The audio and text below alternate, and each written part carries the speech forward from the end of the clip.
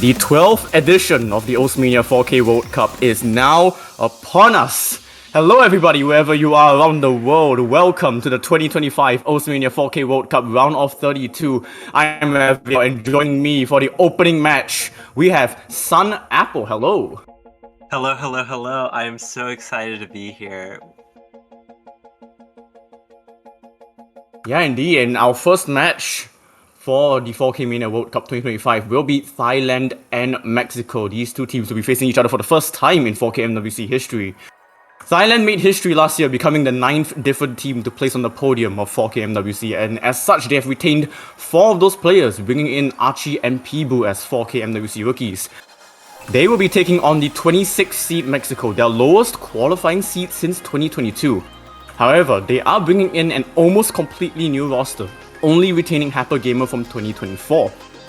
Thailand's player to watch will be Konkawi, who MVP'd 4 of the 7 qualifying maps in their qualifier lobby, and as for Mexico, Happer Gamer will be their one to watch, also MVPing 4 of the 7 qualifier maps for Mexico's lobby. The map pool restructuring also has caused many teams to reconsider player role allocation, but this shouldn't affect these two teams with the SV omission. First time since 2015 that 4K MWC has no SVs in their map pools. Yeah, I definitely agree. I mean, we saw last year Thailand wasn't really the strongest in terms of SV, so I think honestly, if anything, this may actually favor them, especially in these earlier matchups, since they don't actually have to practice them at all, basically. And I mean, Mexico, they have lost quite a few players, and I know some of those were the SV players. And it does suck that they don't get, I guess, more of those easy points against these teams, such as Thailand, who is such a massive opponent to be up against. Seed number 7. Up against 26 is always a really difficult matchup, and having those SV points to at least take 1 or 2 things based off the amount of practice that you have is a big thing. But for now, we don't have to care about that. Really, it's just going to be a test of how good you are at these core mechanics. Yup, and I would actually argue and say that these two teams have kind of benefited from the SV omission. I mean, like you mentioned, Thailand did have a bit of an SV drop-off towards the late game of the tournament, where I think they were getting dead last in a couple of the SV maps. So I think now that there is no SVs to worry about, they are definitely going to cruise for the rest of this tournament as they progress, I guess. And Mexico will be protecting Vice 3. That's the Kojak. Yeah, interesting to see. I'm honestly a bit surprised because I feel like these lower seeded teams aren't too great in terms of accuracy ability, especially up against such a good team as Thailand. I feel like a big roster improvement that they have had is just by playing so much accuracy as of late, especially. I feel like even players like Parponger and a bit of Matcha Latte, who in the past weren't as known for their accuracy ability, have really stepped up their game this year, and I think are going to be really crucial for that. And we're going to see that especially in this round, where accuracy is the biggest factor. Yeah, and Thailand opting to protect LN 1 and ban LN 3. Quite interesting. I think LN 1 being the LN coordination map that they are going to protect makes a lot of sense, considering the fact that Thailand were machines on stage 3, which was the LN coordination pick, and Mexico weren't really able to keep up with the rest of the teams. Thailand placed 9th on stage 3, Mexico placed 30th with a 67,000 point gap, so makes a lot of sense in that. But for, of course, Mexico's protect being Kojak, we have no information about that. That is very true. It is also interesting, just letting y'all know, this is going to be our first year where we actually have Kojak in round 32. But, Rab, do you have any ideas of what first pick will be? Because honestly, I'm not too sure what Mexico should be picking, since I feel like so many of these maps are kinda flip-floppy. I would say tech. Just kind of go for anything that is more accuracy oriented but still comfortable enough. And Mexico's Vice 1, which was not Vice 1, Stage 1, wasn't too bad. They placed 19th. Yeah, that's definitely true. So, I mean, honestly, we could possibly see something like Something like Love Potion, honestly, even though that isn't tech, that's more of our like speed pick. I feel like just because of Yeah. how similar it is to Rice One and or Rice One and qualifiers, it could help them out. Another thing could be possibly our Rice 5. That is going to be our Dumpy pick, I guess. It's going to be the disguise map, so a very well known, I guess, dump mapper. And I think if Mexico is able to practice that enough this week, they possibly can eke out a point, especially if Thailand does take a break or two, which is always possible. I mean, these players aren't gods. They aren't like basically robots. They will do at least some errors. Yeah, but considering the fact that you're going up against the team that finished third last year, and the majority of that team is still playing in this year's edition, it's going to be a tall order, but again, Mexico have a very fresh roster. 5 of the players are brand new, and they are going for one of the tech maps, and that is going to be Rice 6. Yeah, interesting to see. This is a bit more of a bursty kind of tech map. We will be seeing, I believe this one is a bit backloaded, not necessarily like too much, but especially just like a bunch of random, not necessarily random, but just kind of very, very quick bursts of mini jacks, like random streams and all these kinds of things that are just going to be thrown at you at once. And I think this can possibly take Thailand off their guard, even for a second. And as I said earlier, misses mean so much. Yeah, I mean, I feel like this is definitely the best bet, even though this is the higher OD of the tech maps that we have in the pool. I think it kind of plays into how Mexico are probably going to be looking at this match overall. We should be seeing Paponga for Thailand.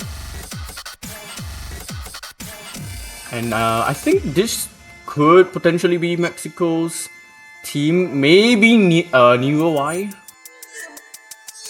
Yeah, I do know that Nero Y did play every single map in qualifiers, Yep. and I don't actually believe Pebu played anything that week. So maybe if they do play today, maybe they were possibly just unavailable during qualifiers, which could be not necessarily a good sign for Thailand since they would be Mexico would be underseeded, but it looks like Pebu actually is leaving the lobby, so probably as we said, Nero Y will be coming in. Yeah, apparently Pebu is actually from Thailand, so was in the wrong slot. Oh, okay, that makes so much more sense. Okay, I was gonna say, I feel like I haven't seen that name. Yeah, Pebu played stage 3 and stage 6 for Thailand, so we might see them later. But for now, yeah, I think it makes complete sense that Pebu's not playing. It should be Paponga and probably, yeah, Nero Y, and they are both in the lobby. Yeah, these are probably going to be lineups. I know Mexico basically played this throughout the entirety of their qualifiers, so I wouldn't be surprised if we don't see any substitutions from them throughout the entire match. I know Thailand is very, very flexible in terms of players, so we will definitely be seeing people stepping in and out. As you said, Parponger probably is going to be just the third player that goes in and out, since I know they aren't as great on LNs, especially when you have such a good player as Matcha Latte. It's going to be a bit difficult.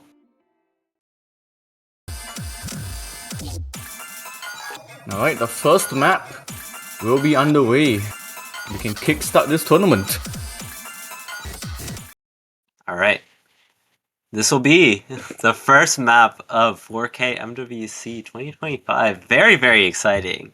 It has been a long time since I have been able to commentate, and I'm so excited to be able to do this. Indeed.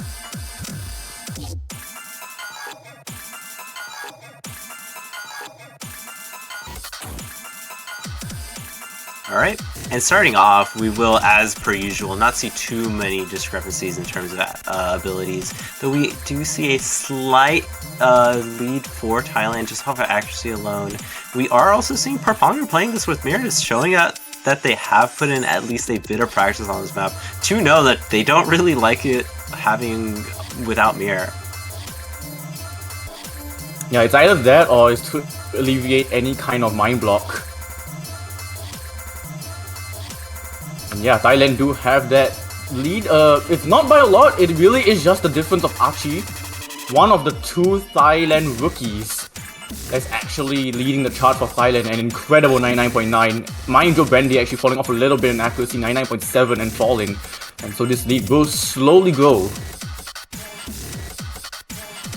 Yeah, it's really looking like every single player on Thailand is just doing significantly better than Mexico. And my Angel Bandy, as you said, has been dropping in accuracy quite a bit. It looks like they may have taken a 200, but actually Allison is the first one to break, and that is not a good sign as we enter this break. Yeah, the Jack bursts. They can catch you off really badly, and it has caught Allison off quite badly, dipping down to 99.7. Still not the lowest accuracy in the lobby though, but that's going to put a dent in Mexico's hopes to try and get a point off Thailand. Yeah, we'll definitely need to see at least a break or two from Thailand at this point. 17k point lead is really, really big in Mania. And we're not seeing it, and instead Allison once again taking a break, and that is probably going to seal it. We have a quarter of the map left, so there is still a lot of sections. There are so many bursts in this map and so many places to mess up, but Thailand is basically playing this perfectly. Almost all three players are at that 9.9 range, and they're just constantly increasing their accuracy. It's not seeming like they're going to let up even a second. Yeah, this is a scary team score from Thailand to start us off. And a valiant fight from Mexico still. I mean, Neowai for 99.7 as a 26 seed. Still putting in the effort to make this as competitive as it could be, but as the map comes to a close, we will be seeing the rookie of Thailand actually taking the MVP of this lobby. Yeah, very interesting to see. Wow. It definitely shows that Achi is a player that deserves her spot on this team. We're really starting off the tournament with a 2990 team score. Okay. That's round of 32 for you. Some of these top-seeded teams are just absolutely insane at accuracy. I wouldn't be... Honestly, surprisingly enough, I feel like we're going to see a better score than this eventually. I think we will, yeah. Considering the fact that Thailand are 7th seed, like, there are 6 teams that have seeded better than this. And Rise 2 coming from Thailand. It will be the jump stream pick. A bit interesting to see. I mean, honestly, personally, I don't think it's the worst pick, just because, I mean, Thailand just took a Rice pick. I feel like they're pretty confident in Rice in general. But keep in mind, they did protect the LN, correct? And yep. I know Mexico struggled a bit on the hybrids, so in my opinion, I would probably have picked something like Hybrid 2.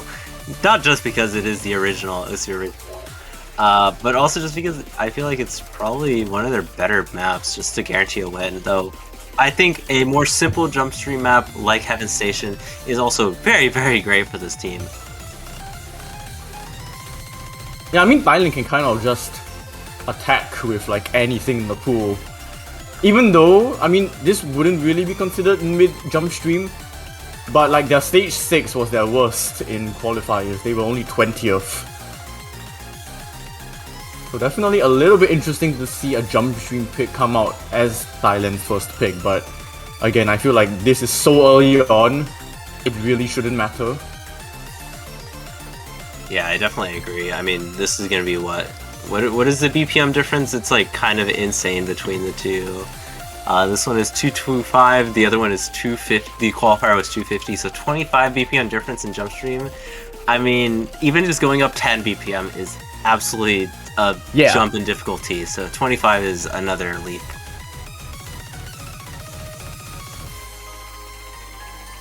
We are seeing Matcha Latte for this one. I was actually thinking maybe Pavin would be the one to slot in. But I think this is still fine, and I think Mexico bringing in Happer Gamer for the first time. Yeah, interesting to see both switch-ups. Honestly, I was thinking that Achi was going to continue playing just because they did so well on that last map. But that's fair. Very interesting to see that Matcha Latte. Maybe they were just very, very comfortable on these kinds of jump stream maps.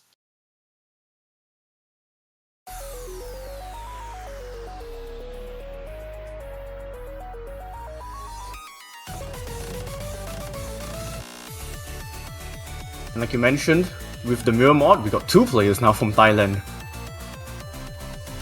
Yeah, it's always interesting to see who puts on mirror, because there's just so many reasons why to why players may want to put it on, as you Yeah. said, just for that sight read potential. Because I feel like a lot of players say that they get their best scores on sight reads, and having mirror on just as your first play is basically a sight read. It does help alleviate any kind of left-hand, right-hand biases that maps will produce. And yeah, so far, still a very strong start from Thailand, like the first map. Konkawi with a 99.98, now 97. And Mexico still keeping pace. This is still within 1 miss from Thailand. Yeah, Mexico definitely having a step up in terms of accuracy compared to last map. And though, that being said, Thailand also doing extremely well. Everybody is above that 99.9. And just how consistent they are is, I'm not sure whether anything too big is going to happen. We may see a 200 or 2 from them, but Mexico just needs to keep up their consistency as much as they can, and it looks like they've actually been slightly dropping in accuracy as the map has gone on. Yeah, Neuro Y I think picked up a 200. And so this lead is already 5 digits, even though everyone has their combos intact. It is just accuracy on accuracy. Konkawi actually slipping down to almost matching the accuracy of Paplonga. And Matcha Latte is climbing as well. Those accuracies from Thailand are so close to each other. Yeah, it's honestly insane. Just the whole team of Thailand themselves, so consistent on these kinds of simpler picks, and we're already seeing it. Even just every single player around the same range, they've been only going up by like... I feel like they've only gone up since the start of the map. 2994 to 2977. No misses in the lobby, just 7 200s total from Mexico. My goodness, those ratios. No one in Thailand having triple digit 300s. Are you serious? These players, what are they? Even Seeds 7 doing so well is absolutely absurd. Yeah, and again, considering the fact that Thailand aren't really the strongest jump stream team to produce that, that's a statement to the other teams. Alright, It but now yeah. it is Mexico's point. They did lose a break point, so they need to win at least this next point, I would say. Just to not necessarily guarantee, but have a bit of breathing room for their next point and possibly their final if they do lose this. Still do have the 2 tech maps open from them, as well as the Court Jack that they protected. So still plenty of options. No, I mean, at this point, considering that you have seen Thailand's accuracy has been so good, is Korjak really the play? Oh, it looks like there it we is. Go. Now, I think we do have to address like Court Jacks over the last couple of 4K Mania World Cup editions. They have been one of the most entertaining Vice maps to watch.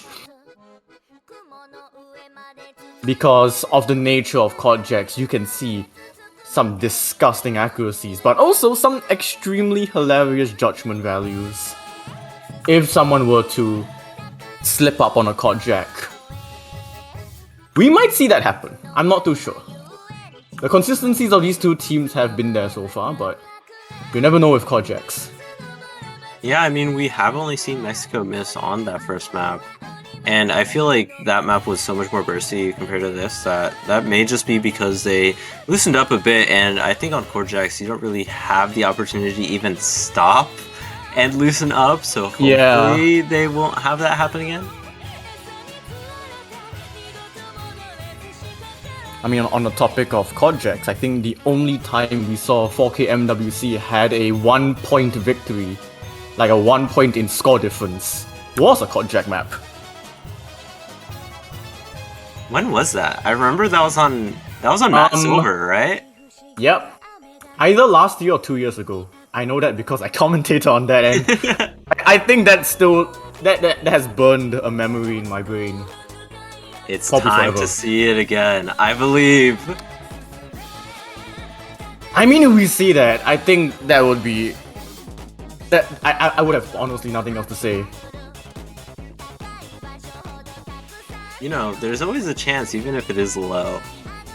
So surely this year, we can see it at least from another team. We do have more core jacks going on just throughout the entire the tournament as a whole.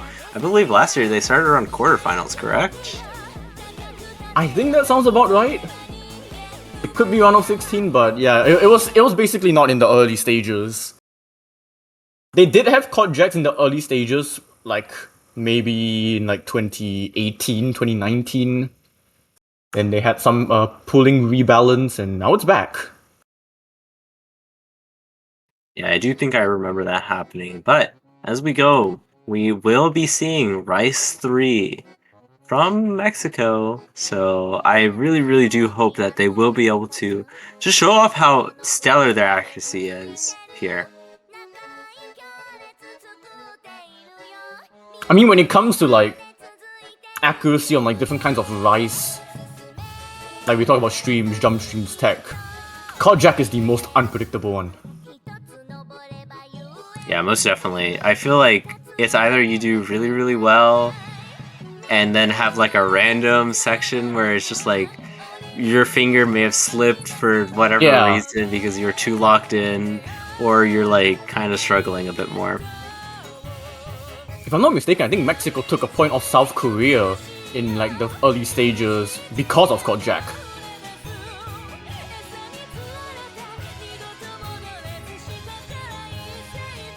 And yeah, as you can see, the accuracies from Mexico are so much closer to Thailand than what we've seen in the last two maps. Yeah, I believe the averages on the last two maps, especially as we got to like the halfway point, it was around 5k. I mean, right here we're only seeing a 2k difference. Again, a time where a miss from Thailand will immediately swing the lead over to Mexico, and probably for a substantial amount of time. We are halfway through, so still a lot of time, but I think as we get further in, there isn't going to be as many places to mess up, but actually we're seeing Allison taking a break, and that is not what you want to see from Mexico. That's lead swings right into the side of Thailand even more. Yeah, it's one of the anchors in the quad jacks. And now we've seen this 5-digit lead happen in the last two maps. It's already happening as we are into the last quarter of Noble Susume. Still all three intact from Thailand. Mexico doing all they can to still match, but the accuracies from their side are dropping in comparison to Thailand's accuracies. Archie's climbed up to 9.8. What? These players, they're insane, and at this point there are no more breaks, so you are breaks in the song, so I hope they won't be struggling too much. The only reason why they would possibly be because of stamina drain, just because having to play at such high level of accuracy for so long is very draining. But as we finish the song off, only a sliver of it left. As long as Thailand is able to hold off for this last section, they will take their second break point and go into their pick having so much of a lead. And once again, it's Thailand's rookie Archie MVPing the lobby. You have two players that have stood on the podium last year, and Archie surpasses all of that with 46 300s. And just that single miss from Allison, it would have been a full lobby V1SS. It always is funny seeing score jack. Yeah. That's score jack. Still, even without that miss, Mexico still would have lost just because their 300 count is just so much higher. As we said earlier. Yeah. Mexico's best player is under Thailand's worst player. Yeah, we once again see double-digit 300 for Thailand on every single player. Archie being sub 50, which is absolutely absurd. It's definitely not as much of a surprise because it is quad jack. But that's definitely, again, like another statement team score. Yeah, back to Thailand. I do wonder a bit what the highest core jack score we have seen so far, just in general. It's definitely they definitely get up there, but we will be seeing Rice 1 as Thailand's pick. Possibly their last. It's going to be Love Potion, and this is going to be the speed map, so another one that is a bit more simpler.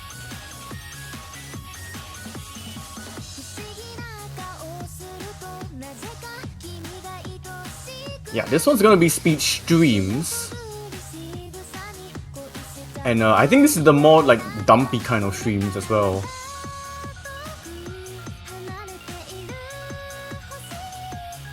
Yeah, definitely. I do think they are... I don't think there's anything too big to be able to catch players off guard, though. There aren't going to be like those embedded mini jacks like we see, especially later on. And it's mostly just going to be simple left right patterns, I guess. And we will be seeing a very big switch up from Mexico here. Oh! Indeed, Zemiku for the first time in 4K MWC stepping onto the spotlight. We have... I don't think we've seen them in qualifiers.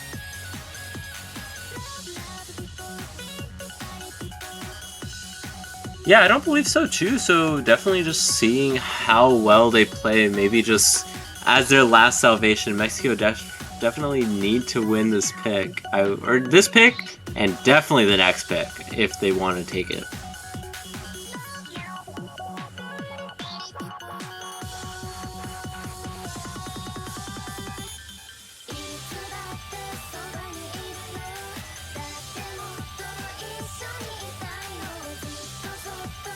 Yeah, it looks like these players are readying up, so we will be going into the match.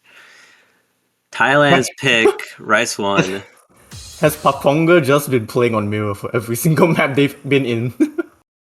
I think so. There's a chance that they just forgot to put it off at some point. Maybe they saw it on Rice 1 and they're like, or on the first map and they're like, Or maybe this is like Paponga's tactic, just slap mirror on like everything.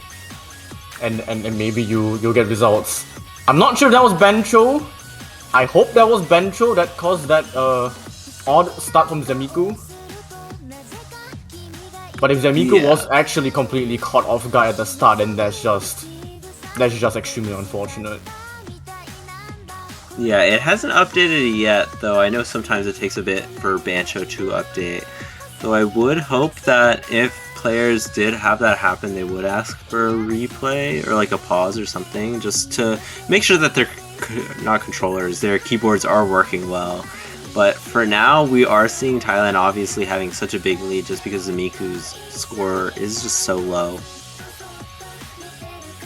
Yeah, I think like Zemiku might have just completely not pressed the first 20 notes, and that's the difference. Apple Gamers matching Konkawi, Mindjo Brandy's matching Paponga. I mean, even though both Mexico players still under Thailand, it's still quite close regardless. Yeah, though it does look like Zemiku is still struggling quite a bit to be able to actually play this. They did take quite a few 200s, so I think even then they probably wouldn't have been able to keep up with Konkawi at this point, even though Happer Gamer and Mindjo Brandy are doing really well on this map specifically, especially compared to some of the other ones. Thailand does need to play quite well on this one, if it weren't for Zemiku's early stuffs. Oh, and they find a break regardless. So that might already still have been the nail in the coffin for Mexico in this pick, on Thailand's pick. Yeah, at this point, 50k lead on Rice, kind of difficult to be able to come back from. Multiple misses are going to have to come out. A lot of things are going to have to happen to Thailand for them to even have a chance at losing this. Yep, and the map is coming to a close, and that will be our first match point to Thailand. Definitely a less dominating team score than what we've seen so far, but still a very impressive performance nonetheless, especially from Konkawi, V1WS, as is Happergamer. Well done. Oh my god, yeah. Mexico did really well. Happer Gamer and Mindjo Brandy both being able to get above that 990 range. And yeah, it was a lag spike from Zemiku's end, but I think the solace of comfort is that I don't think even with that, Mexico would have won. That 150 from Paponga as well, though, that is bit of a heart attack from their side, but they managed to still keep the combo and keep it clean, 992k. Yeah, it was interesting to see that there actually was a bit lower, so that definitely explains it. We were both probably a bit distracted by Zimiku's struggling there. But this could potentially be Mexico's last pick. Potentially. Yeah, there is a chance this is the most important point for Mexico in the round of 32. And possibly... No, I guess not necessarily this year. But what are you thinking they should pick? I personally am thinking we should go somewhere other than rice, honestly. I guess it really depends on what Mexico feel like doing at this point. If they feel like their fate is sealed, they can go for hybrids or LNs, or if they still want to see if they can, you know, try and take a point off Thailand. I think Rice 4 or Rice 5 is still options. Maybe Rice 5, because of the nature of how short that map is. If Thailand do find a mistake, it will help them a lot more, but Rice 4 will be the option that they'll go for. So Code Storage. Yeah, this may become a rice-only match, which is kind of funny to see. Noodles are not allowed. None, sadly enough, even though they are so fun. It's alright, we got like 15 matches. We will see some noodles, right? Yeah, definitely. It would be very, very surprising if we saw 0 LNs or hybrids throughout this stage. Honestly, I feel like it'd be a challenge for teams. The challenge to every team, do not pick hybrids or LNs. Maybe it's time to get that happening. We gotta like have propaganda or something. Make teams not pick LNs or hybrids. I'm gonna be the propaganda to have all teams not pick rice and only pick hybrids and LNs. Wait, we're gonna start a civil war here. That'd be great. On the topic of new players, I was about to say Mexico did bring in someone new, but I think it's just going to be Nuawai instead, and Matcha Latte from Thailand.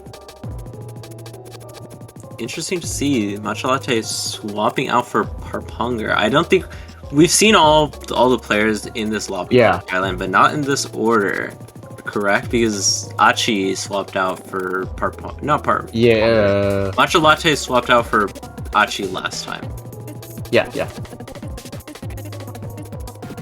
So no Parpunger. We will not see if they would have played Mirror on this or not. But hey, Matcha Latte has Mirror, so Thailand has had a player play Mirror on every map so far. Yeah, that slot specifically. Maybe it's like you have to have mirror on slot 2. It is forced upon by the referee. Yeah, but this is going to be your more traditional tech map, I would say. A lot of mini jacks, a lot of just awkward bursts. It's Terminal 11. What are you really expecting? Let's be real. It's Terminal 11.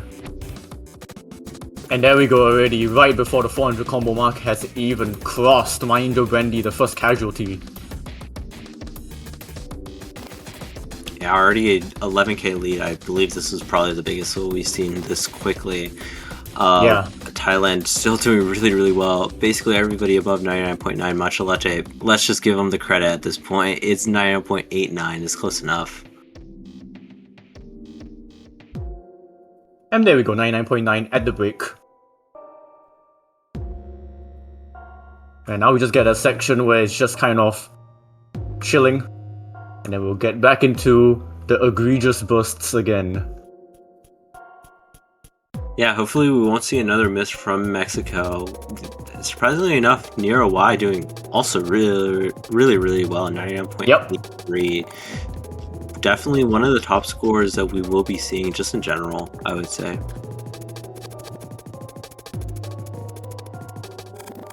Yeah, but the fact is, Thailand are just not budging at all in terms of accuracy, let alone combo. I do believe Konkawa must have gotten like a 200 or something, because there actually has dropped, not necessarily significantly to where it'll actually matter, but didn't they have like a 99.93 or 99.94? We shall see, because I feel like it might also still just be possible ratio related drop.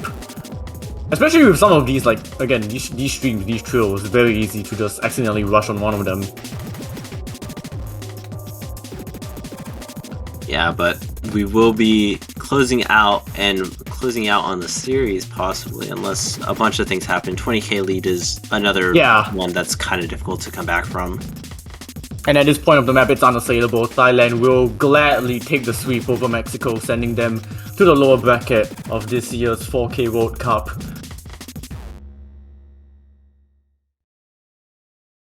$2,991. That's not a 200, that's a full team V1SS. Interesting. Definitely just took a bunch of 300s from a burst, probably. Yeah, and the third placed team of 2024 starting off extremely strong. Not a single miss to be seen in all 5 maps as Thailand will march into the round of 16.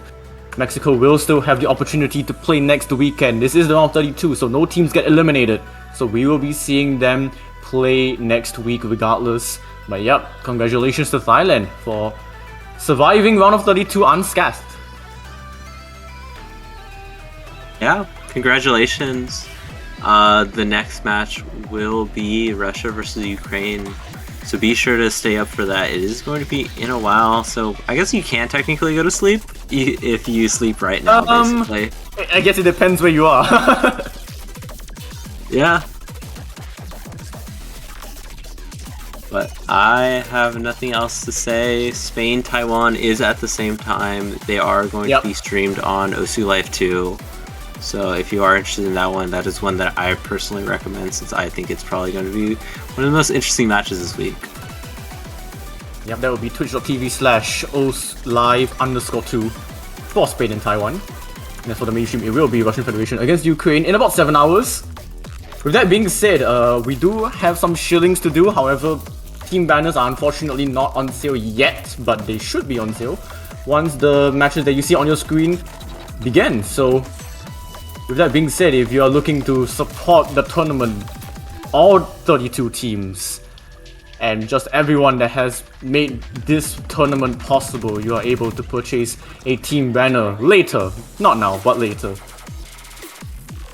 Yes, in 10 hours, I believe. But no, let me not put an exact time. At some point in the future. When they go live. At some point Soon in the future, TM. soon, TM, you will be able to get it. We need to pre-shill. It is time. It is time. But yeah, that will do it for us here. Anything else on Apple? I don't have anything else. Thank you all for coming. Be sure to go to the next stream. Every single one, I feel, is going to be at least a bit interesting. But yeah, thank you. Bye. Yep, thank you all. See you all in 7 hours.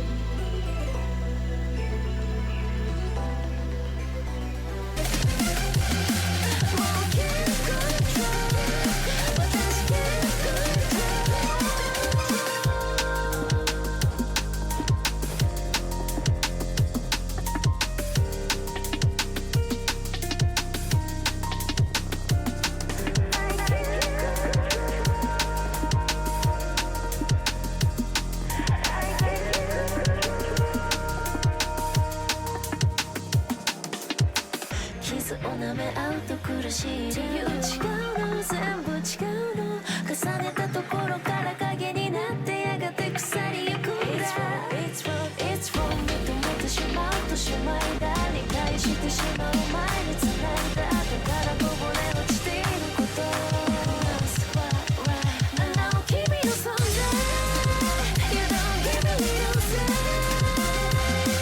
I can't control I can't control I can't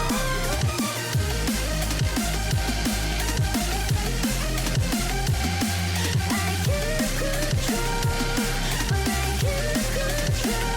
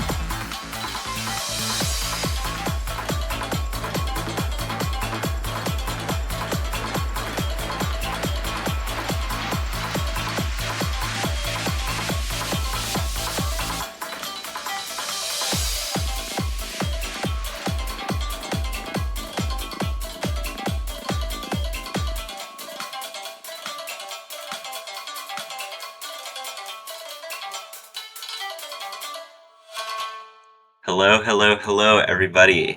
I am Sunapple, and we are here after a very, very interesting match of Malaysia versus Poland, which did go to tiebreaker. We're here to watch Canada versus Singapore. And as I said earlier, I am Sunapple. I'm not alone. I'm here alongside Mashed Potato. Hello, everybody. Thank you for the introduction. And today we have two countries that have only two colors in their flag, actually. The red and white, the classic colors. And it's going to be the top seed surprise package of the tournament. Canada. Surprise for some, including myself, but I'm sure for people who are more used to the North American scene, I'm sure that this is not a surprise. On the other hand, we see a mix of old guards and new blood of Singapore. You can see the likes of Adam Yuki, Rionos, who has played in FWC before, but then you got the likes of P1, Big Noob Low, who are new faces, if I remember correctly, in the FWC scene this year. How do you... I don't know much about the Canadian team. I do know there's a Saltus Inhaler, who is an Accelerix, a very well-known player within Canada, but I think there's other players that I've seen around. I know they have really strong physicality. Yeah, that's definitely true. They do have the really strong physicality, but alongside that, they also have a really, really good accuracy core, especially in this early game section. I know they have Robert, a really strong accuracy player on both Rice and LNs, as well as Mai, who recently just got uninjured. They've recovered from the injury from last year, which is one of the main reasons why they struggled a bit more. As well as the man 234 Thonk, and let me see what their name is, or what their name was, because I know they name changed.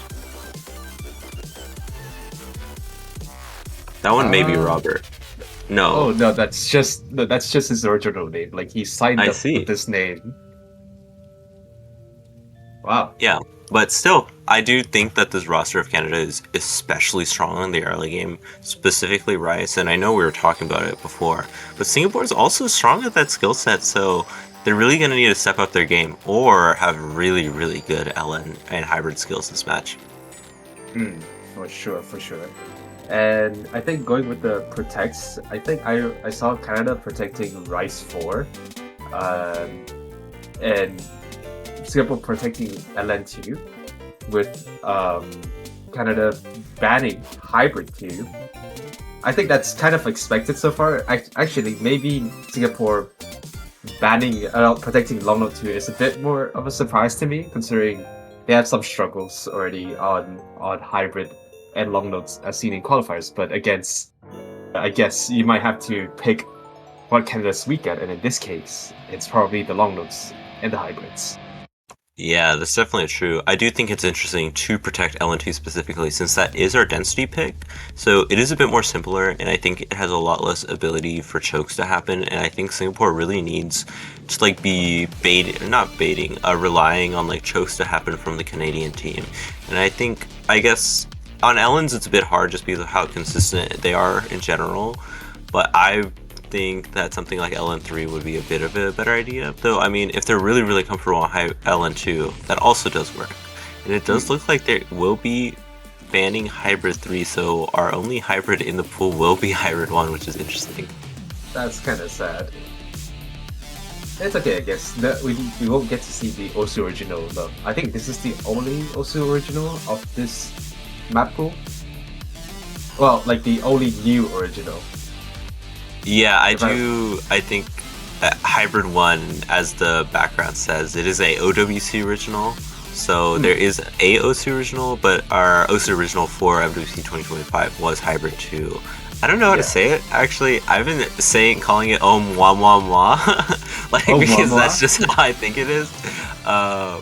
But I know that is a more technical, a lot more like mini jack focused hybrid. So I understand completely why Canada is not really wanting to play this.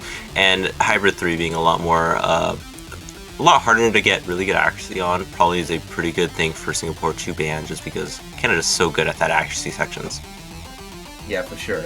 And I think that's going to be Singapore's first pick of this match. I'm thinking they might just as well go for protects. Yeah, I kind of feel the same way. Just like starting off, on something that you feel really, really comfortable on is generally a good idea in these earlier rounds, just to, I guess, have a gauge of what you can do just at peak.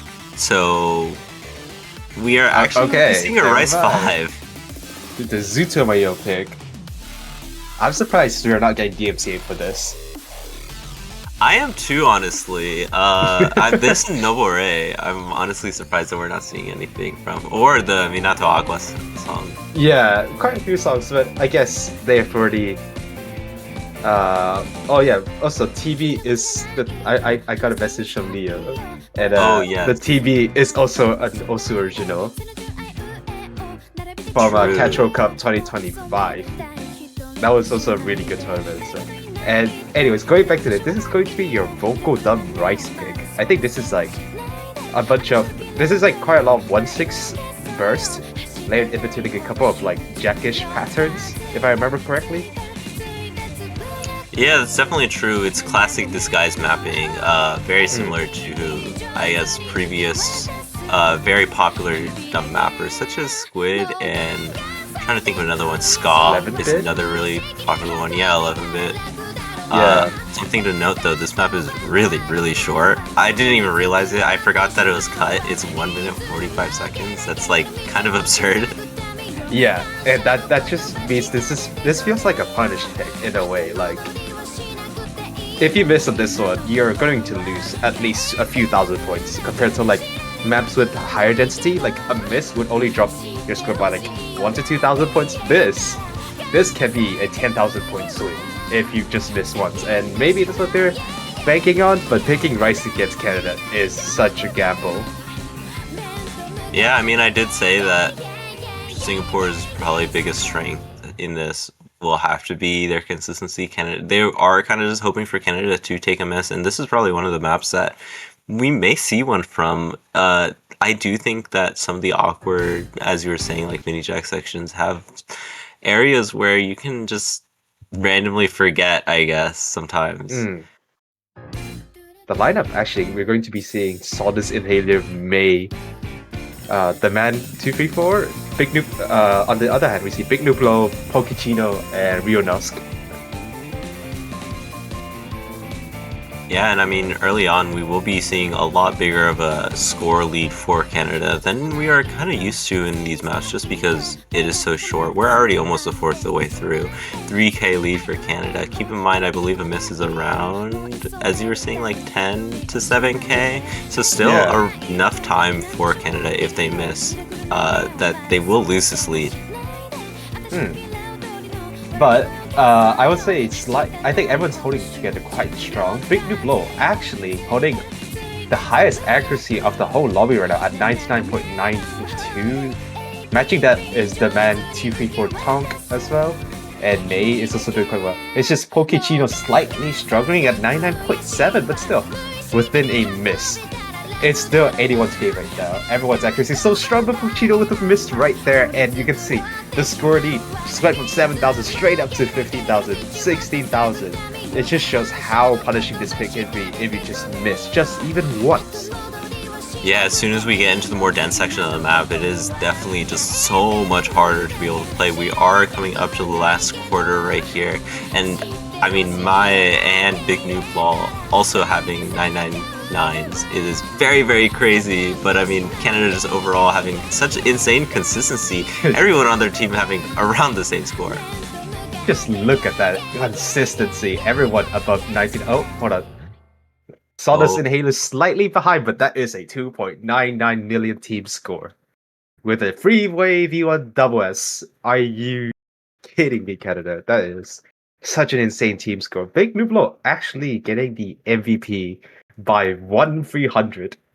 So, that is something positive to take away, is that actually there's still some stand-up performers in Singapore. Rio Nose is not doing quite well. 994. It's just the third player syndrome of Pokechino, and if you're having third player syndrome as early as round of 32, that is some trouble right there.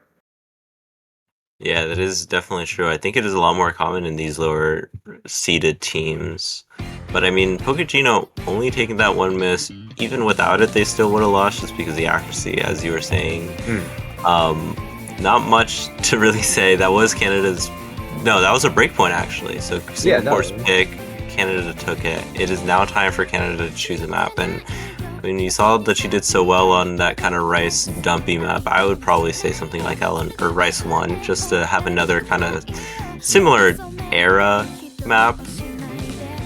Please pick Rice 3. Please pick Rice 3. Please pick Rice 3. Yes, Courtjacks. I believe we will see a insane match. As usual, Courtjacks are always super close. It's always super close, and I think it's so quite flippy. Oh, they're picking Rice too. Okay, that's, you know what, that's quite fair. So I think in terms of consistency, this is like, I would say you just pull this Rice pool into like 2 different groups. One's like consistent patterning, so that's like Rice 1, 2, and 3.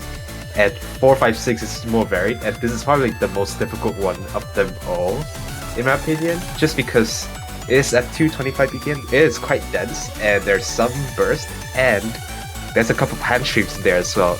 And we're only in round 32, so this is quite difficult in my opinion relative to the other Rice maps.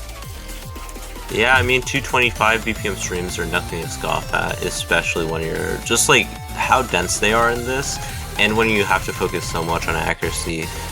Do keep in mind that even though I feel like player stamina isn't too big of a deal in this round, just because they're so comfortable on it, having to play at such a high accuracy for a decent amount of time, since this map doesn't really give any breaks, does drain you quite a bit. Also, something to note, Mae, I'm not sure how to say the name specifically, I'm just going to say Mae, is actually playing with Mirror here, so I know in the last match I commentated, that slot specifically was kind of reserved for Mirror, so funny to see that happen again.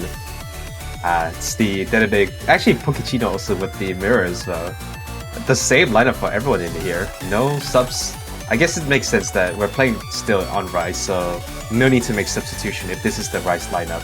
You can see kind of similar script as well. Everyone's doing quite well at about 99.9-ish. Pokechino slightly behind, but also at the same time is only a 2,000 point lead, so basically nothing if you think about it. Yeah, I do think Pokechino is probably the one to focus on, just because we did see them miss in the last map. And possibly, if they are able to hold out, they will give at least a chance for Canada to be able to swing the lead over to Singapore. But we will have to see some breaks coming out from Canada at this point, or like a lot of 200s coming through, since the lead is only 3k.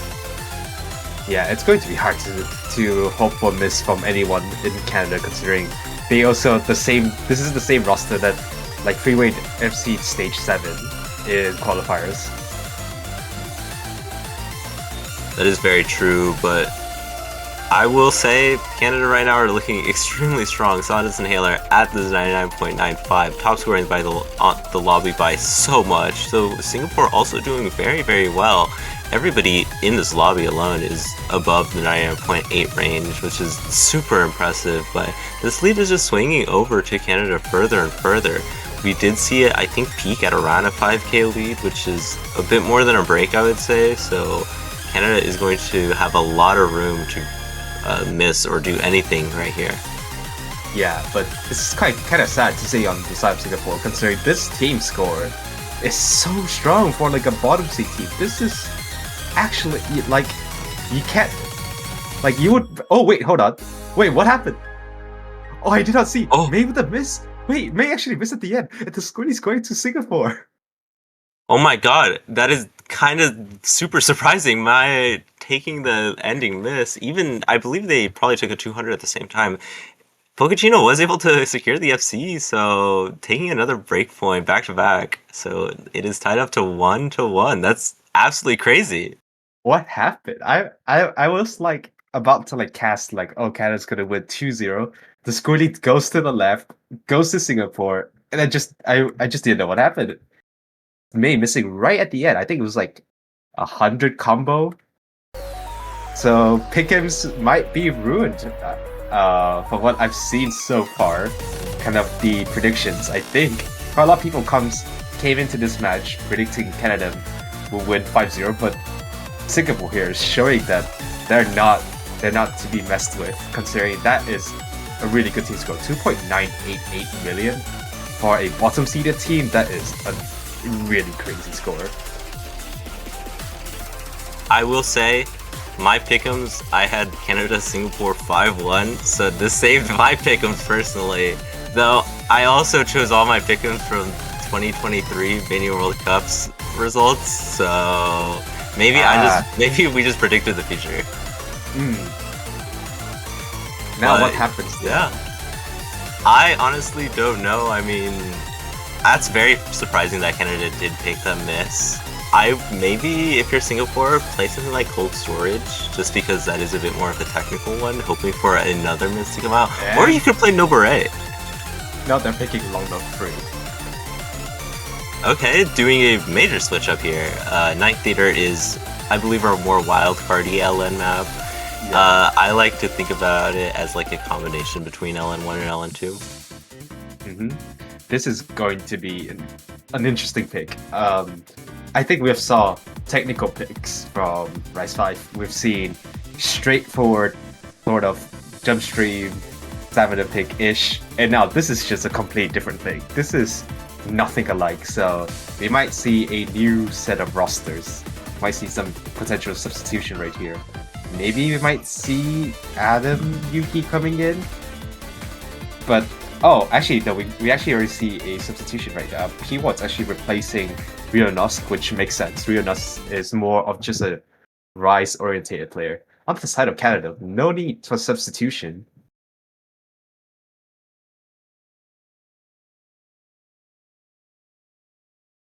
Yeah, I mean, I am a bit surprised since I do know Canada has some really, really strong LN players, though. I mean, all these players on the team right now are also very, very strong, and we'll probably be seeing that right here. This is going to be a map about consistency itself, just because there aren't too many sections for you to get a lot of 200s on. It's a bit more like in bursts where that'll happen, but Canada will just have to make sure that they are able to hold combo, unlike they did in the last map. Yeah, actually P1's doing quite well. P1's actually somewhat leading right now. Of course, May, expectedly on the side of Canada, everyone's above 99.8. Oh, P1 with the miss right there. Now their accuracy is down to 99.6, but it's quite early on. I think there's still quite a lot of miss potential from this map. This is probably one of the harder map of this pool in general, if TP is not counted. P1, oh, that's a lot of miss. That's the dirty drop right there. Now their accuracy is down to 99.1. Yeah, it does seem like P-Wad is just struggling a lot on keeping combo. I do think their accuracy itself is pretty good, but just not able to hold that combo consistently, especially whenever they're not able to get to that 400 is very big. But Pocacino taking another one, and that is absolutely devastating for that team. We're halfway through the map, and 30k lead for Canada. It's kind of hard to come back from. They're going to need a lot of things to happen if Singapore even want a chance at winning this right now. But we're seeing one thing happen. The man 234 taking a mess. Yeah, it's just the beginning. There's still a couple more misses. Oh, hold on. Hold the microphone. Hold the microphone again. The man 234 is getting so many misses. Traded by P1, but I need more. Sawdust and Haler and May is holding together right now. 99.8 plus on both of them. Big News doing them as much as he can at 99.6, but I don't think this is enough. The scoring is just too much right now. Yeah, Pocacino also did take a miss just by themselves, and another one right there. So that definitely guarantees a 50k lead, the biggest one we've seen this match. And I mean, I don't know really what to say. No V1SS's, luckily. Everyone did take a few 200s at least. Yeah, they're all humans after all.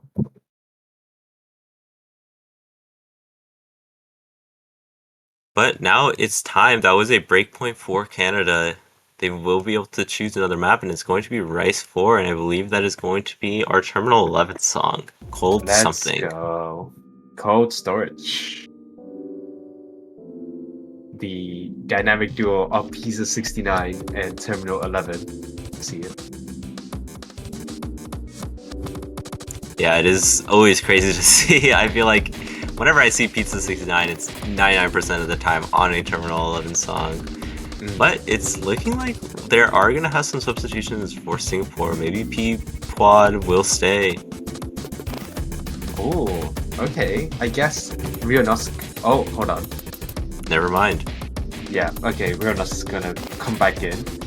surprised. I'm still. It's so wild to see Rionas in 2025. I feel like this guy has stayed in the kind of been active around the scene for so long. I think the first time I saw him was like 2018 or something, or 2019 even. It's like 6, 7 years from the first time I've heard of Rionosk. Yeah, I feel like I heard about them around the same time. I mean, they did take a bit of a break, I know, but as we all say, you always come back to this game. You're here forever, so Yeah. it's not too surprising. I know they've been playing a lot in the recent years, especially in the last two, specifically in 4DM 23, I believe they played, right? I can't remember if it was 23 or 24. Yeah. I'm trying to remember it, so but yeah, it has been a long-standing name. On the other hand, though, actually, inside Canada, I think the only player who I've known like a bit before is probably like Solace, and otherwise known as Accelerix, and probably May. They're like I've seen their name quite a lot in the tournament scene already so far. Yeah, that's true. Especially in the past few years, they've been really rising up in the ranks. And I mean, we can see why. Their accuracy is just so great, and they definitely do prove it that later on they can still hang up with the best. But starting off our map, this is going to be one of the longer maps that we have actually seen. I don't think it's too long compared to anything. We are going to be seeing May take a miss early on. It's just like before on the last Rice pick. May picking a couple of, I would say, unorthodox misses. You don't expect May to miss on these sort of parts, considering how physical, how good May's ability on these Rice maps are. So actually, it's surprisingly for Singapore right now. Yeah, it is still quite small, only a 4K lead, but I mean, whenever you are playing such, I guess, simple maps, I think you focus a lot more on your accuracy ability, and that can cause some problems just on how much you're tensing just your muscles to be able to hit, especially these mini jacks that are just scattered throughout this entire map. But there is still a chance for Canada to come back. We have been seeing Singapore taking a couple breaks, and also just the accuracy for Canada is so much better, I would say. We are seeing Pochettino taking a lot of 200s, and actually we're seeing this lead even with the miss. But Mai takes another one, and Sawdust Inhaler does too. So Canada's lead that they were just barely getting immediately swings over to Singapore once again with a 10k lead. What happened there? It's a complete collapse. Half of the lobby just dropped their accuracy, and now the score is 14,000 points. Singapore still has a freeway full combo. This is surprising. This is just surprising. I did not expect this. They have just gone all in on Rice, and wow, look at this team score already so far. Pochettino, sure, 99.4, lowest in the lobby so far, but it's the full combo that is saving Singapore right now. Big Nublo and Rionos as well. Insane accuracy, matching that of Tonks, and no one from side of Canada, apart from the man 234 Tonk, is matching the accuracy of Big Noob and Rionos. And we might be seeing the match tied at 2-2. The map is already ending. There's not much more left. There's not a lot of combos left on this map. I think Singapore is going to take it. It's 2-2. It's honestly crazy. Big Noob, Lol, and Rionosk have been able to just keep this team grounded, even with the misses from Canada. This would still be very close. We are seeing a very interesting thing where no team can win their own point. Everyone has, for every single point in this match has been a break point. Now truly it's Rip Pickups. Yeah, even my pick'ems are screwed. So sad. Wow. I think Singapore needs to do the ultimate screw your pick'ems by winning this match. That would be honestly super surprising. I hope that happens because I think it would be really funny, but I mean, it's going to be insane if that does. But it is time for Singapore to pick. We saw them kind of struggle a lot on LN, so I'm going to assume they aren't going to play it. I would say Rice 3, just going for a map that chokes are so significant on. I think Rice 3 might be the way to go as well.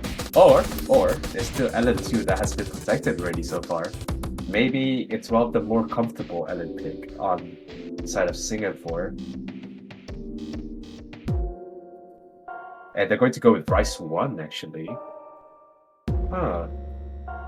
Interesting.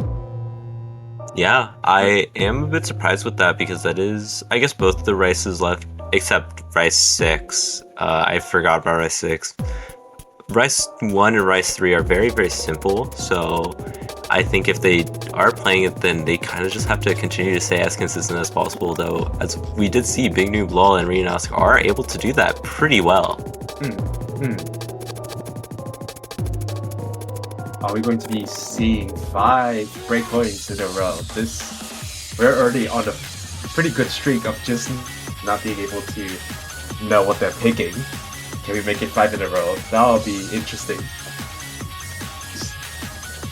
Possibly.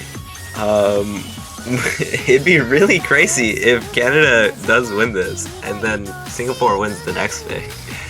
Yeah. But I guess that's only for the future to know right now. 2 minutes and 30-second map. Another one that is, I would say, average time. Nothing too long. And we're probably going to be seeing the same lineup once again. Yep, it is going to be the same as the previous roster. Pokechino, Big Noob, Rionos on the side of Singapore, and Sawdust and Helium, May, and the Man 234 on the side of Canada. So waiting for clients to sync everyone up. But this map is as said before, it's just a standard stream map at around 294 BPM. Nothing too hard. It's just streams. Like,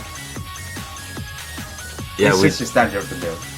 We do say these are nothing too hard, but we have been seeing constant misses from these players, so it is at least above a difficulty where people can't just autopilot it. And so far, luckily, nothing has happened. I believe even at this point in the map, May did take a break last time. Yeah, we have to be careful as well. At the ending, we saw May also missing at the end as well, so got that to look at. Everyone in the side of Canada has missed at least once so far in this match. On the side of Singapore, I think Big Noob Low has not missed so far, so he's still on 4 to 4. He's on 4 out of 4. Okay. Never mind. That's 4 out of 5 FCs now on the side of Singapore. Rihanna's doing quite well, 99.87, but just look at that on the side of Canada. No one's below 99.9. Yeah, Canada's score here is so great, and I mean, you did just Caster Curse the mashed potato, so Big Noob's having a bit of a lower accuracy. Rena's still doing well, but just not able to keep up with any of the players on Canada. Yeah, it's just unfortunate. But like, even if Big Noob Low's holding their FC, I don't think that's gonna make even a dent, considering it's just, look at that accuracy. Like, what can you do against them? It's not even close. Like, everyone's above 99.9. We're seeing a potential another 2.99 million team score right now if things continues to be like this. Yeah, Pokechino definitely struggling a bit more, so even without that miss, I believe Canada would still have a pretty significant lead just because everyone on the squad is doing so well. May taking a break as I say this. Thank God that these caster curses are going off constantly. Even with that, as I said, it just evens out because Big Noob did take that miss early on. Yeah, but I don't think the miss from Big Noob would have changed anything, even if May did miss just right now. Just that accuracy is so strong on the other two players, and that is a 2.983 million team score. Despite the miss, and just look at that team score. No 200, no 100. It's just that one blimp of a miss in a 50 from May, but just look at that team score.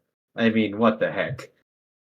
On the side of Singapore, it's still quite strong though. 989k from Pokechino.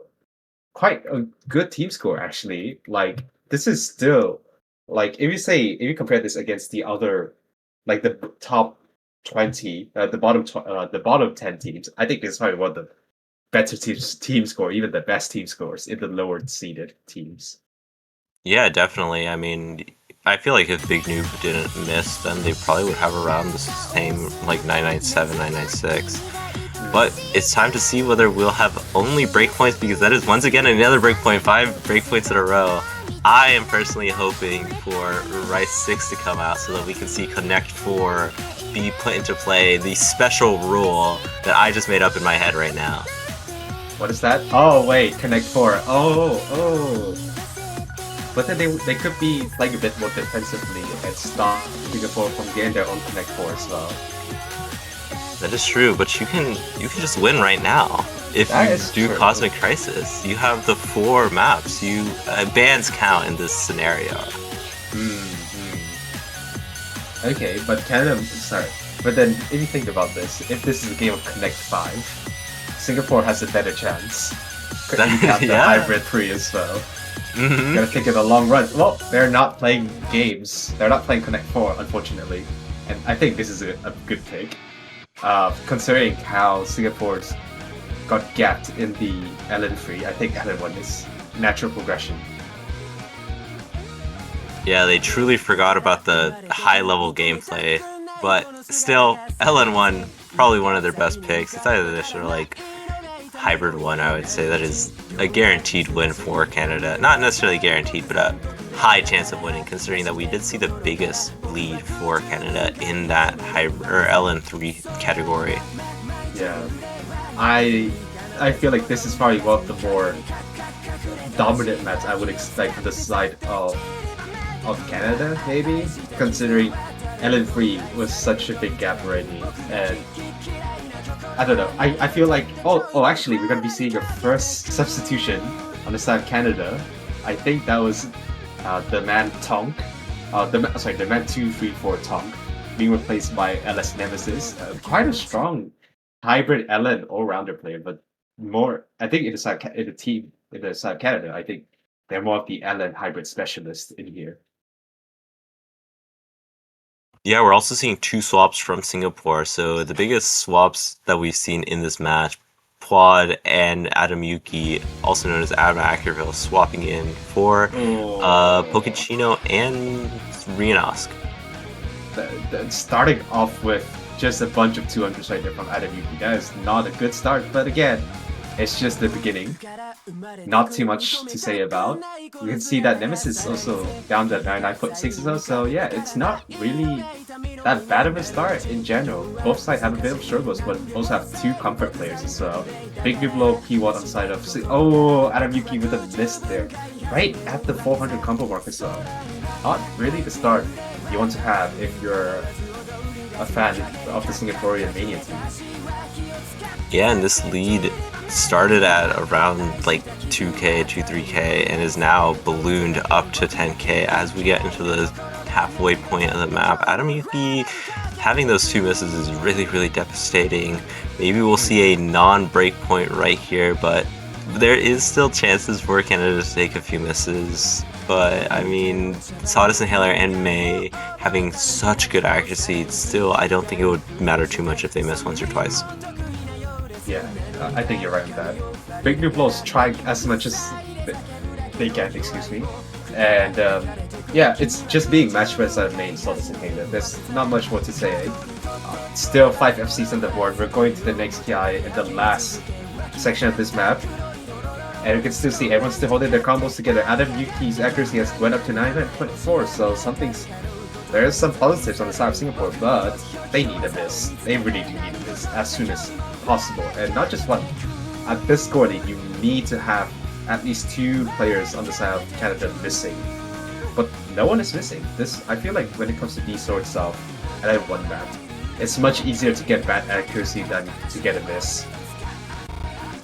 Yeah, that's definitely true, and as we're finishing up, there's nothing on the map left, basically. 25k lead, not the largest lead we've seen, but still, finally a non-break point in this match. Sawdust Inhaler V1 double S-ing, doing absolutely insane 1-to-10 ratio. How do you double S on an LN1? That's just not right. How do you do it? Like, how do you actually do it?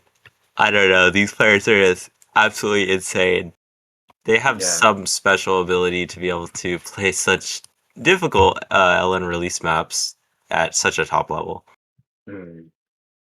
Finally, though, a non-breakpoint, and Now it's going to be on the side of Singapore is actually blocking the foreigner for the connect four dance. Oh my god, they're not allowing Canada to have the winning strategy. Instead, we're going to see probably the most chokeable map. It's actually a pretty good pick in my opinion, considering that Canada hasn't been too consistent with their full combos. Singapore is slightly more consistent, it's just the accuracy that is a bit worse off. And we're going to be seeing a substitution right here. Is it going to be the man 234 Tonk? I would assume so, considering they've played every single Rice so far. Or maybe Robert. Nope, doesn't look like it. Okay. Singapore having their common squad as well for Rice. Yeah, and we'll be seeing no substitution. Actually, 2 substitutions at Singapore, as expected. The Rice lineup. Unexpectedly, we're going to be seeing Nemesis staying in instead of Sawdust Inhaler.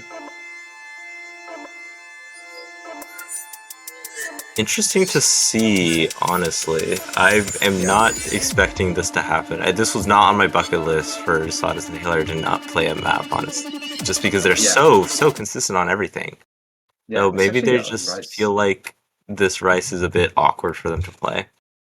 Yeah, they may be. I mean, you can have a lot of you can have a player who's really good at all Rice maps, but there's sometimes just a couple of patterns that is very mind blockable. It's just really just specific to players. And maybe this is one of the map that Sawdust Inhaler is just not comfortable with.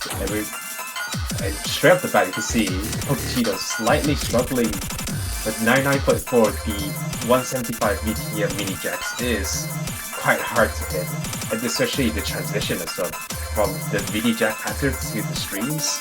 I mean, that's quite challenging.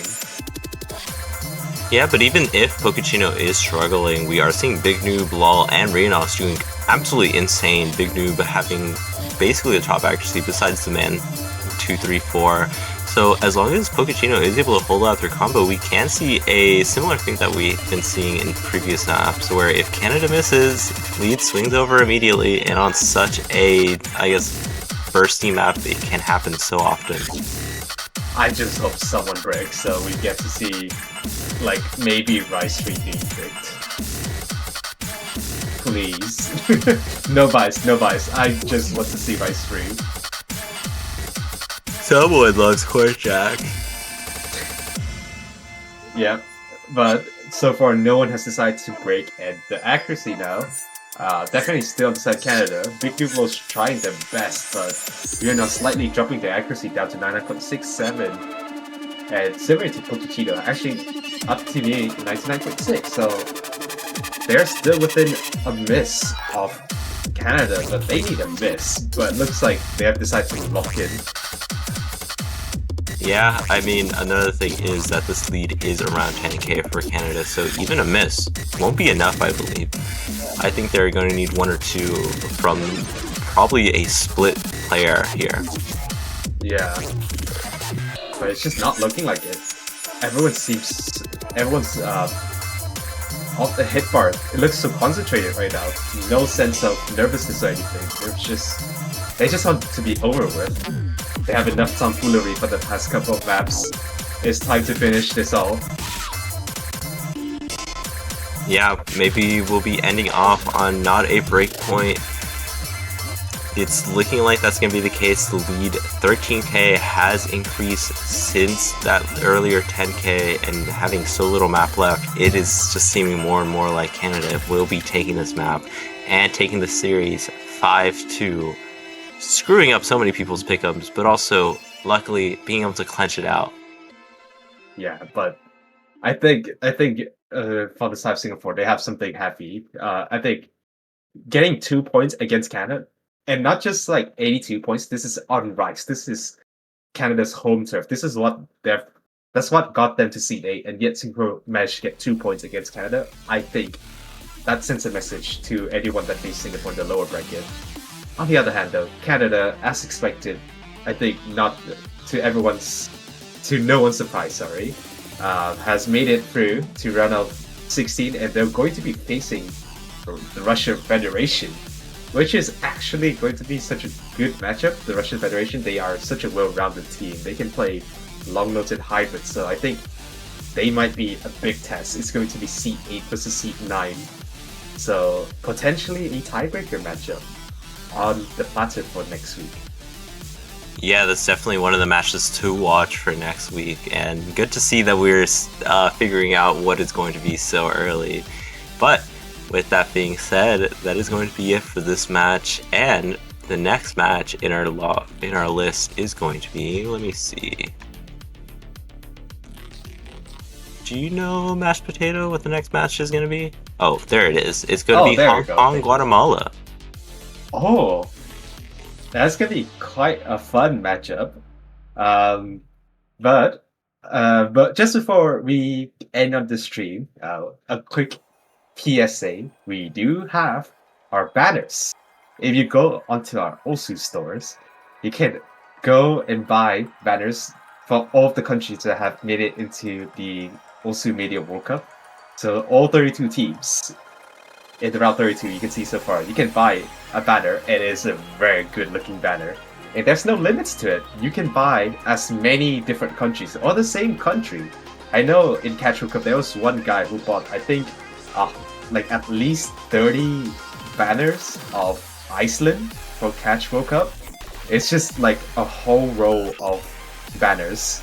And so, feel free to go into the store. It is such a good design. And if you bought the banner of the country that end up wins the Mania World Cup 2025, you get to keep it for 1 whole year for a really reasonable price as well. It just makes your whole profile look so much nicer. So, as I said before, do head to the OSU store to buy banners. Yes, so be sure to buy 30 or 40 different banners of the same team. Exactly. That's the only way that you can buy it, I believe. That's Yes. not true, by the way, but that's what I'm gonna do personally if I was gonna buy any banners. Yeah, But I would do that too. yeah, it's time. Which banner are you gonna buy, Mashed Potato? I was thinking the US to represent my country. I think I'm gonna go the patriotic route as well. Buying the Vietnamese banners, buying at least 50 of them. At least Alright. 50. Good to know. But with that being said, thank you all so much for coming here. We will be back very, very soon for Hong Kong versus Guatemala, but I'm leaving, and I believe so is Mashed Potato, so Yep. goodbye! Bye bye.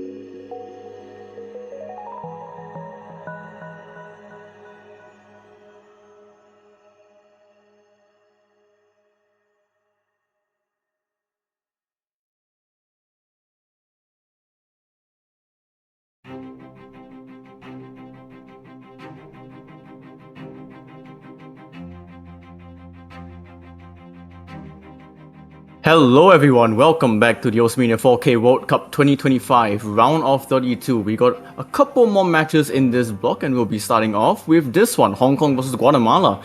I'm Raviel and I'm joined by Dynascape. Hello. Hello everyone, very excited to cast this match as the last two matches that we just had were quite good as well. Malaysia and Poland going to tiebreaker, as well as Singapore picking up an astonishing 2 points over Canada, one that many didn't expect. This time around we've got Hong Kong versus Guatemala. Yep, this is the first encounter between these two teams in 4K MWC. This is Hong Kong's best ever qualification seeding placement in history of the 4K Mania World Cup. They look to one-up their 2024 campaign where they finished in the top 12, and they will be retaining all but one of their players from last year, bringing in Poffenko as their new player. As for Guatemala, they become the first ever Central American nation to qualify for the 4K Mania World Cup, a historical feat considering they are only a 4-player roster, with Max Tellini and Barboso de Real being the only players present for Guatemala's initial qualification attempt in 2023, where they finished 35th in qualification. Now at a very respectable 29th seed, they are looking to try and make their mark.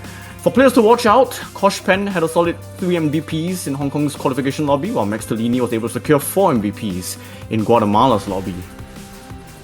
Yeah, and Max Tellini from Guatemala, probably the player that is most recognizable in the tournament scene, playing in the likes of NAMP 2023, and also I believe in IRL, Portus Greats tournament. This should be a pretty cool match to see. Guatemala definitely have to show their strength and see what they can do against Hong Kong. As you said, Hong Kong is very much so peaking in terms of seeding, and with that only change with Poffenko and in subbing out for Risis from last year, Hong Kong is definitely one of those teams that just had their entirety of their team just level up completely. Minato Aquafan, Quotient Ubuki Fan, Coach Pen, and Squiz are insane players, and they were insane players last year, but this year they just kind of have a different aura around them. Yeah, and we also have to mention about how the map pool now has no SV maps. And so that player change, I believe Risis was maybe there for SVs for last year. I might be mistaken, but I think Hong Kong now that they know that they do not have to allocate a player for SVs, it's just going to be pure Rise and LN focus, and I think they can do really well for the rest of the tournament. Exactly, and I think Poffenko subbing in this year played in the last iteration of 40M and very much is known as just an all-around accuracy player. So who knows if we'll get to see them in the round of 32, because I'm pretty sure they didn't play anything in qualifiers, but around this level of difficulty is definitely going to be their trademark. That is true, yeah. So starting off with the Protect, Hong Kong with the LN2 Protect, that makes a lot of sense considering I would say overall Hong Kong is very adept at LNs. In the qualifiers, they seeded 6th and 5th on LN1 and 2s respectively. So definitely expect some LN picks from them. And probably throughout, Guatemala protecting Rice 3, that is going to be the Jack pick. We saw that with a couple of teams in previous matches. Rice 3 does seem to be a pretty good protect overall, and usually as the lower seed, you want a kind of map where you can choke, you want the higher seed to choke on. Jacks are usually a good pick for that. Yeah. And we've seen like Cord Jack picks can be quite egregious in its judgments and just making things a lot more close than it really should be. So Guatemala going for that Rice 3 Protect, completely not surprising at all. Also, just a side note, Minato Aqua fan protecting the Minato Aqua song, which is yeah, that's very gotta be interesting. calculated from Team Hong Kong. Not only does it fit into their skill set very well, but you have that player boost in Minato Aquafan 6'9". Yep, and LN3 getting removed as well. completely understandable after what Hong Kong has done, and Hong Kong are returning the favor by banning Rice 1. Yep, so wildcard out for Hong Kong, as well as the stream pick is out for Guatemala. Seems like Hong Kong doesn't really want to fight Guatemala on some more of these straightforward picks, considering they wanted to protect Rice 3. Maybe Hong Kong is looking to cut down the rice pool to basically any techie mixed rice sort of options. And with that LN3 ban means that Hong Kong can only really choose LN1 and 2. They might have to flex into a hybrid later on. Yeah, but they are going for Rice 4 first, which is a bit of a curveball. Just going for tech to open up the match. And yeah, that's a very interesting pick to go with. But I kind of do see the line here, because Hong Kong definitely the more physical team. And so when you pick cold storage, you know, Pizza 69, Tech, Terminal 11 totally makes sense, because in terms of relativeness to the other rice picks in this pool, this has got to be one of the hardest.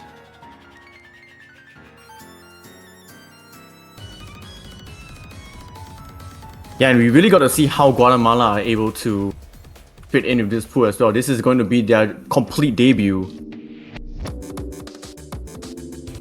Yep, big moment for Team Guatemala as the C29, their first year in the MWC bracket stage. Line up Max Lini, Hoshiteru, and I believe Kureha.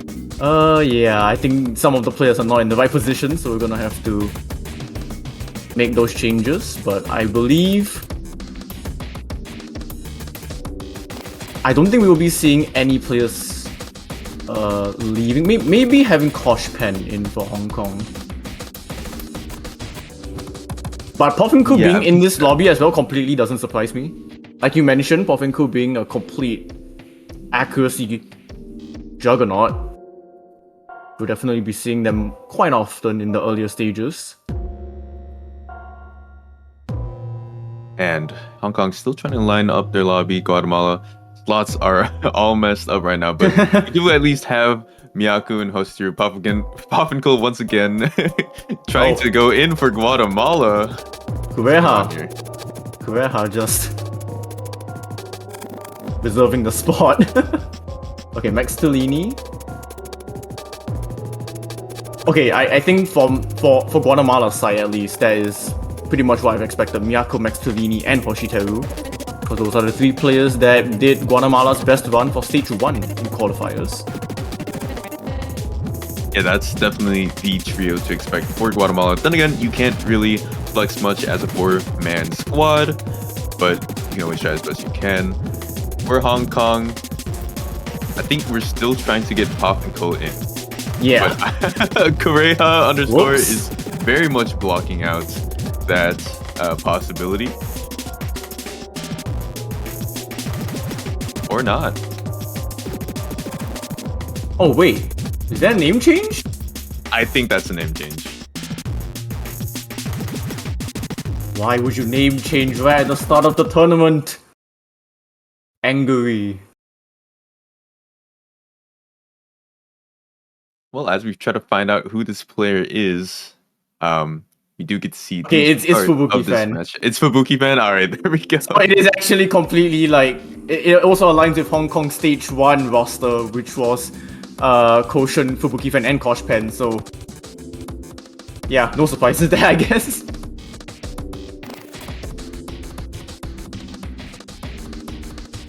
Pretty calm start before the storm. Cold storage featuring, well, pretty much what you'd expect, as I said, from a PT69 Terminal 11 chart. Miyako does break early, as does Hoshiteru, so Guatemala already very much so down in terms of score.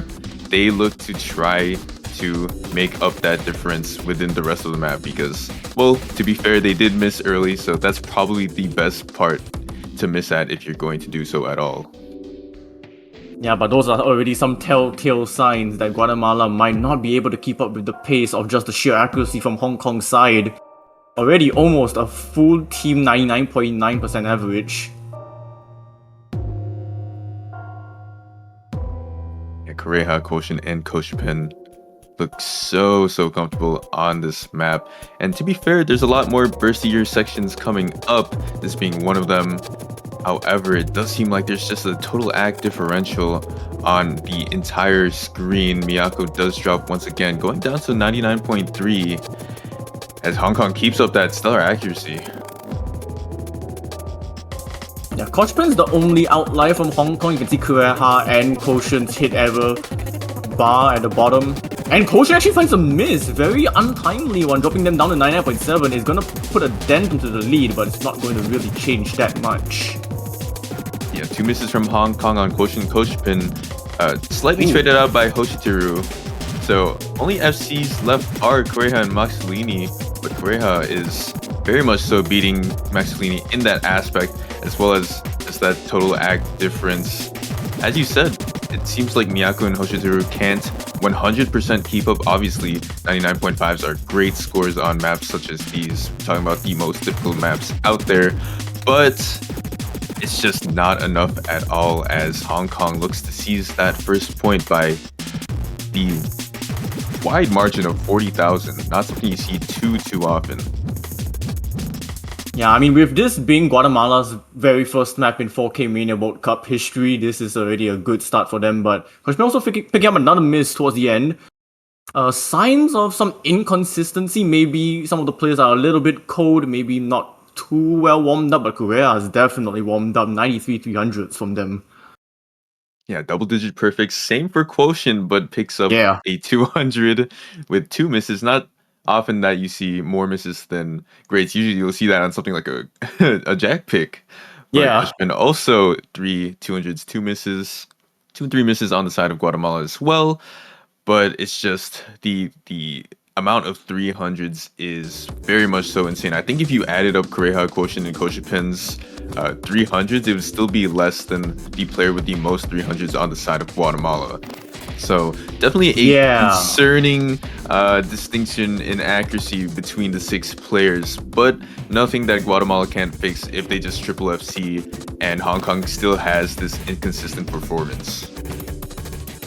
I mean, you did mention about seeing those kind of scores on jack maps. I wonder if Guatemala just want to open with Rise 3 immediately. I'll try and play around, maybe like a Rise 2, or throw a curveball and maybe just whack out a hybrid. Yeah, I mean, they do still have their Rise Protect. I'm not sure if you want to rip it immediately, and they don't. They go for Hybrid 1 instead. Okay. Wow, being basically guided by Hong Kong to stay away from the bottom half of the Rise pool, it feels like. They want to try to see and test their luck on hybrids. I like it. I think it's bold, but I like it. I mean, if we look at qualifiers, Guatemala had the highest placing on stage 2, which was the hybrid stage, or the early hybrid stage. So this kind of fits in. Yeah, that is true. Hong Kong did have their worst placing on hybrids. At least hybrid 1 with number 10. But, I mean, I feel like, again, what's needed is Guatemala really does need to have a triple FC, and in comparison to Hong Kong needing to miss a couple times as well. Yeah. And I don't know if Guatemala really has that consistency plus physicality effect to be able to do that within the snap of a finger. So it's gonna be tough, but obviously Guatemala trying to do whatever they can, and we see that in them picking kind of an off-brand pick. Yeah, we do see Minato Aqua slot in now for Hong Kong, just as the 3 of them did in stage 2. And I think we might be waiting on Miyako for Guatemala. Yeah, one VTuber fan from another. That's another Twitch. I wonder if we'll see Minato Aqua fan for LN. Or wait, no. Was LN 3? No. LN 2. There we go. Yeah. I wonder if we'll see him for LN 2. There's a possibility, because Minato Aqua did play stage 3, which was LN coordination, but they did not play stage 4. Or at least they did not get... They weren't part of the roster that got the better run. But there's always a possibility. Oh, we do see Barboso. Yeah, Barboso subbing out Okay. for Miyako is quite big.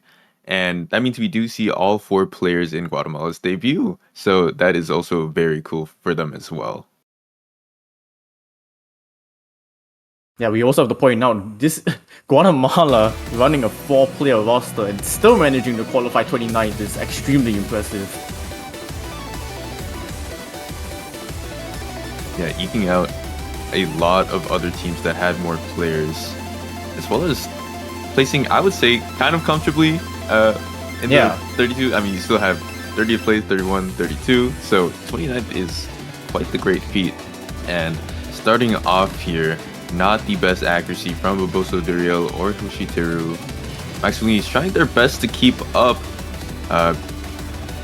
basically at even with the likes of Quotient and Koshipin. But as this map starts to ramp up, this is where we'll see the real differences, especially in these more hybridy sections. Yeah, and I'm also seeing that Barboso is kind of struggling on some of these LN releases, releasing a little bit early, and that's what's tanking their accuracy and giving this lead to Hong Kong, now a 5-digit one. Yeah, 13,000 points without drop is quite large, and with Barboso finding that first miss, it's going to grow even more. It seems like Hong Kong isn't doing as well on the accuracy side as they were with the Rice picks. Quotient and Koshipin do have 99.8s, but that's a far stretch from what they were going for with the Rice picks, and Minato Aquafan actually dropping as well. Still has essentially the highest accuracy in the lobby even with that drop, but the lead is slightly cut down now for Guatemala, and so maybe they can pick up the pieces here. Yeah, definitely not the strongest start that we could have expected from Hong Kong being seen number 4, but they are still definitely completely destroying on the accuracy department here as Barboso will find another miss, and that's just going to compound to Guatemala's woes to try and get a point in this tournament thus far. Another one to boot, 30,000 points to Hong Kong, which might seal the fate for this map as well. Yeah, there's only a fourth of the map left, so not too many sections where you can kind of get back that lead. And I mean, Maximilian is doing very great on this map so far, 99.73. Barboso, Duriel, and Hostiru, like you said, it just feels like whenever any of these longer LN sections come up, that's where they find the inconsistency, and that's where they find these accuracy drops. They don't seem too comfortable on these density sections, and the UR bar kind of tells the story here. Whereas for Hong Kong, they've been good through and throughout. Yeah, just one hiccup from them. And that will seal it. 44,000 points of difference. Another pretty substantial map victory from them.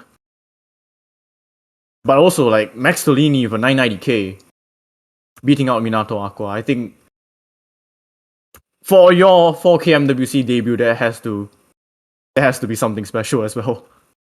Oh yeah, for sure. And again, like I said, Maximilian very much an experienced tournament player. This has got to be one of the big moments from beating out top players from the likes of Hong Kong. So hopefully Barboso, Duriel, and Hostiru can find a good experience in this match as well. But it's not even over just yet. Hong Kong is up to pick. Oh, there we go. Take LN2. There we go. They picked the big one. We'll see how everyone does on a map like this, and especially the lenses under Minato Aquafan 6'9". We can just wrap up the match here. Oh, wait, what? Do they want to pick LN2 or Vice 3? There's some conflicting messages in the chat. So we're gonna have to see which one they truly want. As Koshipen says otherwise. Minato Aquafan does say LN2. No surprise there, but Koshipen says we're picking Rice 3 instead. So I'm not sure which one it is, because Rice 3, to remind everyone, is Guatemala's Protect. Yeah, it is Guatemala's Protect. And also the fact that Minato Aquafan is Hong Kong's captain. Okay, there we go. So it is going to be Mada Aoi. Coach been trying to go out of line there and pick against his captain's wishes, but you can't stop the fan. Oh, you definitely cannot stop the fan. Who will be Hong Kong's third player? It's hard to tell. I mean, again, they have just such a flexible squad, but I was gonna say Quotient Ooh. does come in. Okay. I was initially thinking of Kureha, aka Fubuki fan. But I think this is still okay. Yeah, for sure. Maybe Quotient's just a little bit better on early game density than Kureha, but I mean, Hong Kong should be pretty adept at anything. This map is 185 density, so pretty slow to start with, all things considered, when you take into account how fast some of these fast later game picks go. I think last year it went up to what, like 250, 260, something like that. So Yeah, I mean, this should something be like very that. handleable. It should definitely be manageable for a team like Hong Kong who has so much experience. 5 of them just coming back from last year. Meanwhile, Guatemala, this is all of their first experiences in a 4K MWC spotlight. And honestly, you kind of have to think about the nerves. Maxellini has been chatting a lot in chat, so they seem pretty confident, all things considered. But Yep. for the other 3, I mean, they've got to be pretty nervous being shown the spotlight for the first time in WEC. You can definitely feel a lot of things. I would say maybe excitement, especially when you know that this is a match you are not supposed to win, and that this is not an elimination match. You can kind of just do your best, and if all things fail, you still got a second chance next week. Exactly. Speaking of which, the winner of this match is going to face the winner of Peru versus Brazil. Loser of this match is going to face the loser of that same match, and that match is actually happening in about, I think, an hour and a half. I believe it's 16 UTC or 18 UTC or something like that. So we'll see very soon who these countries are going to be stacked up against.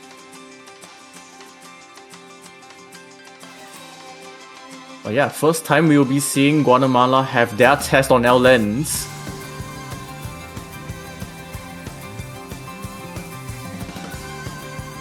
Once again, so far so good from Max Tellini, but Barboso and Miyako definitely having to play some catch up. Yeah, it feels like Barboso just hasn't had the greatest starts to maps, but is able to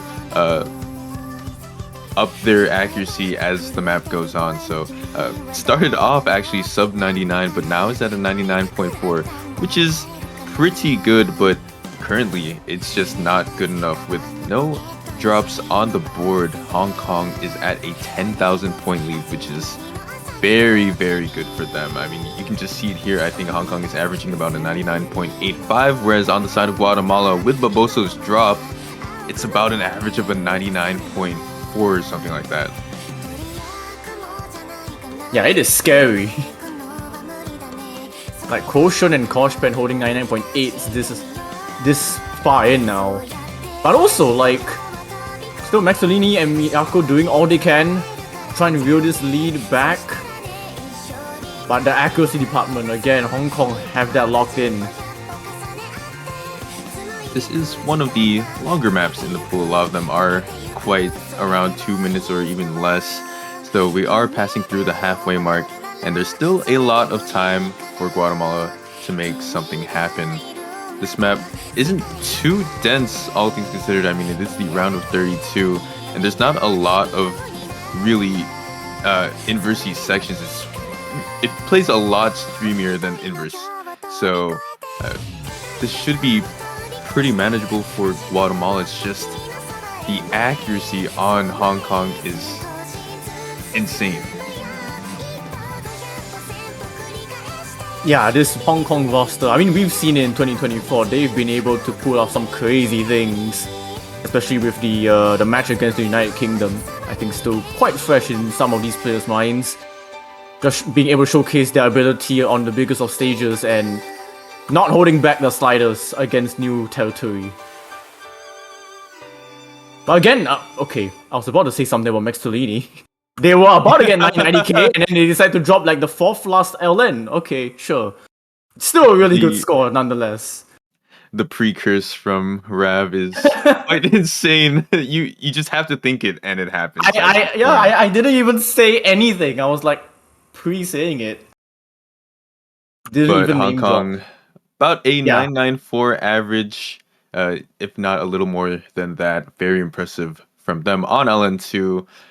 Minato, Aqua fan, even though they are the fan, they unfortunately bottom score on the side of Hong Kong. And Guatemala, a couple of misses to their names, but pretty decent team score overall. I think that would have beaten a good amount of the bottom seeds if I had to hedge a guess, but unfortunately, when you're the 29 seed, you gotta face the top seed at the start. Yeah. So, I mean, they did very good. Yeah, definitely. No questions about it. I think, given the situation again, like we still have to remind everyone, this is a 4-player roster. You're going to have to make compromises no matter what, because you don't have a 5th player or a 6th player to really rely on spreading the workload in terms of practicing the map pool. So these players are having to pretty much practice a lot more than the other 5-player, 6-player rosters that we see, especially against Hong Kong. But they are going to be picking out their protect here, better late than never. Exactly. I mean, now is the time. It's quite possibly their last pick for the winners bracket of round of 32. And that pick is going to be the Jack pick. Pretty tricky map. It is quite fast, 142, but it's not super dense. But it's not super dense, and the trade-off for that is that the patterns are absolutely insane. There's a lot of choke potential, I will say. And whether that's good or bad for Guatemala, it remains to be seen. I do think, as we saw with cold storage, Hong Kong does have the potential to team miss on a map like this. Yeah. But Guatemala really does need to hone in and triple FC in order for them to take the point. Just as we've seen, the accuracy is way too strong on Team Red. They gotta lock in, basically. And I feel like if there's any map that they should lock in to have like the best chance of getting a point, it is this one. Well, lock in, Barboso. You got this. You got this. Yeah. It is early, so let's hope that they are able to lock in for the rest of the map.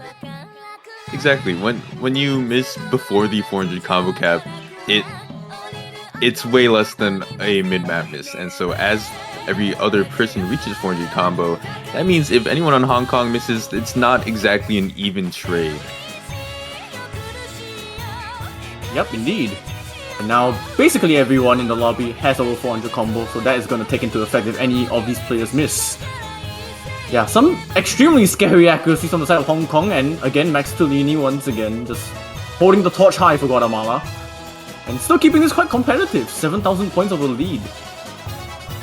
Miyako not doing too bad either, almost at a 99.9, which is pretty close behind players on Hong Kong. I mean, a miss on a caliber of this map is probably around like 8,000 points or something like that. So one trade and it might swing over to Guatemala as things settle. But we're getting into this back half now, and it's as Mint said, it's a very back-loaded map, and you kind of see that in the patterns. There's a lot of 3-note jacks. There's a lot of 3-note anchors. There's the chords can be really tricky because you pair that in with the density switch up of having single notes, and then you go into the triple, and then you go into a 2-note burst. It's very tough to manage in terms of, I guess, rice coordination. Yeah, and something about Mania 4K as well, there's physical stamina, but also mental stamina. Being able to focus for this long, when these bursts are coming at you with barely any break, is a tough challenge. But some of these players are just having absolutely no problems. I think I saw Koshin actually increase accuracy up to 0.99 for like a split second. Yeah, for a decent amount there, they were at a 99.99. And Max Tolini actually finding quite a dirty job. Look at the UR bar, takes a couple of 200s along with it. that pattern must have tripped them up, and that's gonna spell doom for Guatemala on this map unless you see a multi-break from Hong Kong. I think that's the nail in the coffin. Max Tolini was the highest accuracy of Guatemala, and now they're the lowest accuracy of the entire lobby. And this is what I mean about like Kodjaks being like somewhat entertaining, because things like that can happen. But when it happens to the other side, then you get leads like this. What the heck is that team score from Hong Kong? Okay. Triple DDP, quotient with 3,300s, overall 172 300s, which is less than Bianco's. Again, when you're talking about rice picks and you combine the accuracy of Hong Kong and you compare it to any, like, a lot of these lower seeded teams, just they're way too good at early game rice. Despite the inconsistencies that they showed us in Cold Storage, Rice 4, when they really want to go for these high scores, they can do it. I think they're warmed up. Just to keep it simple. You know, it took them a couple of points, but they're warmed up now. That is... I mean, we should really expect this, considering how well they did last year, and they're 4th seed for a reason, but it still really just takes my breath away, just how good some of these players can not only just be, but just as a team in general. And Rice 2 is going to come out. So Hong Kong loading up the bullet of Rice 2, trying to finish off Guatemala in this winner's bracket. And quite an interesting pick considering they banned Rice 1, but I mean, like you said, they're probably warmed up now. They feel good about the Rice picks, and Heaven Station just so happens to be the one they're most comfortable beating Guatemala on, especially seeing how physical Cold Storage was. Maybe they think on a map like Heaven Station they don't have the physical/mental stamina for a map like this. Yeah, but also this is the jump stream map, and just looking at Hong Kong stage 6, they are 3rd. They have beaten out the likes of teams like United Kingdom, Canada, South Korea. Like, this is a jump stream team, and this is a jump stream map, so I have completely no idea how they're going to perform on this, but I feel like they're going to smash this to bits. Yeah, I mean, this map is decidedly easier than the jump stream map, and I think in qualifiers, and I think they averaged almost a 998 in that one. So again, we might see we might see another triple DVP here. We might. And as for Guatemala, this will also just be a good test to see what they can bring to the table. Regardless of if they win or lose this map, it's always good to just try out everything, see what you feel would suit your team going into next weekend. Yeah, I mean, like you said, I really like that hybrid 1 pick, because as a team, they're kind of just trying to find their identity, and I hope they kind of found something by playing pretty much everything in the pool. They had a LN, they had a hybrid, and they had a few rice to work with, so they performed pretty well on some of these rice picks. I hope they can carry that into the next round. Yeah, indeed, and also like quite different rice categories of rice picks as well. I mean, we saw Kodjak, we saw Tech, and now we have Jump Stream, so kind of just having the full buffet of the map pool, really. And Koshin is going to be the first one to drop first! Okay. Giving us a curveball to work with. Probably ripped to the dream of them having like another 998 average team score. Yeah. But even with that drop, it's still pretty close. I mean, it's actually starting to eat over on the side of Hong Kong now, and of course, as always, on the backs of accuracy. Kureha 99.94, Hoshipen 99.98. Oh my gosh. Very much so beating anyone on the side of Guatemala. Yeah, and Baboso picking up the miss. And now this lead has just restarted itself back to a 5-digit one. And Koshin's miss now just an afterthought. And with this map being 2 minutes and 6 seconds long. It's not too hard. It's not very stamina draining.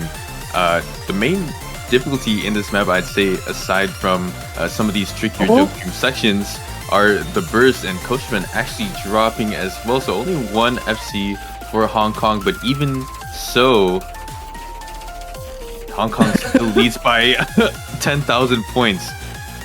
Even if Korea were to drop, I don't think that lead would swing over to Guatemala. It shouldn't. The accuracy difference is way too huge, but I have a feeling they heard me compliment them about their stage 6 score and they're like, nah, you're wrong.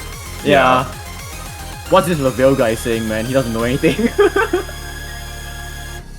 This is still gonna be a point to Hong Kong. It's gonna be the finisher. Unless something detrimental happens, and that's not who I'm talking about. Barbosa will find a miss, and that will seal their fate. It's gonna be a sweep for Hong Kong. They had a couple of hiccups, but they've managed to cross the finish line. Hong Kong, not the prettiest of finishes, but it's not a beauty contest. It's MWC. Whoever has the high score will win. And These ratios, I can't. Yet again, These the are ratios sickening. are insane from Hong Kong. But you do have to give the flowers to Guatemala. What an amazing debut from them. They didn't manage to pick up a point against Hong Kong, but I mean, when you're fighting a team like this, not many can in this tournament in the round of 32. Very stellar performances overall from Max Lini and Miyako throughout all the maps, and Barbosa did a very good job of being that supporting third player. Same thing with Hoshitaru that we saw in the first map, but Hong Kong is going to take it. And indeed, they will. They will advance to the round of 16 winners bracket, and as for Guatemala, they will be dropping to the lower bracket to be facing the loser of Peru versus Brazil. That will be happening in, I think, an hour-ish. But we do have a match before that one. And I believe that will be the United States and Denmark, yeah. That's got to be a must-watch because, as you all know, United States, number 2 seed. I wouldn't say snubbed from seed 1 considering their Rice 1 performance, but everyone wants to see how they are performing this year, as well as, of course, Brazil versus Peru. This should be, even though it is seed 13 versus 20, this should kind of be one of those dark horse matches where you don't expect it to be this close, kind of like something like Canada, Singapore, except Peru does have that consistency in order to take a couple points from Brazil, I believe. Yep. And also shoutouts to Denmark, because this is actually the first time they've qualified to the 4K Mania World Cup on merit. Other times they have just been registering and exiting in groups, and other times they've just been exiting in qualifiers. So this is the first time they've actually managed to qualify as the 31st seed. So that's also one to watch. Yeah, so yeah, some very cool matches coming up in about an hour from now. We're going to take a short break. But before that, Rab, I think we're forgetting something. There seems to be a what's it called? There seems to be something that any viewer can get. Would you mind letting us know what that is? I believe they are called banners, and I believe that you can find them on store right now. You can purchase any of the 32 teams' banners, and you're able to support the tournament as a whole as a result. And if you manage to purchase the banner of the winning team, you get to hold that banner for the rest of the year, actually until the next edition of the 4K World Cup. So pretty neat. Pretty cool. Again, go ahead and get your banners today. Get some swag on your profile. Support the teams you love. Support the tournament that you love, MWC. But that will be us. That will be it for us for now. Again, we'll see you at 18 UTC. We'll catch you in the next one. Yep, see you.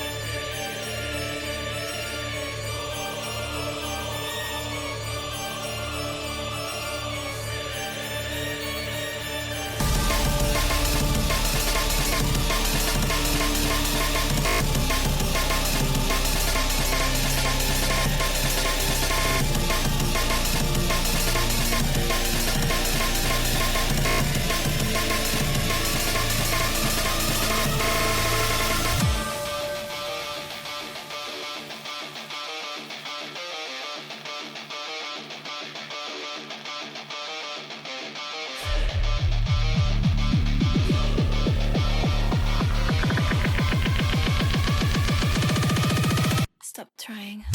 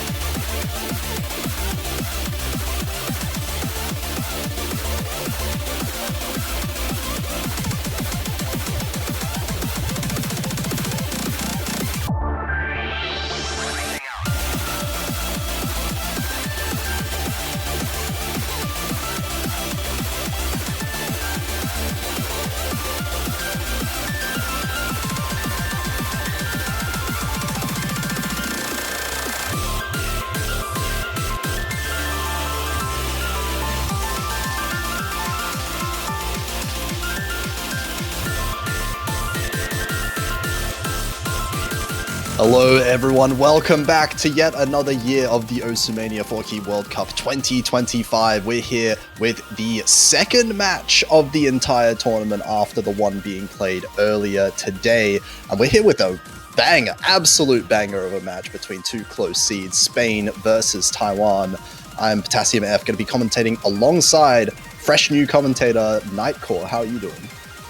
Hello, Potassium. Fresh meat, pretty much I am coming out of here. And what a matchup we have. Spain versus Taiwan, seed 15 versus seed 18. Looking at their stats from the qualifiers as well, is going to be one of the most interesting matchups I think we have this weekend.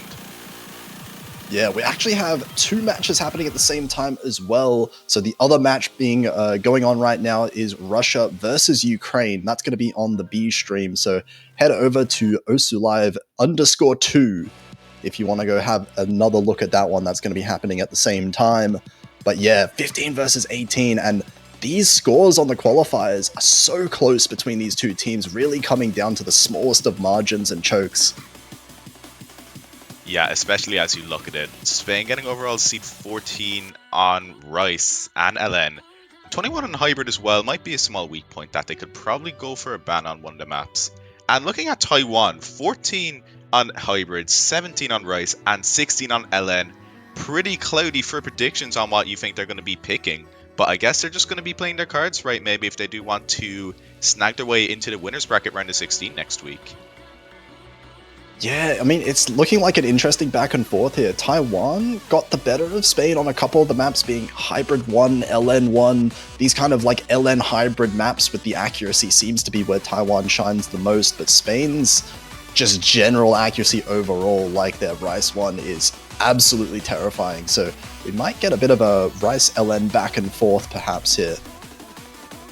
I really agree with that as well. And now we can get into our rolls, and it looks like Taiwan is going to be winning the roll by 3 points, so they will be getting their opportunity to get their first protect.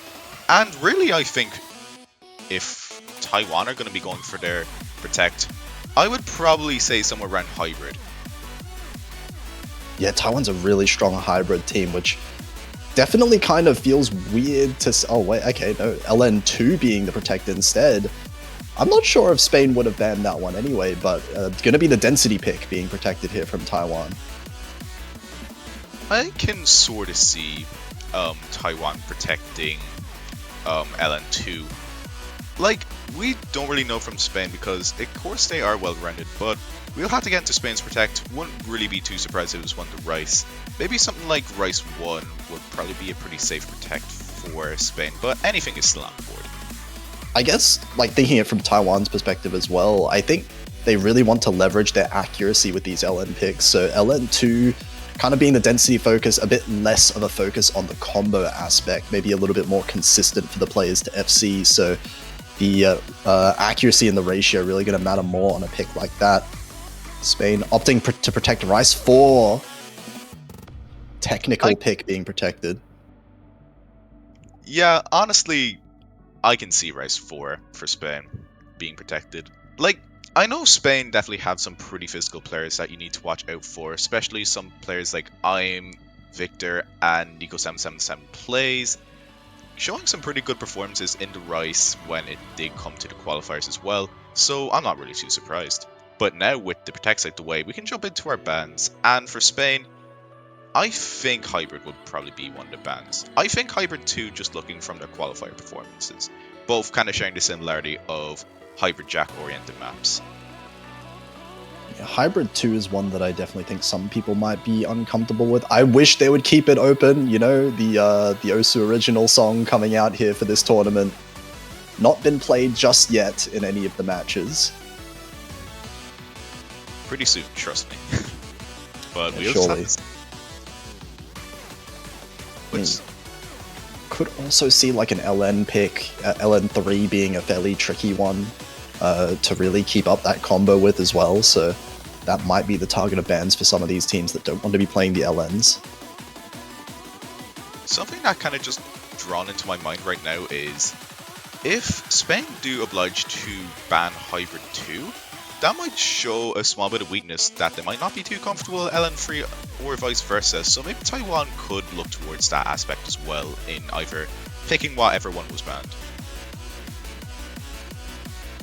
Yeah, of course, plenty of these hybrids out early in the tournament now that we have no SV in the pool as well, so actually going to be LN1, so the standard, in a way, LN ban being that more coordination focused one. Spain taking that out the way. Only the trickier maps left over in those Jack-oriented maps that we just were talking about. It looks like Taiwan's going to be going for the Rice free ban. I think it's a really reasonable ban, especially looking from Spain's point of view. Going for that protect on Rice 4 kind of shares similarities with Rice Free, of course, being kind of more of the, I do believe, mixed rice? Oh no, Korjak, isn't it? It's Korjak. I apologize. Yeah, it is the Korjak pick. More of the, I guess, for these players at least, more of a straightforward kind of pick to be able to FC. And Spain has at least 3 players with some pretty incredible rice accuracy. I think Taiwan might struggle to get a third player that's quite as good in the rice accuracy front, which is why they wanted to ban that out the way, get rid of this ratio difference between the two teams.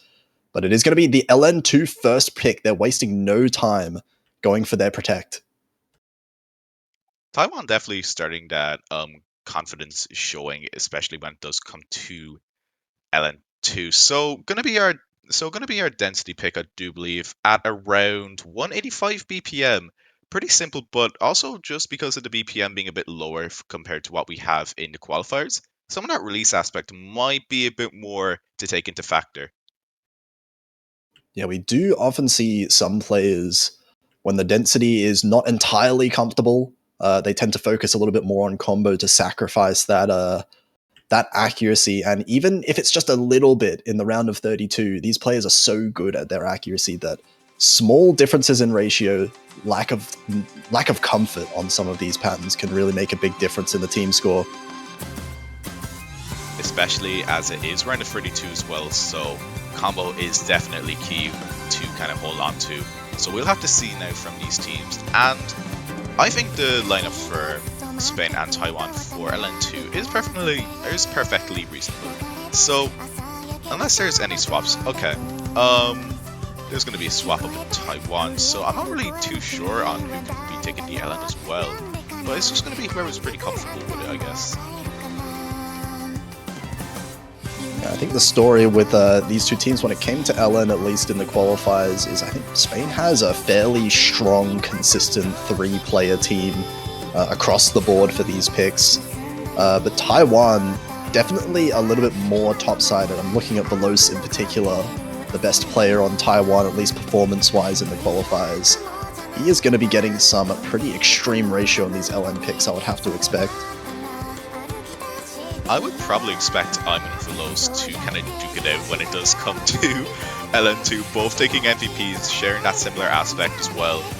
But we're getting a few more swaps, one for Spain and one for Taiwan, I do believe. And when we do just get into picking it out, it's going to be Shice actually taking the top spot for Taiwan, and now we're just awaiting Spain, which I'm not really too sure. If I had to guess a player, I would probably say Abri. And yeah, it is going to be Abril going to be taking the third spot for Spain. So going to be seeing how both these players do fare in the first map. Yeah, got the rosters in. The 3 expected players from both teams, and we'll see how Taiwan's first pick ends up. Taiwan did protect this, but then again, both teams kind of getting the better of each other on both of the LN maps in the qualifiers, so there's no clear winner when it comes to the LN.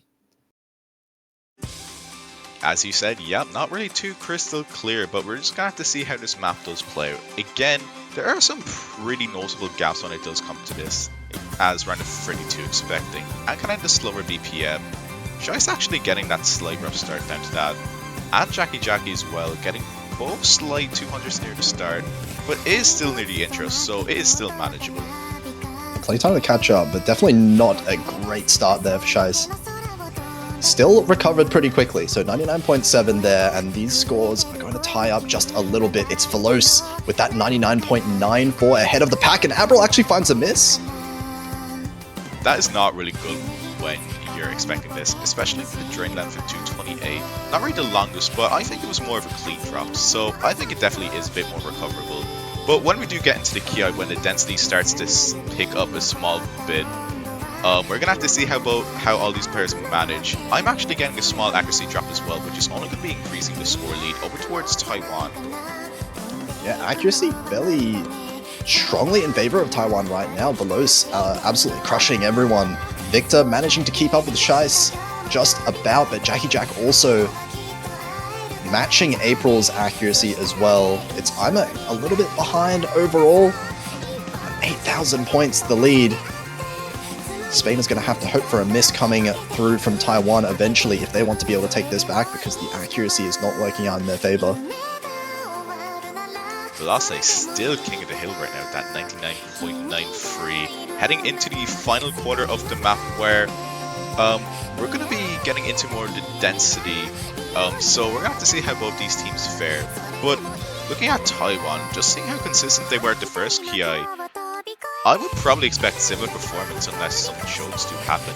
But now when we get into the final KI, Abriel's actually starting to climb up their accuracy a bit, and I'm as well. No 200s are faltering from either team. We're going to have to see when we do get into the final area of the map. Yeah, density kicking up, but Victor actually, that's the highest accuracy on Spain, finding a miss. And that pretty much seals it in Taiwan's favor as long as they hold these combos through the ending. And it looks like they will manage to take their own protect. That unfortunate miss from Victor at the end is going to be pretty much the binding of Taiwan's first point. No Isaac pun intended. But looking at these scores... God damn, Velos, that is my. insane. 997. And, I mean, look at the next lowest 300 count. It's not even close. Clearly in front of everyone else as far as the LN ratio is concerned here.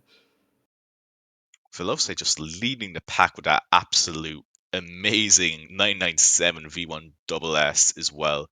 And just looking at all these scores, the lowest being 987, actually a freeway 987 as well. Still very impressive scores from everyone, but even a few 200s faltered by any of these players could just swing the score over back towards the other team. And now Spain actually jumping into their protect as well. Going to be Rise 4, Cold Storage. So going to be our technical map. One of our technical maps anyways. Yeah, I expect this one to go much better for Spain on the Rise side of things, but Taiwan feeling good about these LN picks, so Spain are going to have to start off strong with these ones. That's why they're going for their protect right away. And I think this is a pretty good pick in Spain's favor. Again, probably just to start off with that confidence boost again. So Victor, I'm and Avril probably still getting in for this pick, and I think Elik is actually going to be getting subbed in as well for Taiwan. But I won't be too surprised if Spain might be able to take on Nico for this pick, just knowing their Rise capabilities as well. Yeah, we'll see if there's any swaps. It looks like no, though. We're going to be seeing the same three, perhaps, for Spain. Yeah, and just only one player switched for Taiwan. And now, as the MP does get given out, we could just get into this pick, and gonna be pretty exciting to see as well. Actually, as a matter of a fun fact before this starts, on the B stream, Russia and Ukraine also picked their protects first as well.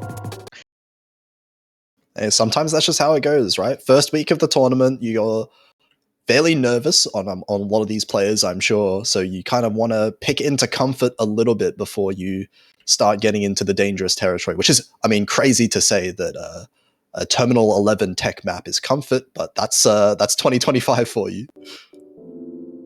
Yep, I guess whatever floats your boat, pretty much. And we'll just have to see. Again, 200 mini jacks with some bursts as well, with all those different snappings going above that BPM range. Gonna be pretty hard to kind of keep on, especially how you have to keep consistent. It's kind of like a mix between consistency and bursts, but we'll have to see. We can already see there's going to be a bit of a battle when it comes to some of these accuracies for Los with the highest AC in the lobby, but look at the entirety of Team Spain, all above or around that 99.9 mark. Jackie Jack also keeping up there, and it's Alik actually having a bit of a struggle early on.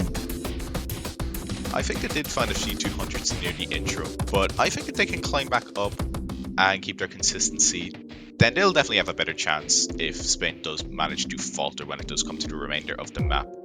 So as we do get to the first drop over, we will be expecting a bit more of those technical varieties, a bit of broken jump stream, but the difficulty doesn't really spike as much, so it's really going to come down to nerves, I would guess. Yeah, only 2,000 points difference, so any small slip up from Spain could definitely flick this back over to Taiwan's favor, but it is still a bit of an accuracy lead. Elik is going to have to really get the accuracy back up to match the others. And he actually managing is to get the accuracy back up, as we do get into that mini broken jump stream and some of those hands as well. Climbing a small bit back up, only around 2,000 score difference, and as we do get to near the end of the map, we still have that spike at the end as well. Split throws being introduced, and Elec actually dropping a few 200s as well, but will the final quarter go in Taiwan's favor, or will Spain just thrive off that? Yeah, Veloz did actually find a bit of an act drop as well. Used to be the highest act in the lobby, now it's both Ima and Abril holding that 99.9, beating all of the Taiwanese players, and they are holding a strong 6,000 point lead now. As we do get to the outro, gonna be introducing some more of those rolls and even some split thrills near the end as well. Gonna see even a miss could just manage to swing the score lead back over towards Taiwan, but as the rolls just keep rolling in, no pun intended, but as we do get to the ending, it looks like no one is breaking. It is gonna be Spain, gonna be taking the money and running away with it. Yeah, all the players absolutely destroying that ending here, and we see the double S for Team Spain. They're only 1-200 on their whole team. Also, Jackie and Veloz getting strong scores themselves, but the team source from Spain is so good on this map. Very strong team score from, I think, just from Spain and Taiwan in general. Like, I know Taiwan's team score doesn't really match compared to Spain's, but 81 300s from Veloz is a very impressive performance on how they can hold on to their PA. And still, of course, the near freeway V1SS from Spain still being that very impressive team score. And now Taiwan is just going to be jumping straight into it with Hybrid 1, with both protects exhausted out of the pits. Yeah, going straight into the hybrid pool. This makes sense as well. Taiwan doing just as good in the hybrids as they have been doing in the LNs, so they are a very well-rounded team in that regard. And as we've seen, I mean, Veloz is an absolute accuracy monster. So if he keeps this up, Taiwan is still going to be staying competitive in all of these maps, you would have to imagine. Definitely. And I think this map is going to be seeing, well, it's going to be the same. Who's going to be getting that team score? And with Hybrid 1 kind of being more of that bit of good balance between that Rice and LN. And even some of that technical into it, despite not really being 100% tech. It's going to be very interesting to see. We'll see how this one works out. Wonder if there's going to be any switches this time from Spain. We have had the same 3 players, and kind of unusual to be seeing the same 3 players being played in all 3 categories of maps, but it might just happen. Well, I think when I am Avril and Victor, like when it comes to early game, I think they're definitely the most comfortable when it does come to pure accuracy. Overall, looking from the previous map, I think just their overall team accuracy is greater. Like, Veloz definitely being a monster in its own regard when it does come to it, but the other 2 players do slightly falter a bit behind when it does come to that. But we'll have to see if this map is going to be changing anything. Of course, now we're getting into our third category now, 1 Rice, 1 LN, 1 Hybrid played, so we're going to have to see if either of these teams are going to be comfortable when it does come to Hybrid. And if any falters do show, then either team can take advantage of that. And we'll see if any misses coming out from Spain, just like in that LN2 earlier. But definitely the Rice sections of this map, or the Rice patterns at least, are going to favor Spain a little bit, as we saw, perhaps. So this might be a close one. I think this would be pretty close. Like, it's mostly kind of having that balance between Rice and LN, and if both teams can kind of transition in and out pretty smoothly, and we'll just have to wait and see. But, of course, the map does kind of spike near the end, where it can catch you off guard a small bit, especially with, like, the final jump stream burst at 200 BPM, which pretty comfortable BPM for either team, but let's just hope you're not really tunnel visioning this map, as it throws a lot of surprises in you. We'll see how it goes into the map now. Taiwan's second pick. Seeing if either team can score a breakpoint here. Spain looking to take the lead in the match if they could take this one away.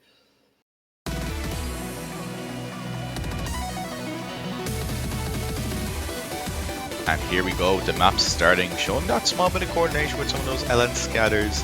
Accuracy still duking out between both teams, but as the map does kind of develop into a bit more, we will see that slightly change. And here we go. Once again, we're seeing another similar kind of distribution of accuracies here. Veloz in the lead. All three players of Spain right behind. And looks like Jackie this time the one having a small little bit of accuracy struggles. But once again, Avril finding the miss. Spain finding the misses on these hybrid picks. That miss is definitely going to be giving Taiwan that early advantage. But I think if Avril can catch up, I think maybe just from the strength of Spain's pure accuracy alone, can definitely swindle things towards the other side. But as you do get the density riled up a bit, everyone kind of catching a bit up in accuracy, especially Jackie, when we have seen a bit earlier, kind of finding that rough start. Actually, Victor could be taking a miss as well. Yeah, a second miss. Only Emma right now on Spain with the full combo compared to the 3 full combos on Taiwan. And Victor's miss was really messy as well, down to 99.4, now the lowest accuracy in the lobby. And that also puts the accuracy lead squarely on Taiwan's favor. Yeah, and just even then, I'm still trying to fight on with that 99.8, but even still faltering a few extra 300s. But as we get to the halfway point, anything can still kind of happen. Veloce still holding the leader at the pack with that 99.91. Everyone's still climbing their accuracy back up. Victor almost back up to 99.6. But now as it kind of does have that transition between the LN density and some of the Rice as well, we'll have to see if all these players do hold on. No accuracy bulges have been given towards either side, and we will just have to see now when we do get to the final quarter. Is Spain going to be able to keep up, and is Taiwan able to keep their cool? This accuracy lead has actually shrunken a little bit over time. Victor has caught up quite a lot and overtaken Jackie in fact, despite that FC from Jackie. So the accuracies are looking not too bad for Spain, but they still have to fight back those 2 misses. It can be doable with the ending, having that pretty dense jump stream burst. But as the map does slightly come to a close, I don't think any players are bulging, just standing up like that solid brick wall. And with the outro in the way, with that final jump stream area, it looks like no one is going to be faltering. And that is going to be it. Taiwan is going to be taking their second point. And such strong scores on these LN hybrid maps we're seeing from Team Taiwan overall. Once again, ratio advantage. Wait, actually, I mean, overall, the ratio advantage is kind of in favor of Spain. But it's definitely interesting to look at the 300 counts for both teams across the 3 players. Very balanced. Like, you have all the 300s and made that occasional 500 from Jackie. And you have Veloce just getting that sub 200, 300 count. Like, what are you doing? We see actually Abril getting the 0-200s, potential SS, if not for that unfortunate miss near the start. Yeah, very close to that V1 double S. But I think maybe hybrid is what Taiwan wants to kind of stay down into that territory. Especially something like hybrid 2 as well. Kind of after showing that consistency weakness maybe from Spain. But now with Spain's next pick, I won't be too surprised if they'd be jumping into another Rice. I think after how Rice 4s went, maybe something like Rice 5 or maybe even Rice 6 could be a potential pick for Spain. And it is going to be Rice 6, so going to be our I do believe it is going to be our Jack-oriented technical map. Yeah, definitely something that fits Spain's skill set quite a lot here as well. I think we'll probably see them attack more of these kind of technical picks after how that Rise 4 ended up going. Yeah, I think it's probably going to be going down to similar aspects, but again, you kind of have to know that there's some free no gluts in this map as well that either team could probably falter on, and it looks like we're going to be getting a sub from both Taiwan and Spain. Maybe I would assume that Nico777 is going to be heading in for Spain, and for Taiwan, I'm not really too sure. They did have Alec playing the first Rice. I wonder if they'll come back in for this one, but oh, maybe not. We are going to be seeing the same roster for Taiwan as the LN picks, and there you go, we have Nico777 plays coming in for Spain. Yeah, I'm not really too surprised about that. definitely one of the more physical players. And I would say that Rice 6 is one of the more physical maps, I would say, in the pool. But actually, is Victor going to be getting subbed out as well? Yeah, Victor is going to be getting subbed out for Abriel. So Abriel actually obliging to play in this map. So probably showing that confidence again seeing how the last tech pick went. I would not be too surprised today performed pretty similar on that. I think this map though is definitely a lot more chokeable compared to our Rice 4. Definitely a bit more Jack oriented, which I know is pretty much Marmite for a lot of players. Some people like Jack, some people just don't like Jacks. Yeah, that's just how it goes. And I mean, the advantage for Spain here is that their whole roster is so good at Rice. They have so many good Rice accuracy players that when it comes to these technical, like less comfortable kind of picks, you can have the option of picking whoever is more comfortable on the day as well. So that might have been how some of the decisions went for the rosters. Yeah, that also plays a really big factor. But now, as we get into the map, again, kind of showing this mini Jack oriented jump stream where both teams still managing to hold off very well. Actually slightly does go towards Taiwan right now, but that is pretty much going to be changing maybe soon. Well, Nico having a little bit of an act drop down to 99.7 range. It's going to give a slight act lead to Taiwan, but plenty of time to build that back up. Yeah, especially when, you know, you have to kind of hit those jacks pretty much on right timing. Especially if you do kind of go into one of those jacks early, it can definitely throw your accuracy off by a decent margin. But as we do get into the first Ki, we are going to be seeing some more of those 300 BPM bursts. And even some, and yeah, that's actually going to be a miss from Shice as well. Pretty nasty miss. A rough one on that burst, absolutely destroying that accuracy. That's the first miss from Team Taiwan this match as well. Gonna give a very nice lead over to Spain. And with the first Ki out the way, we just better hope that Taiwan does manage to kind of keep their cool a bit, especially Shice. But if Spain are going as the way they are right now with that triple 99.8, very solid team score by the way, I think that Spain could just take the money and run again. But now as we get into the second drop where the bursts are going to prevail a bit more, going to be a bit more on the nerve-wracking side for Taiwan, especially now that Jacks kind of do pile in a bit and some of the bursts. It's something you can't really tunnel vision as well. Yeah, Taiwan going to hope that Spain finds a miss at some point, because all Spain needs to do now is hold consistent with their combos. Accuracy in favor of Spain as well, with Jackie also dropping the accuracy down below the 99.8 range. As the outer dust just comes out, we're going to be seeing that fairly similar pattern to what we have seen near the first third. Kind of that mini jump stream with some of those mini jacks, but still a choke point as you still have those free note gluts on even 2 columns as well. But as we do get to the last few notes, we'll have to see, and I don't even think there's enough time even if Spain do find a miss somewhere. But actually, even with that slight accuracy drop from Nico plays, it is still not really bulging. It is going to be Spain's second point, equalizing back again with that 2-2. Very impressive team scores from both sides as well. Yeah, we got 4 double S's across the board. Just one kind of unfortunate miss there from Shice and Nico just getting 2 200s. But we can see Spain as a team having this more consistent accuracy on the Rice, the better ratio and consistency when it comes to these technical picks. That's really paying off well. 2-2 now. And speaking of tech, we are going to be following the same format. It is going to be Night Feeder, going to be our LN3. And I think this is one of Taiwan's best picks, especially, you know, how... We're going to get Hybrid 3 instead. Maybe? If it gets changed there in chat. It's up to the ref. Oh, never mind. Okay, never mind. They're locking in. They're locking in. Back and forth between LN3, Hybrid 3. They could pick both, right? Taiwan still has, at minimum, 2 more picks left, so they are going to be able to pick either order they want here. It is going to be the LN3 first, though, it seems now.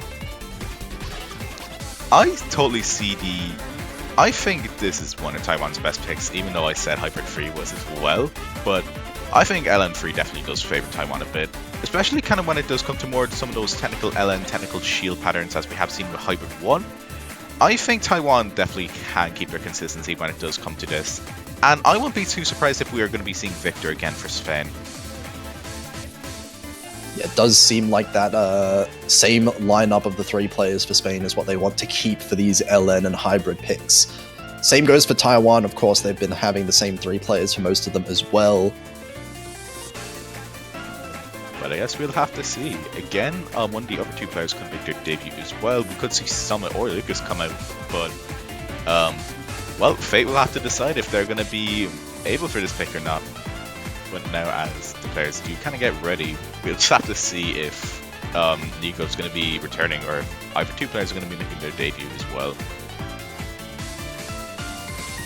We'll see who they decide here, but this one definitely seems to favor Taiwan, definitely on paper, but it is also one of the shorter maps in the pool. So big potential, I think, for chokes happening on either side, misses that could really have a big impact on the score. Yeah, definitely. Like, when you have a map with drain time that low, it's pretty much just going to be, well, if you can keep your full combo, you have that great chance of winning. But Lucas actually going to be making their debut for LN3. Might sit in for Hybrid 3 if Taiwan does pick that as well, actually. Oh, wait. Leaving wait, no, and rejoining as the map starts. Unfortunate timing there. Oh, but yep. Will be just in time for an abort, potentially. We'll see how it goes. Just waiting now. And there we go. Abort has been... Oh, wait. Oh, no. Okay, I think the abort hasn't been given. I don't think the abort has been given yet, but 30 seconds of train time hasn't been there yet, so abort is still feasible, which I do think will happen. Well, I do believe Lucas left the lobby as the countdown was happening for the start of the map, but we'll have to get an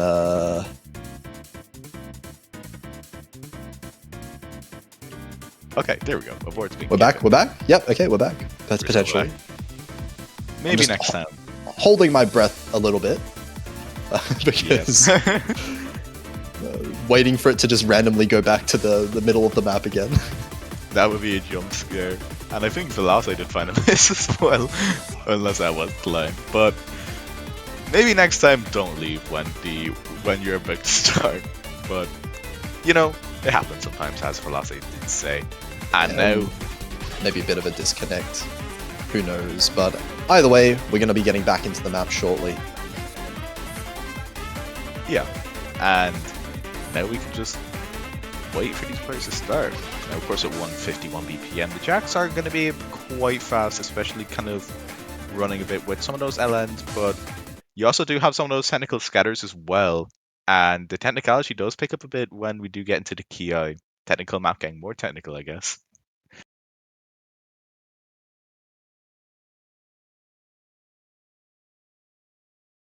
But now as we do kind of wait for Decline to sync up, here we are getting into the start of the map. Everyone getting that pretty nice start off the intro. April a small bit behind, finding a few of those 2 punctures near the intro, but I think combo is going to be what matters the most in a pick like this. And as I said, oh my god, that's hard. Rough timing there for Lucas, having the first miss of everyone, and that's a really big accuracy drop, all the way down to the mid-98s. So huge point swing, despite that being early on into the map. And a miss is going to be nearly detrimental if Taiwan is able to keep on to their combo. Even with this pick being in Taiwan's favor, you can definitely tell that they are a bit more confident, but Lucas climbing their accuracy a bit back up. So we'll have to see how this plays out. Pretty balanced accuracy along the board. Double 99.7 from Spain. Oh, and Shice, as I was going to say, finds a pretty nasty drop, going from 99.8 to 99.4. This actually might go back towards Spain's favor, but Lucas still finding some of those accuracy drops as we do get into the Ki. Yes, still accuracy advantage for Taiwan. The accuracy is a lot closer now than it was before, of course, but Shice still not quite as low accuracy as Lucas, and it looks like Shice's accuracy is improving quite quickly as well. Veloz, of course, once again, top of the lobby, no one else to match the accuracy on the side of Spain, and that is also keeping the point lead at about 5,000 points. And as we do get into the final quarter, we do have the density start to rile up a small bit.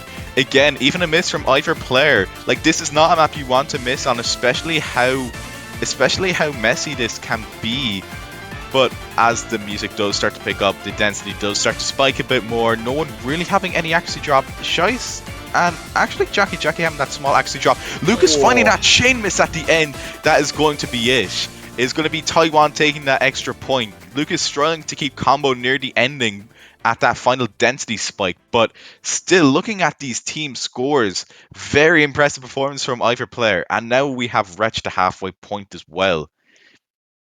Yeah, that's just a rough section at the end to miss on because of those, non-stop shields, non-stop jacks that are happening within those dense sections. If you do miss once, as you saw, it's so easy to just chain miss and lock yourself out of any kind of combo. Taiwan managing to still keep up their performances on these LN picks. Just looking at these team scores, as I did mention, Velocity, Jackie, and Shice getting that single digit 200 count. Velocity actually getting that near V1 double after that 995, very impressive. And still there's a 990 on the side of Spain as well, very nice scores. But now, as we do reach the halfway point, Spain, I would not be too surprised if they will be jumping back into Rice. I would think maybe something like Rice 1 or Rice 2 would be most feasible. But I think Rice 5 as well could be another pick. I think Rice 5 is good too. Yeah, Rice 2 though seems to be the pick instead. We're going to be seeing the jump stream, the most straightforward map that we would have in the pool here. Yeah, I would probably say that. I would say that as well. Especially just looking at all the other maps just being very abrasive. Like, even when you have to say the most simple map being Rice 2, where it is jump stream, but also has some of those 1/6 as well in that you can't really tunnel vision this map too much. So it's going to be interesting to see, and I think a combo break would definitely lead to maybe even a chain miss or a big drop in accuracy, but we'll have to see. And is Ariel going to be getting swapped out again? I would not be too surprised if Nico would be getting subbed in for this. Yeah, definitely wouldn't be too surprising here, but I mean, you say that one miss can result in perhaps a chain miss. I don't even think it particularly matters on a map like this. If you miss, you might be put down into a hole that your team cannot come out from, because we might be seeing some, I would say, the highest accuracies and ratios that we would see compared to any of the other maps here. There will not be that much room for mistake for either of the teams. Easily, very excited to see how this one turns out. And yeah, as you were saying, especially with 2 minutes of drain time, even a 200 or 2 could just already decide the map, and it's going to be very exciting to see. April actually going to be playing for this map as well, and not really too surprised. I mean, Nico could have been also another pick, or maybe Summit in that regard, but we have yet to see Summit yet, but I think he could come out later. Yeah, I mean, it's hard to really argue against any of the players, really, for Team Spain. I don't think any of the players on Spain have particularly had any issues getting good accuracy on any of the maps so far. They've been fairly consistent across the board in that regard. It is mostly on Taiwan's side that we're looking at some of the players maybe falling behind, like Jackie, for instance, in the ratio department in these maps. Yeah, Jackie kind of might have to kind of watch out when it does come to some of that accuracy, being a small bit behind compared to Shice and Velocity. But I think if they can hold on to the full combo, I think it will benefit them pretty well. And as we do get into the start, no one really finding that rough start. Lowest accuracy right now is around at 99.8, but still around the intro where we have yet to see the different snappings jump in. I think a score difference could be a bit bigger than this, but we'll have to see. Yeah, it was 1,000 points, not really anything to speak about so far. Abril slowly building back up that accuracy, did have a bit of an act drop earlier. And so far, Spain's accuracies, all 6 of the players' accuracies, all kind of settling in at 99.9. They're pretty much all on the same step, but as our main Ki comes in, where we do get a lot more of those one-handed trills and some of those jump/split throws as well, It will just have to be seeing if any player does falter. And we almost had a 6 net. No, Victor! That is a pretty detrimental drop. And especially with just the map length as well. Going to be pretty hard to recover despite there being a 5-way 99.9. It is going to be pretty hard for Spain to kind of recover from that. And pretty much a very dangerous sign as well. As if Taiwan do snag this breakpoint, the world is going to be in their hands. Absolutely, this is a massive opportunity for the first potential breakpoint that we see. Taiwan 9,000 points in the lead in the last quarter of the map. They just need to hold on to these combos. They can afford a little bit of act drop if they need to. And as we do get into the final area of the map, accuracy still near that 5 by 99.9. And as the trills just keep riling in, where we do get to the outro, gonna be a bit more simple on that snapping, but with that final... another miss coming in from Spain from Ima, and that's gonna be it. Taiwan taking a break point 6 maps into the match. They managed to claw it out, and now on match point already for a seeding upset. I'm sorry, what are these scores? Two two-digit free undercounts. And how many V1 double S? That is a 3-way V1 double S from Taiwan. 3-way. Oh my god. Taiwan not dropping a single 200, and Spain maybe making a mistake with their pick potentially, because Taiwan looked way more comfortable on this than any of the other rice.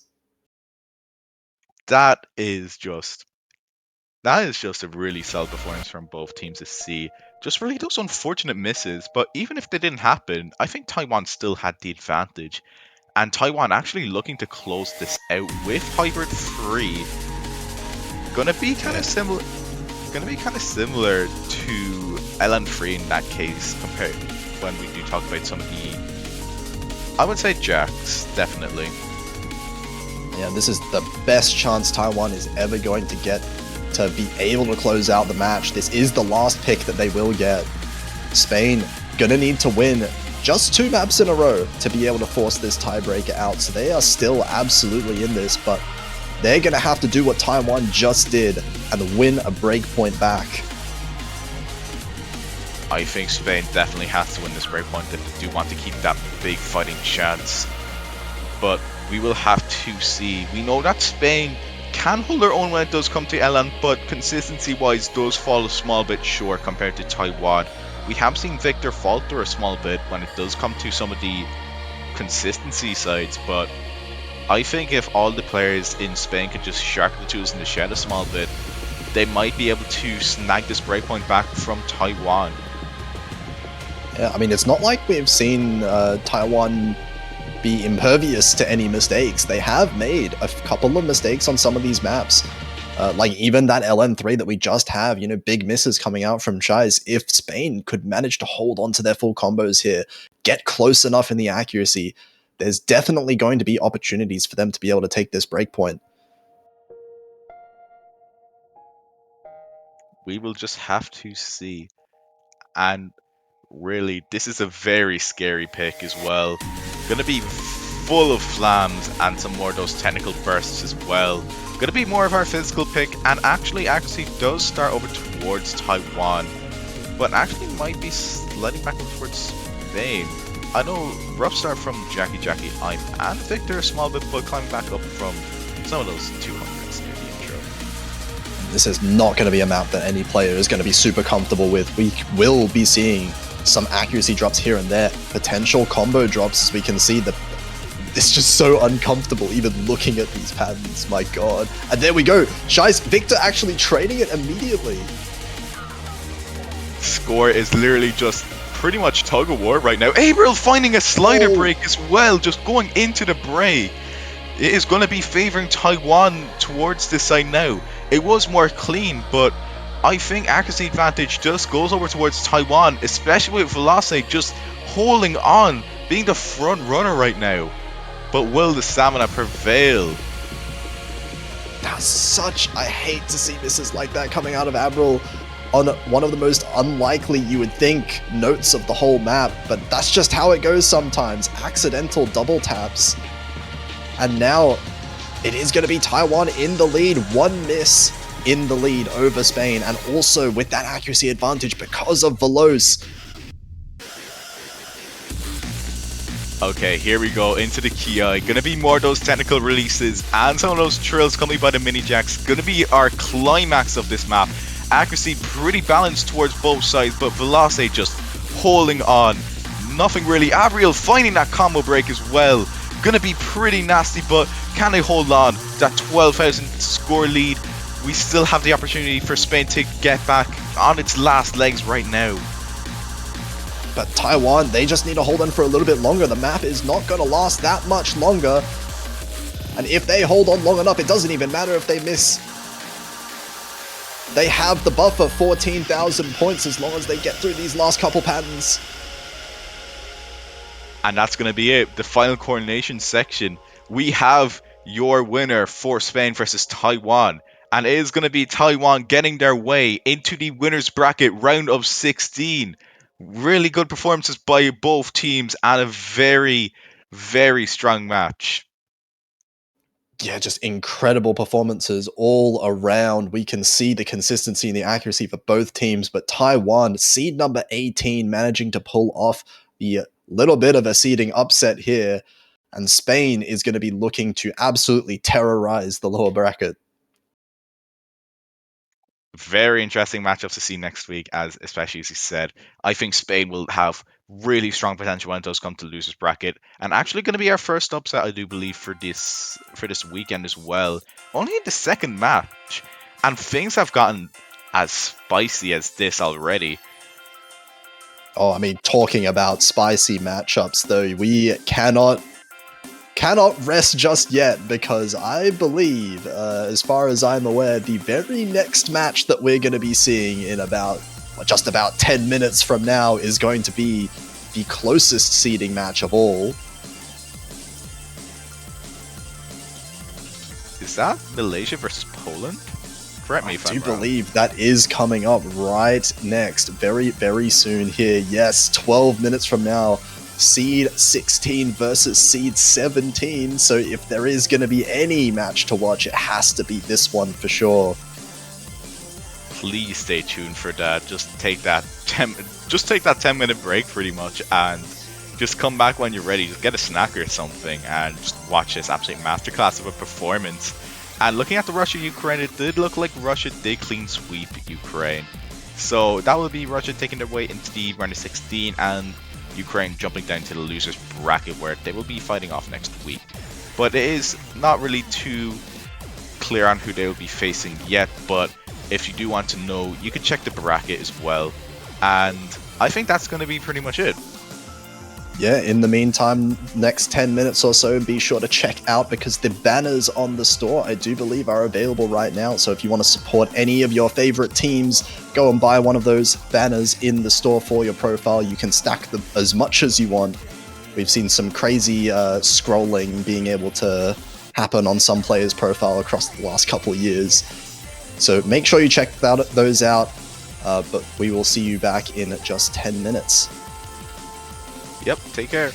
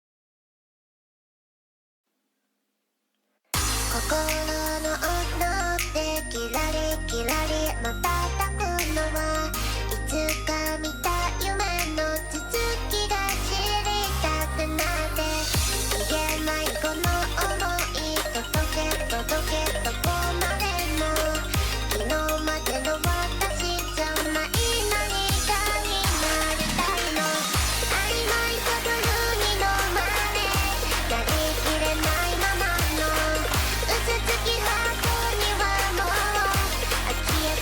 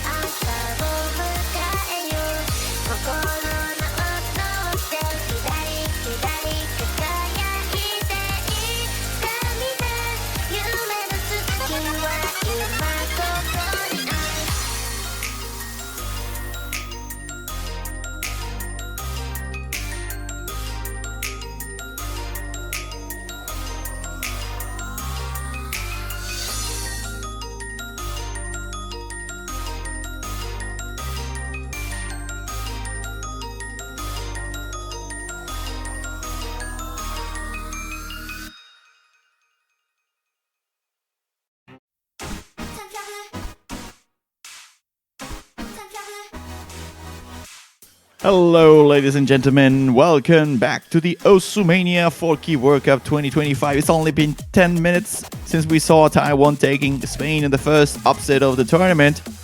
But now we're going to see the closest seeds of all in this tournament, in this round of 32 at least. It's going to be Malaysia versus Poland, also known as Reverse Indonesia. Welcome, everyone. My name is Juan Crystal, commentating alongside no other than Eliminate. Hello, thank you for joining me here, Juan Crystal. Yeah, so we've got a match, Malaysia versus Poland, seeds 16 versus 17. This is going to be the closest matchup within the round of 32 bracket. Malaysia more focused on the LN side of things, as we've seen in the qualifiers. Poland more so on the rice. And I think going head-to-head, such an early stage with how close the hybrids were even, I think if there's going to be any match that has a tiebreaker, this is going to be one of them for sure. Oh, this is a great candidate for tiebreaker for sure, because you have all the spice, all the elements to make a tiebreaker match, because you have, like you said, this rice versus LN kind of theme vibe of the matchup, and the seats are extremely close. So anything can happen here, really. I think this is gonna be a match of pretty distant score differences in general. Like, Malaysia's probably going to take the LNs by a fair margin. Poland is most likely going to take the tech rice, I think, by a fair margin. But once they start running out of picks, then anything can happen. I think hybrids are going to be really close between these two teams, but there's always some bits where Malaysia can also fight back, like core jacks, I think, in the rice department. So we're going to see. This match has all the elements for a tiebreaker, I think. Yeah, protect coming out from both teams. Malaysia opting to protect LN2. Poland protecting Rice 5. I mean, these are pretty standard protects, I would say. LN2 being more of a jump streamy sort of LN. Easier to play, maybe, but accuracy a bit more demanding in that regard. Rice 5, a little bit speedy with jacks thrown in the mix. Yeah, like I said, these are just standard protects you'd expect from both teams. And going forward, like you say... yeah, for sure. Like you say about Rice maybe being winnable for Malaysia on certain picks, I could say we could see the same for LN as well. I think because we're in round of 32, obviously going to be much easier than the qualifiers were. I think Poland could definitely... They've got a chance of maybe taking LN if Malaysia aren't too careful. You're gonna see the Lob Potion being banned here by Malaysia. A bit of a... I don't want to say strange pick. Streams are a thing that Poland's usually pretty good at, but I was expecting a tech ban, really, by Malaysia. Maybe, Rice 6 or Rice 4 even. Depending on, how comfortable they feel with those, but apparently they just don't really want to deal with the speed streams, and they're gonna go straight into their protect to start off the matchup. To kick off, Malaysia's gonna be picking the second LN pick, rather the one of the two LN picks that they have available, considering that LN3 was banned here. Yeah, only two LN picks, like you said. And I just want to mention that both teams have had half their rosters changed since last year. So this time around, Poland introducing Polymarid, Majki, and I'm just going to say Psycho because I have no idea how I'm supposed to pronounce that. Polymarid replacing Ender Nubek and now showing themselves to be Poland's LN player, which was obvious in the qualifiers. And on Malaysia's side of things, we have J-Lai and Vazd coming in. J-Lai actually very well-versed in the qualifiers, having played every single map. Now, It's a really versatile player. I know that name. I mean, it's all enough so I know it. But yeah, there's a lot of new faces in both teams, at least I can recognize. Some names I haven't seen before. But that's the good thing of the Mania World Cup, really. Like, you have these teams where they have some legacy to carry on through, and some players who you definitely recognize. I mean, of course, in Poland, I don't see Vajekta, which... was it Vajekta? I forgot the name. No. But Progen. no, what was the name? Oh god, I am so bad with names. Did I just say a standard player? Because I may have. And anyways, I'm just gonna look up the name while we are starting the pick here. Land 2. Yeah, Alan 2. Now officially underway, first map of this match. Accuracy very close between these two teams. It's still very much so early days. Polymarid does drop below 99.8. The only one in this lobby so far. But Leon and Eon both showing dominance in this pick. And J-Lai actually hopping above 90%. So 0.90% accuracy. Yeah, I'm not very Still- surprised by the accuracy here by Malaysia. They're well known for being a great accuracy team early on in the land department.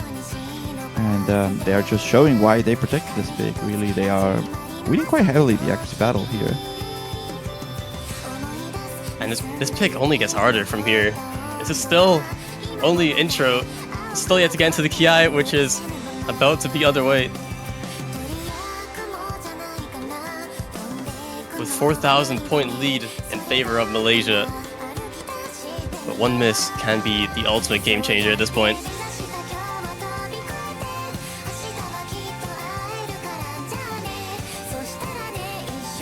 Entering into the course here. This is a cut version, so it's not a very long map, 228. And understanding the second half, I mean, Malaysia's just holding a pretty standard lead here. Not much of a problem for them here.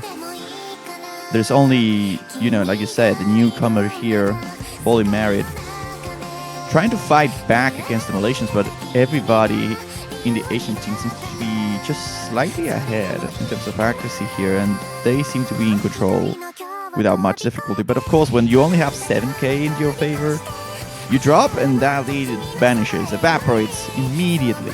And as the map is about to finish and, you know, you have more tricky coordination patterns here, as the jump streak gets a little bit more mixed, more split compared to the previous ones, it is actually Poland who's dropping more accuracy here and extending that lead in favor of Malaysia, who's just going to take the first pick.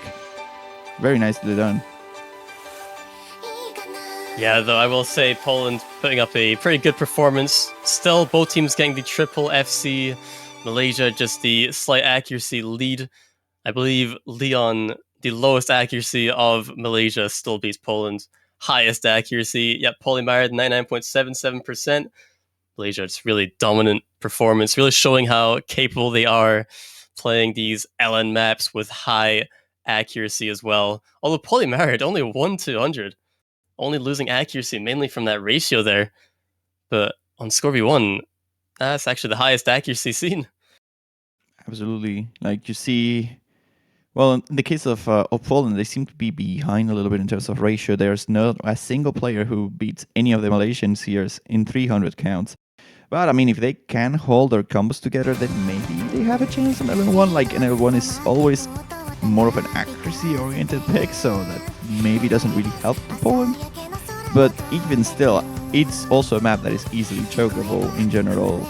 So we'll have to see. It's also very long, which, I mean, I just think Malaysia just has the LN1 locked in. I think this was the pick that maybe they had more troubles, or it was closer between the two teams. But considering Malaysia protected it, I mean, at this point I kind of see this matchup as a 2-0 in favor of Malaysia. But we'll see if Poland can, you know, hold the ground now with the Rise, and they're going to strike first with Jump Stream. Yeah, Rise 2 coming out from Poland, their first pick. 225 BPM for 2 minutes straight. Does have quite a few shorter breaks, but the whole point of this map, I guess, is to not consume too much stamina with those breaks. But I will say there is a one-hand trill focus, I guess. There's quite a lot of one-hand trills in this map, so very chokeable. But at 225 BPM, shouldn't be too much of a problem for these players. I think this will mainly come down maybe to accuracy. Some players maybe gonna choke at a random section just because that's how jump stream is. You think it's gonna be very straightforward, and then bam, there's a hand that comes out of nowhere and you fumble at 200 or 100. But yes, definitely a consistency pick.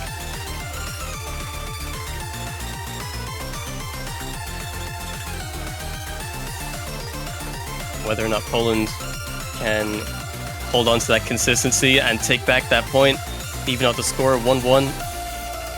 I'd say this is quite an important pick.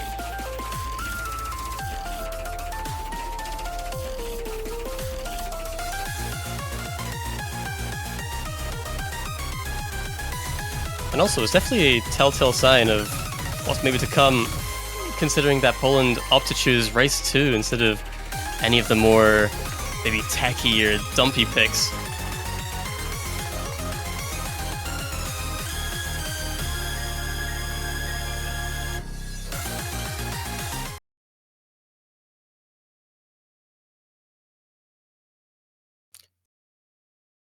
All players now ready. I have to queue into the game. Oh, I think my mic was not working until now. Whoops. Welcome back. Woohoo. Hey, I was just saying, I'm not a big... I think Poland probably Malaysia somewhat.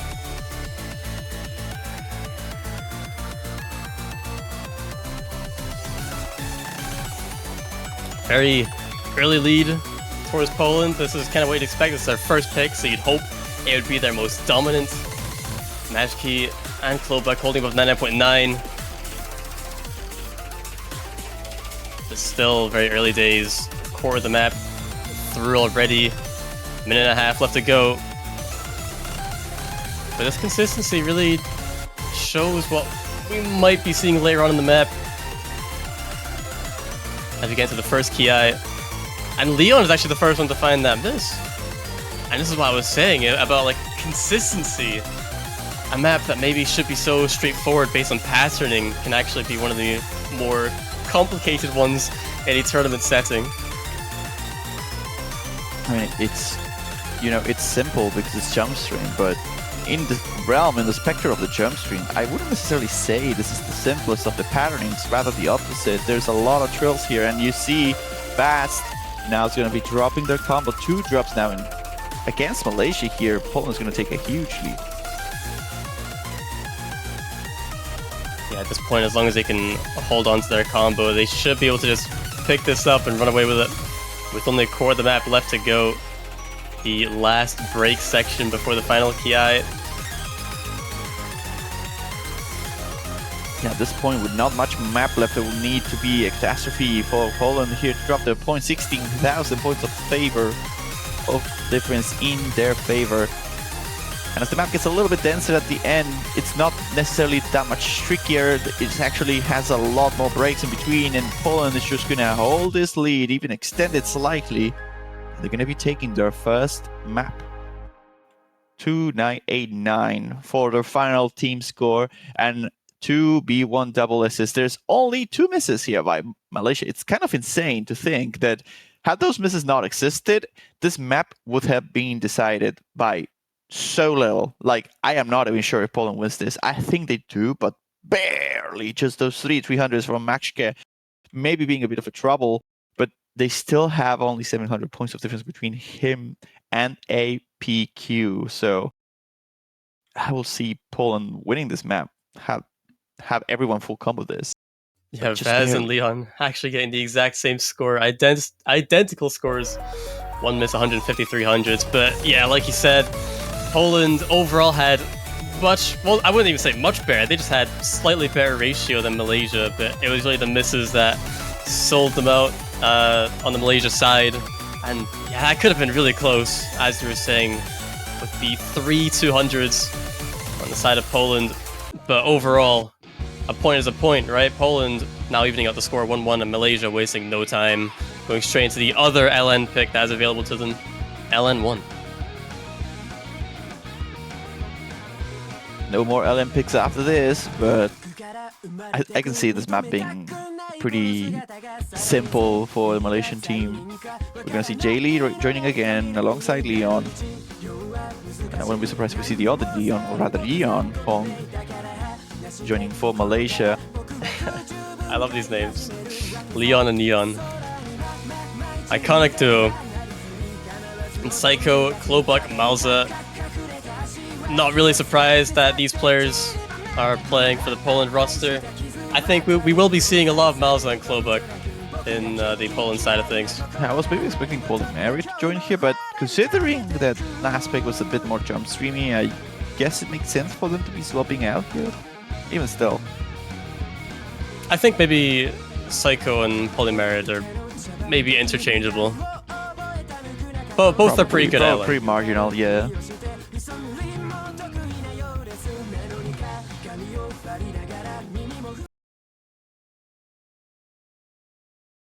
Well, let's see. Map number 3. LN1, more of a release map that is just, consistent most of the way through until the ending, where the ending is a slight speed up that can maybe throw players off. But you have to get that far first, and we'll see who can take the early lead. Already Yeon dropping quite a bit of accuracy, but so are Psycho and Malza. It's not a very great start, 2,000 lead already for Malaysia, but still much more map to go.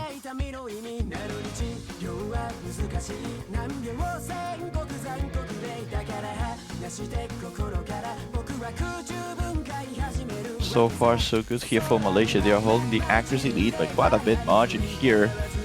Sequan Malza struggling with the accuracy, and that's putting Poland behind here. Quite of a short map here, even though it says long version. It's 2 minutes. I got debated by the title. This is a bit of the same story again, right? Yeon Hong now battling against Klobuk, but everybody else are so far spread out and so far apart. Halfway through the map, Malaysia's just conquering this map quite easily. Yeah, we're seeing the same pattern, aren't we? Malaysia, it is the same pattern. Malaysia's lowest accuracy beats Poland's the highest accuracy, and at this point, there's really not much you can do if you're Poland. Just you have to pray that Malaysia finds some chokes, which, with how consistent they're looking, might be a very tough ask.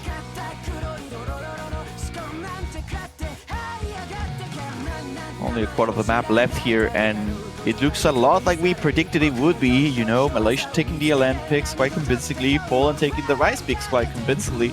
So far, the pattern is correct. As we are entering the very last few notes here, a couple of tricky releases causing some accuracy drops here by Malza, but that's pretty much it. It doesn't really matter how much accuracy you drop at this point, because 20k is not something you can recover from without misses, and even with misses, Malaysia just takes this point, and by a firm margin too. I think this may be the biggest difference between the two so far. And 1-200 plays here by Jaylee and Leon. Really similar ratios to 992, the lowest score of a seed 16. Quite scary, honestly. Really good LN team here by Malaysia. Very, very good accuracy indeed. Poland, not far behind Psycho and Klobuk with 5-200s. Definitely trying to put up a fight. Malza maybe got 19-200s, but still a good ratio too. But Malaysia, when you compare the ratios of Poland to Malaysia, almost halving all of them, yeah, this is a given, right? But now, LN2 and now LN1 out of the way, there's no more LN picks for Malaysia, and just in case you've been living under a rock, there is no more SV in MWC. They have been removed as of this year, and to account for that, we now have an extra race and hybrid. So Malaysia being so dominant on the LNs, no longer having any more LNs, and maybe a clutch SV if they had been good at SV, it might make things a bit more tricky.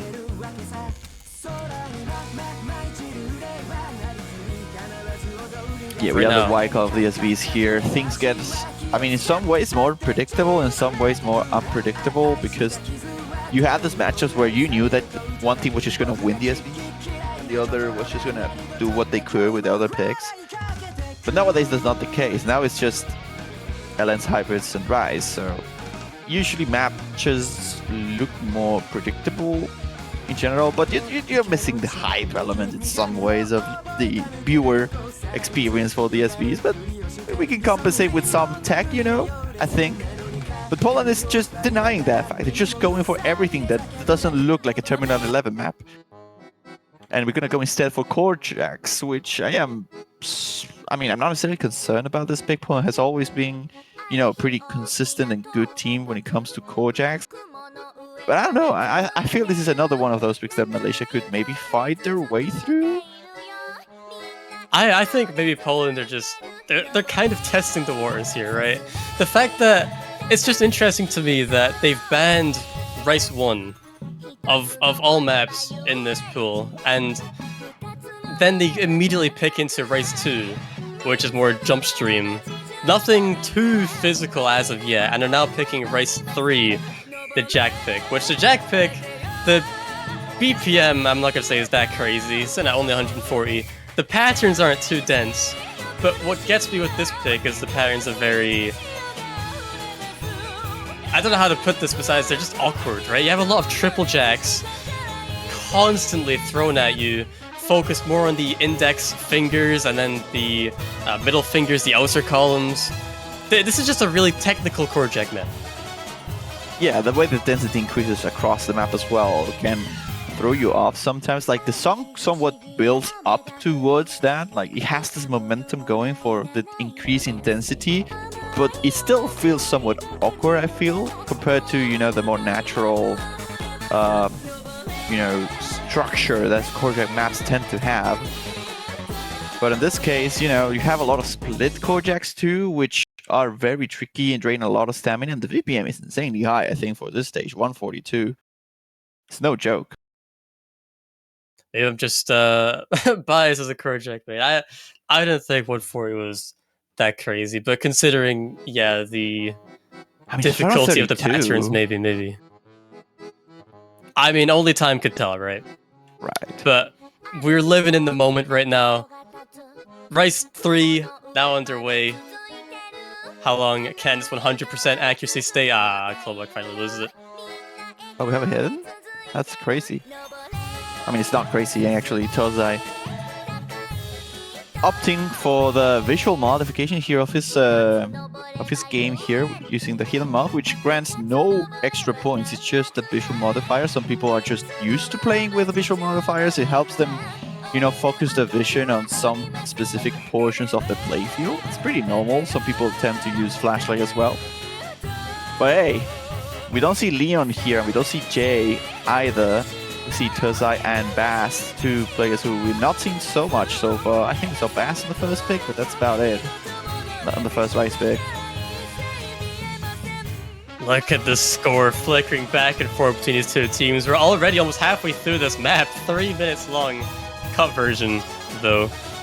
And it's still this close. Definitely a very risky pick from Poland here, but if they can hold it through, I mean, Malza, Majke, and Klobak.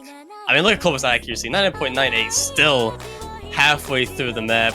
But when you look at Malaysia's lowest at 99.93, this could get pretty scary. 1-200 even could maybe be the game changer right now. I mean, this looks a lot like the LNs before, where you say there's only one player in Malaysia who can match up to the accuracy from Poland. The difference is that they're on the 0.01% range, so it's insanely close. It's less than 1,000 points of difference here, and I don't think a 200, just a rush or a drag of 300s, and the score flickers, and that's just how it is. I feel that Bass is dropping a little bit of that. Every now and then you see a yellow flash there on 300s. But to be honest, everyone is just dropping a little bit of accuracy. You can see the stamina is starting to tank a little bit. The concentration required may be there, but this is going up. And as it goes up, the control is harder. And it's more difficult to hold that ratio tightened together. But you see, it seems like Poland is more accustomed to this density. They are all in the same accuracy, just 1% of difference between the three of us.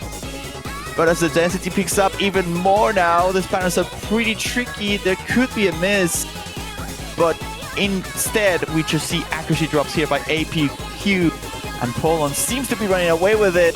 The very, very last build-up, but still Poland. I think it's just gonna be for them. They are looking insanely consistent here. No one is dropping any ratio whatsoever. 99.94, the lowest score here by Miles, and that's impressive enough. But there's a miss match at the end. It's not enough. They held off as much as they could, and at the very last second they almost choked it, and it was mostly off of the back of APQ's 50s here, because my goodness, that was close. If Majke had found that miss maybe 15 notes sooner, that could have been a whole different story. There were no misses found at all in this match besides Matchgate finding that one miss right at the very end. APQ does find that 150, 100 somewhere. I must have missed it. But that really could have changed the order of which this match played out. 2-2 though, Poland, even though that pick might have been very, very close until the very end, ultimately they'll still take that point. And we were right to question that pick. But at least now it's out of the way, and I would argue that the rest of the rice maps in this pool are different enough that we shouldn't get a pick like that again.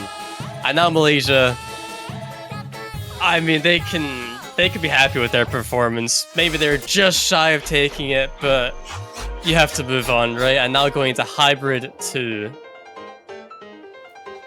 Wow, what a map we had right there.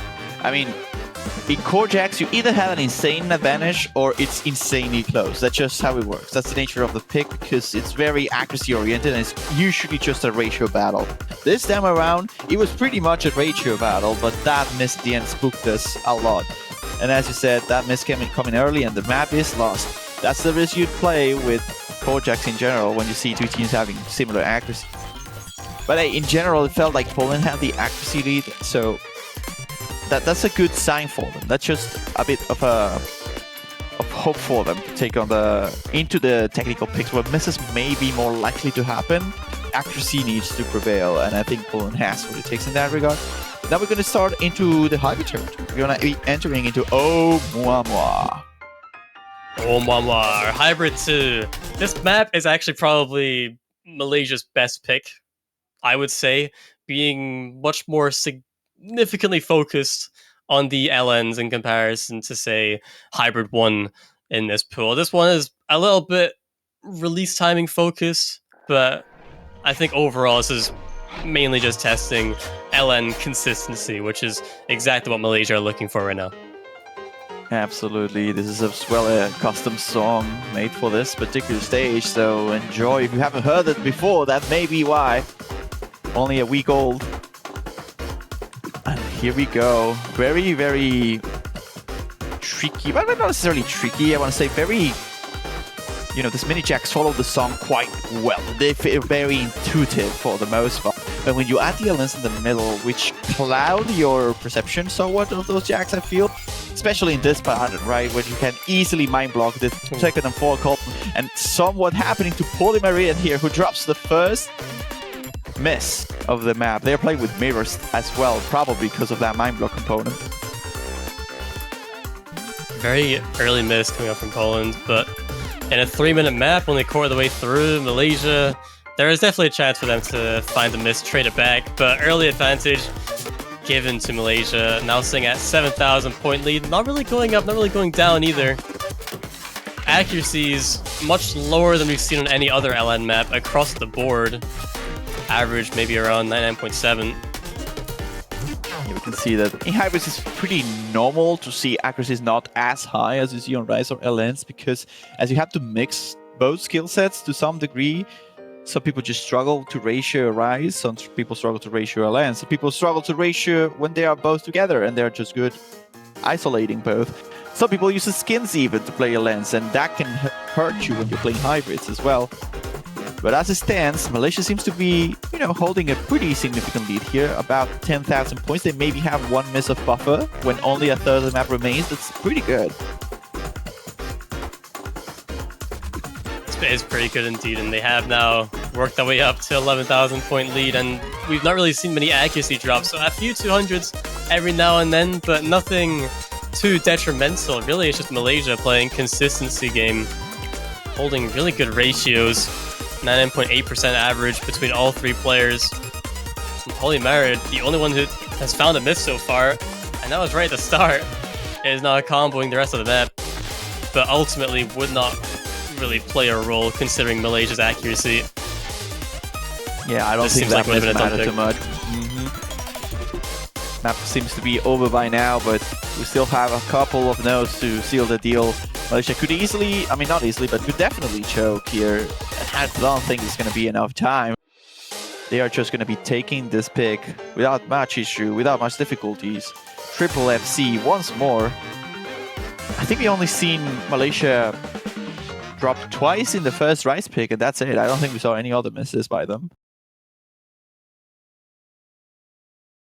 We've not really seen many misses at all throughout this match. I guess it's something you expect for round of 32, right? These teams, especially with these seeding 16 and 17, misses aren't going to be as frequent. This is really going to be coming down more to accuracy, but Malaysia really showing a pretty damn good performance on these LNs, and their accuracy on these LNs are scarily good.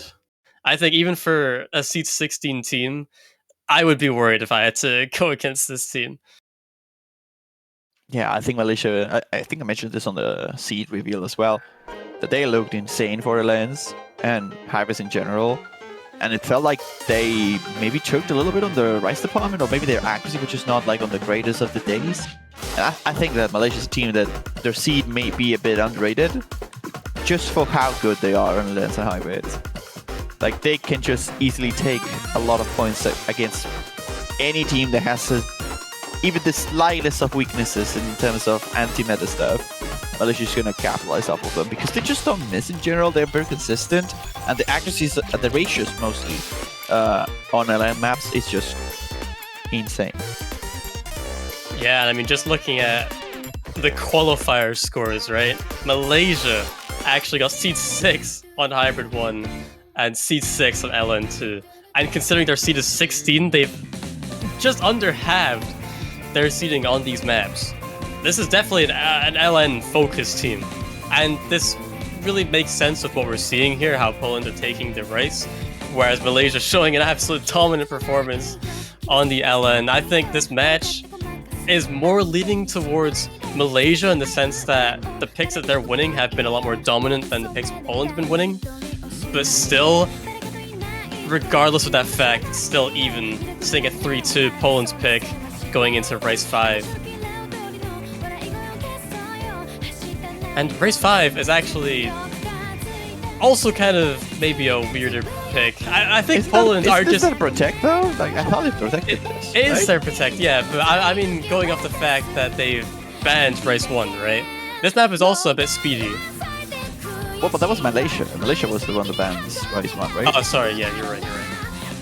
Okay, so... That was a brave fart. But yeah, yes, Malaysia just decides to ban LN3 and Poland decides to ban Race 1. That sounds a lot like makes sense. The year is 2030. Well, even still, right? Poland picking Race 2, Race 3, and now Race 5, all of which containing vastly different skill sets. Absolutely. In the Rice department, the 3 maps that we saw in the Rice department, they are probably the 3 most varied maps that we can see across the Rice. Because we saw jump streams, we saw core jacks, and now we're seeing, tag. And in this particular kind of tag, it's not like quite the Terminal 11 tag, it's more like a dumpy tag. So it has this theme, that's Rice 1 was banned, Rice 2 was immediately picked. It has that vibe, right? That vibe of, flowy for the most part, but in this particular case, it's technical due to the snaps being a bit weird and the dump nature of the song, or rather the map. So they're all pretty similar picks across the board on Poland's side. And there's a miss now by Klobok. That's an opening for Malaysia to take the lead. Not a miss, you'd want to be finding this early in the map, but still, we finally get to the Kiai. This map is only a minute 45, one of the shortest songs in the pool. And finding a miss right before the Kiai might prove detrimental. I mean, is it possible for them to come back with accuracy alone? Doesn't seem like it, since it's still going towards Malaysia here. Klobok now is above the 400 combo cap, so if something's going to happen, it's going to need to happen within the next 20 seconds. Oh, but that's not what also Poland finding a miss. Oh no, that's disaster for Poland. The map is about to end, and they find a second miss now. There's a 20,000 points of difference in favor of Malaysia, who's honestly playing out of their minds here in this pick. Their accuracies are insane, but Bass now trace. There's not enough time, really, I think, for Poland to catch up. The score gap is going to reduce, but Malaysia's going to take the first breakpoint of the match, and they are now a match point. They have a B1 double S still. That's crazy stuff on Malaysia. The ratio is pretty comparable to Poland too, and it was mostly the misses. But Malaysia performing really well on this pick. Wow, what a map. Poland, I mean, we were right to. Well, I mean, I don't know if you questioned this pick, but I was saying at the start, this is vastly different to every other rice map we've seen so far. And we can see that maybe this wasn't their best pick. Maybe not super comfortable. Majki and APQ actually getting the exact same score, which is pretty interesting.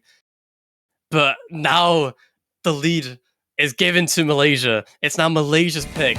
If they win this next pick of theirs, that's it. They win the match. Poland need to take a breakpoint right now on one of the hybrids. Though, saying that, hybrid 2, I would probably argue is maybe the hardest hybrid for Poland.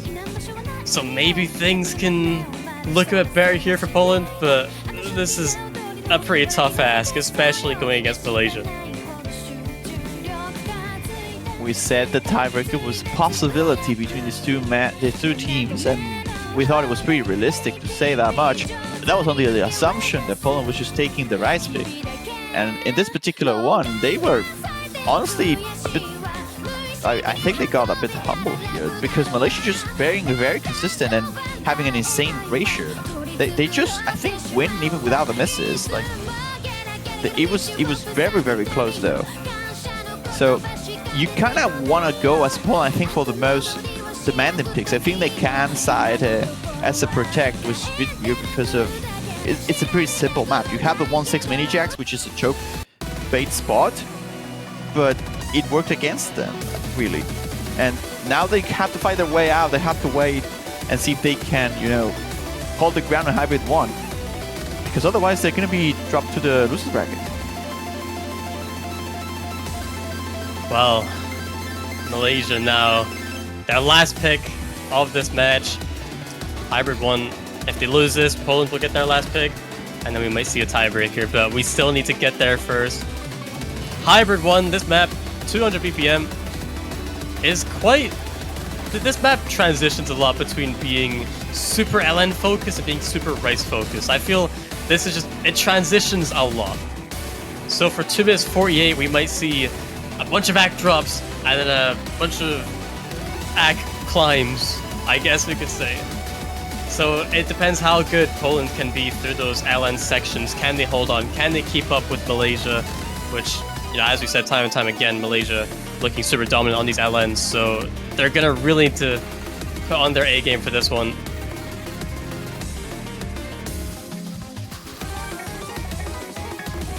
And what I think is interesting, actually, is we've not seen Bagietka at all in this match for Poland. Yeah, that was what I was wondering about. I feel that maybe that's the missing link for Poland here. They may not being available to play for some reason. I don't know. They also didn't play qualifiers. Yeah, that's true. I heard that much. I mean, maybe Poland just caught this newcomer as being so much better, and they don't really need him. That could also be. Because they're not playing bad. Like, quite the opposite, really. They are having pretty insane ratios of rise. They're holding the ground as much as they can, especially on, you know, I think, was it long no 2? No, well, I'm not really sure which long no pick they, or hybrid pick they were somewhat close. In this particular case, they need to get it close for this one, otherwise they are dropping down the losers bracket. And this is the last pick by Malaysia as well, because no matter what happens here, Malaysia just doesn't get another pick. If they win, they win. If they lose, then Poland gets a pick, and if they win that map, then it's going to be tiebreaker. So this is the last time that Malaysia has to make a decision in terms of what to pick.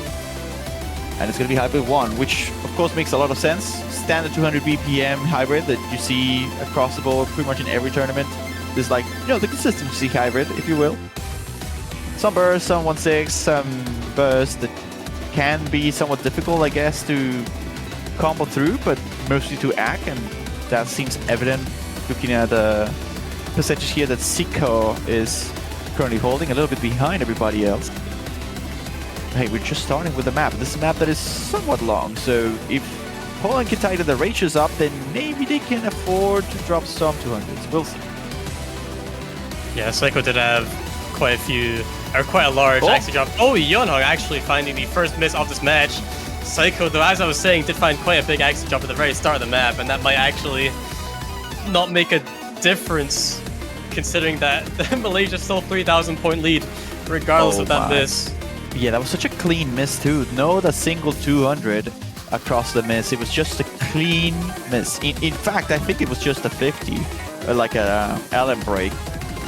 Score gap is closing, and Poland has the chance here to tighten the ratios in the right section here. But the score lead is not moving at all in this transition. Quite difficult into the LNs. There's no drops. Not in terms of accuracy, not in terms of combo, and into the break we see exactly 3,400 points of difference between the two teams, and with only a third of the map remaining, it seems like Malaysia's just pulling ahead with the ratios here by Jaylee and Leon. The miss by Yeong Hong is not causing them much trouble, as Poland is fighting for the lives in the winners bracket here, trying the best to hold their combo together, but the ratios, the accuracies are not going up.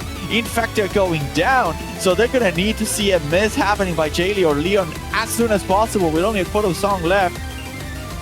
I feel like Malaysia just has this, but there's still 200,000 more points, and Leon drops twice! Twice into the hands of the Alliance, and now Poland has the chance, the golden chance to get back into the game, and they do! 1,000 points in their favor, but the accuracy could still make a difference here. The score gap is shrinking, it's starting to flicker. Will it be Poland putting the heroic effort here?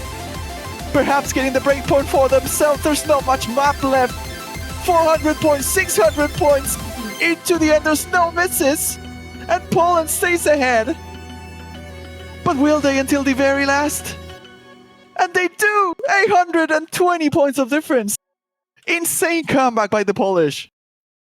4,000 score lead given to Malaysia for the majority of that map. And it was even climbing even further up until about 6,000, 7,000. But those misses from Leon, they were nasty misses. One miss, 2 LN drops. That probably cost them maybe 8,000 points in score, bringing it down to only 400 points of difference at the very end. That, we all thought it, right? We all thought this was Malaysia's point. That was going to be it. 5-2 on the back of Poland messing up on their race 5 pick. But Poland have been given a second chance. Wow. They now have one pick my. to determine if they can take us to tiebreaker. Oh, Leon must want to kick themselves. That was such a sad choke, unfortunately. And that's a pattern that I've seen being... Like, I've seen chokes before in those kinds of patterns. So often, even when you have the streams into hands with the LNs, it's so easy to mess it up. And Leon messed it up not once, but twice. And that's really the killer. I feel with only a single miss, they could have enough to recover from. But the 2 breaks in a row, just sentencing it. And Malaysia, despite still being on the lead, now their future's looking a little grimmer, I think, because Poland just needs to take a rise and then go into tiebreaker. And tiebreaker, I think anything can happen. We saw Malaysia now choking on the high grade 1, and the tiebreaker is so much harder than everything we've seen so far on the pool that I can see Poland maybe just taking advantage of that more physically demanding structure by Eternity. And now things are looking like possible for Poland. It was looking very, very bad. And now they're back. They are definitely back, and they're going back to Cosmic Crisis now. Yeah, I want to talk about the differences between race 4 and race 6. I think both are pretty scary picks, but considering that Malaysia did in fact ban race 1, the speed map, this map is very bursty. This map is constant jack pattern, and then boom, speed thrown right in your face, right? So I think this map might be the least chokeable, definitely the least chokeable out of the 2 that are left for Poland. And whether or not that's what they want to go for, I guess we'll see if this is their best pick. I mean, when you have to decide between those 2 tech picks, I feel like both are very chokeable. I think Terminal 11 is fairly unique, so I can see what they are avoiding it. But Cosmic Crisis is no joke. It's a map that I can see both teams even choking. Because there's a lot of mini jacks here. There are 3 no jacks too, which is something that I can see Malaysia struggling with. Very rigid in general as a map, so we'll see. Rigid maps in general are things that I feel don't really favor LM players mostly. So we'll see if Malaysia has what it takes to hold towards this structure for Cosmic Crisis. And of course, Poland's also looking forward for that. They really need to win this pick. They will force tiebreaker if they do. And if they do, oh boy, we'll be in for some hype. But first off, they need to get through the last pick of this Oh match. my, APQ. Maybe it was a bad show miss. Maybe it was a bad show miss, alright? Could be No, I Klein. don't think. That looked a lot like a normal regular miss. Yeah. Because it was a 52. Like, that was them being either away of the key or just not prepared. Maybe having the fingers on the wrong layout. And that's not the start that Malaysia was looking for at all. Even still, Poland's holding the ground quite well here into the combo cap, holding the greater accuracy between the two teams.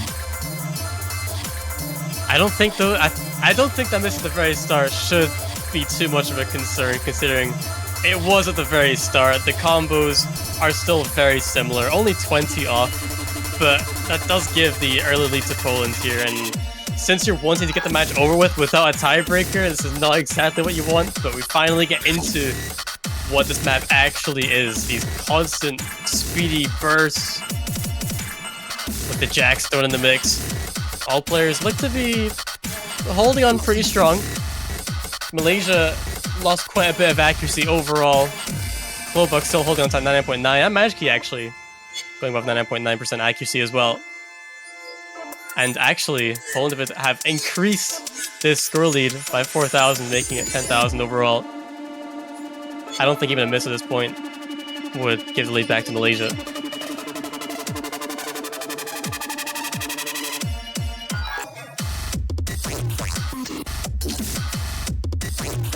The way it stands right now, this is looking like it could be a tiebreaker match. The lead is still increasing for Poland here. Up at 12,000 now. It's more jack-oriented section. Glowbug still holding on to 9.9, whereas J-Lai actually losing accuracy.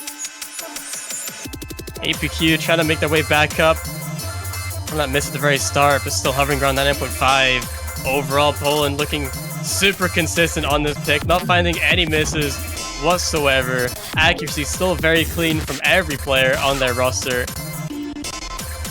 And this lead is just not changing, not shifting whatsoever. Poland actually going to be the one to take their point. And we're going to get a tiebreaker. Oh boy. Well, folks, we called it first. This was the match for a tiebreaker. And what do we get? A tiebreaker, of course. Malaysia 4-4. B1 double S's by both Klobak and Malsa. Insanely good performances here as well by Bast, who also gets the B1 SS, but not with the ratio to follow up. Kind of weird though, right? I saw that Bast had a better score than Malsa, even though the ratio was worse, but both had a B1 double S. But anyway, leaving that aside, Poland honestly performing insanely well on that map. I'm surprised they didn't pick it before. Maybe it was just, you know, this momentum-going performance after taking the breakpoint that puts them into such a good position here, because they were looking at the verge of elimination, and now they're looking at the verge of qualification here with the tiebreaker, who I think favors them mostly. I'm honestly a bit unsure, to be honest. This tiebreaker contains so many different patterns that I think Poland definitely are going to struggle on, and same for Malaysia. I think they could also definitely struggle on these patterns. It's really going to come down to how well they perform in match, as well as, you know, having these tournament nerves as well, is that you've made it into the tiebreaker, you know how close this match has been throughout, and this is what it's all come down to, right? So I don't know, I couldn't say that it's more promising for one team than the other. I think a lot can go wrong here.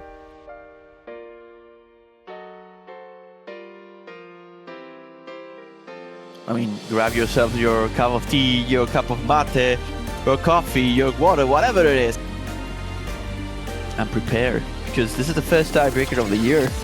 Probably first of many, at least I'm hoping so. And it's gonna be eternity. It's gonna be Malaysia versus Poland. We see Poland seems to be locking down their players already. Polimarid, Klovak, Malsa, I'm not necessarily surprised by this roster. I think it makes sense considering the rise difficulty. But on the side of Malaysia, Bass, APQ, I imagine they are debating whether they will be using Jay or Leon, right? Those are the two players we've seen come in most often throughout this match, so yeah, I wouldn't be surprised. They're talking about Eternity. This is a 4-player mapping collaboration between Mint, Chris Arlene, JH05013, and High 19, High 19. I would say 4 pretty iconic mappers that surely were not unfamiliar. And this song, actually, also an original from the CWC 2025 tournament that just finished.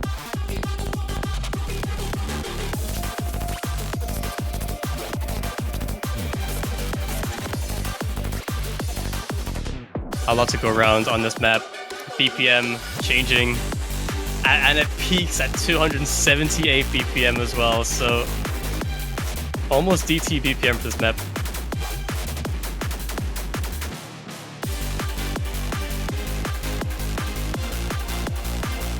Here we go, it's gonna be Jaylee. Oh boy. No Leon for this. So it's gonna be ABQ, Bast, Jaylee versus Polymerid, Malsa, and Klobak. And honestly, I mean, let the best team win.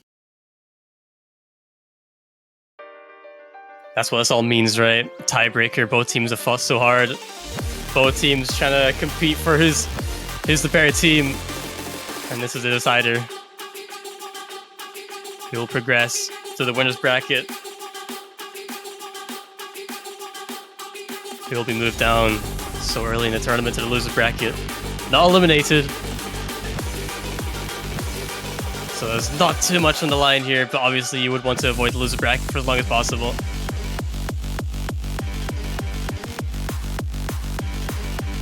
So far, Malaysia seems to be on the lead, which makes sense considering that we kick off this map with some long no spice, some long no flavor.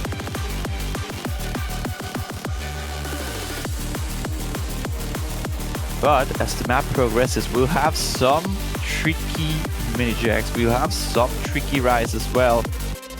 And that's what Poland's very good at. Jaylee, not Jaylee, Jaylai, I'm getting corrected by the chat, now gets the first combo break here, but they still maintain the lead as we are about to enter the 400 combo cap here by Jay.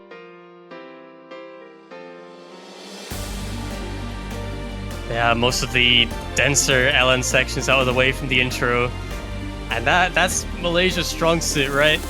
Now we're into this break. With only 900 point lead for Malaysia. This is still way too close, a quarter of the way through the map. Still 4 minutes left to go. We're barely even through it. Malaysia now just trying to take up as much ratio as they can at this LN section. Mini jacks there, causing a bit of difficulties, but not for these players it seems. It's only 1400 points of difference in favor of Malaysia here. And it's mostly off the back of Klobak and Polymer. It's struggling a little bit to keep up with the accuracy. Malaysia just holding the grounds very well into the second third here. We see mostly LNs, which helps explaining why Malaysia seems to be holding such strong accuracy at the moment. But they also had the only break, and now Bass has a huge drop. Holy! They dropped from 78% to 68. Now the score gap is almost none. It's almost zero. Poland now trying to win in the favor of Malaysia, isn't it? On the back of Combo. Combo alone. All three players still holding to FC. APQ the only FC on the Malaysian side, whereas Jaylai actually finding another miss on the Malaysian side. Now the lead is actually in Poland's favor for the first time in this match. And APQ also finding miss. There's no more FCs on the Malaysian side. 3,000 point lead given to Poland. Still going to climb. Players need to get above the 400 combo cap. We are in a race section as well, so Poland can take as much as they can before the LNs start to come back and Malaysia can take more ratio against them. But still, 3,500 points. This is the biggest lead that we've seen from Poland in this map so far. Whether or not they can hold on, they need to keep their combos for as long as possible. What a performance here by Poland, holding their FCs across the board against all odds here on the Ellen section. And with only a third of the map remaining, there's only 3,000 points in their favor. They need to hold those combos. Like, Poland is in this portion, but if they miss just once, their scores just drop so much, they just cannot afford enemies. I'm looking at Polymer specifically with the lowest accuracy of the lobby. That score finds a miss, and the map is pretty much over immediately. So Polymer needs to be holding that pressure and transform it into performance, which we're doing really well. But Malz instead is the one to drop, and Poland still holds the lead, but just barely into the right section now, and it's gonna flicker and swap back to Malaysia now. 800, 900, 1,000, another miss by Malz. And Malaysia takes back the lead in the rice portion. And it's pretty much the reverse history of what we saw so far in the match. But there's still a core of the map left to go. There's still over a minute left. There is still plenty of time for Malaysia to find more misses. We've seen already that they are not incapable of finding misses on these island sections. This has happened before. Malzo though, those misses were really nasty. They were not clean whatsoever. Klobak and Polymarid trying to hold on for as much as they can, now breaching 6,000 combo. But this lead is still increasing for Malaysia. 6,000 points. Malza finds another miss, and that just might be the nail in the coffin. But there is still some map left to go. It's not over. Stamina, really. It is the stamina, really, I think, that is clouding the vision of Malza here in the LN section mostly, as we see a lot of 200s, a lot of misses. And for Malaysia, it's the complete opposite. Despite the stamina being a problem, they are just so comfy when playing LNs. And now Polymarid is going to be one to drop. J-Li follows, rather. And it's only one FC by Clover, but it's not going to be enough. The score gap, if anything, it seems to be increasing in favor of Malaysia after the trade. And at the end of the day, the higher seed prevails with another race by J-Li. And APQ as well. I don't think there's enough time, but the score got down by about 4 or 5k.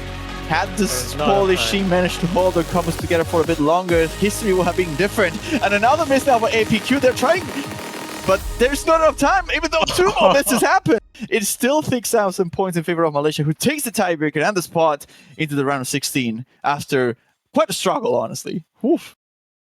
If Malza did not find those nasty misses towards the end, that could have been a whole different story on the back of almost the entire Malaysian team collapsing on that ending. But wow, very, very close match right until the very end. Klobuk with the FC 990k, very, very impressive score. Sad to see that this team has now been moved to the loser bracket, but it would have had to have been one of these teams. Both very good teams, very close match. He's 16 versus 17, and that definitely showed in this match. Oof. Well, I thought the tiebreaker was favoring Poland for the most part, but honestly, the tiebreaker just went the exact opposite of everything I thought about. Because it seems like Malaysia was the one dropping on the Alliance and Poland was the one dropping on the Rice. It was quite weird. At the end of the day, when stamina started to kick in and being a problem, we saw this weakness from Poland and the Alliance compared to Malaysia, and that I think was the nail in the coffin, the seal deal, the very end of it. But Malaysia, well, I mean, proving that they are the better seed, even by just one position, and advancing into the round of 16. Poland, surely a strong contender on the losers bracket. We'll have to see who they face, but that match is probably going to be very close too. Yeah, both teams, I think, after that performance that we saw today, regardless of what seed you are, going against one of these teams, don't underestimate these guys, right? That match was absolutely insane. Poland playing phenomenal in the Rice, Malaysia being even more phenomenal in the LN, somehow being seed 16, God knows how. But yeah, do not underestimate these guys whatsoever. Both teams performed very, very well. None of them eliminated just yet, so thank God for that. And I look forward to seeing how these guys do in the next few rounds. So do I, really. But that's being it for the first block of matches here. Well, rather, I guess second, since we had Thailand versus Mexico very early today. Now we're going to take a break, because there's an hour from now until we see the next matchup between Canada and Singapore. Honestly, kind of confused to see this match on the round of 32. Singapore usually known as one of the better teams in 4Key in the past, and so did Canada. Canada knew how to be one of the better teams of the tournament too. But this time around, Singapore just has such a low seed compared to pretty much every year I saw them playing. I mean, there they are. They're going to be facing Canada. This is a matchup that we, or maybe I am used to see later on in the tournament, but on the round 32 instead. Certainly an interesting match to watch. Something that'll face each other in 2025. But regardless, that is this match out of the way, Malaysia versus Poland. Yeah, again, very good match. And good luck to both teams moving forward. I, of course, have been Eliminate, joined by Juan Crystal. Thank you all so much for watching, and we'll see you in an hour from now. Take care.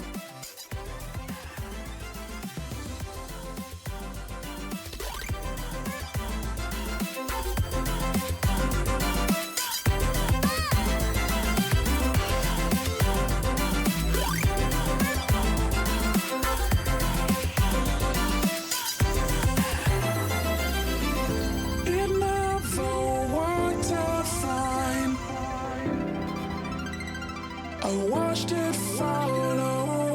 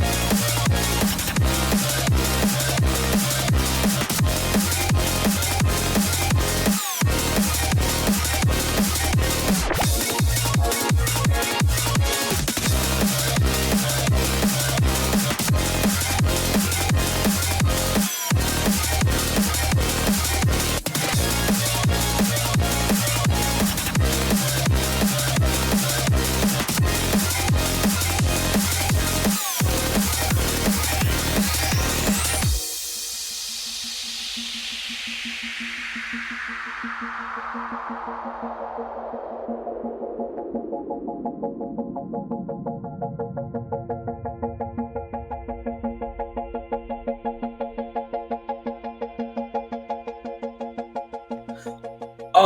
right, everybody, welcome to the Osumania 4-Key World Cup 2025. We've got some incredible action. We've seen some incredible matches so far.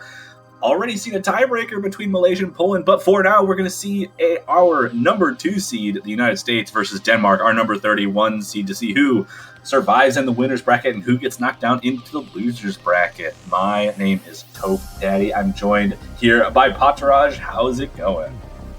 Hi, it's been a while, really. This is my first match being commentated in this Osumania 4K World Cup 2025, and let me tell you, it's a bit surprising to see the United States number 2, like seed number 2. You don't see that often. You usually see the United States in number 1, but number 1 is in fact China this year. Yes, I believe this is only the second year since seeding has existed that the United States did not get the number 1 overall seed. I believe a few years ago, 2020, yeah, I think 2022 they got the number 3 or 4 seed, maybe a little lower, where Brazil actually took that number 1 seed.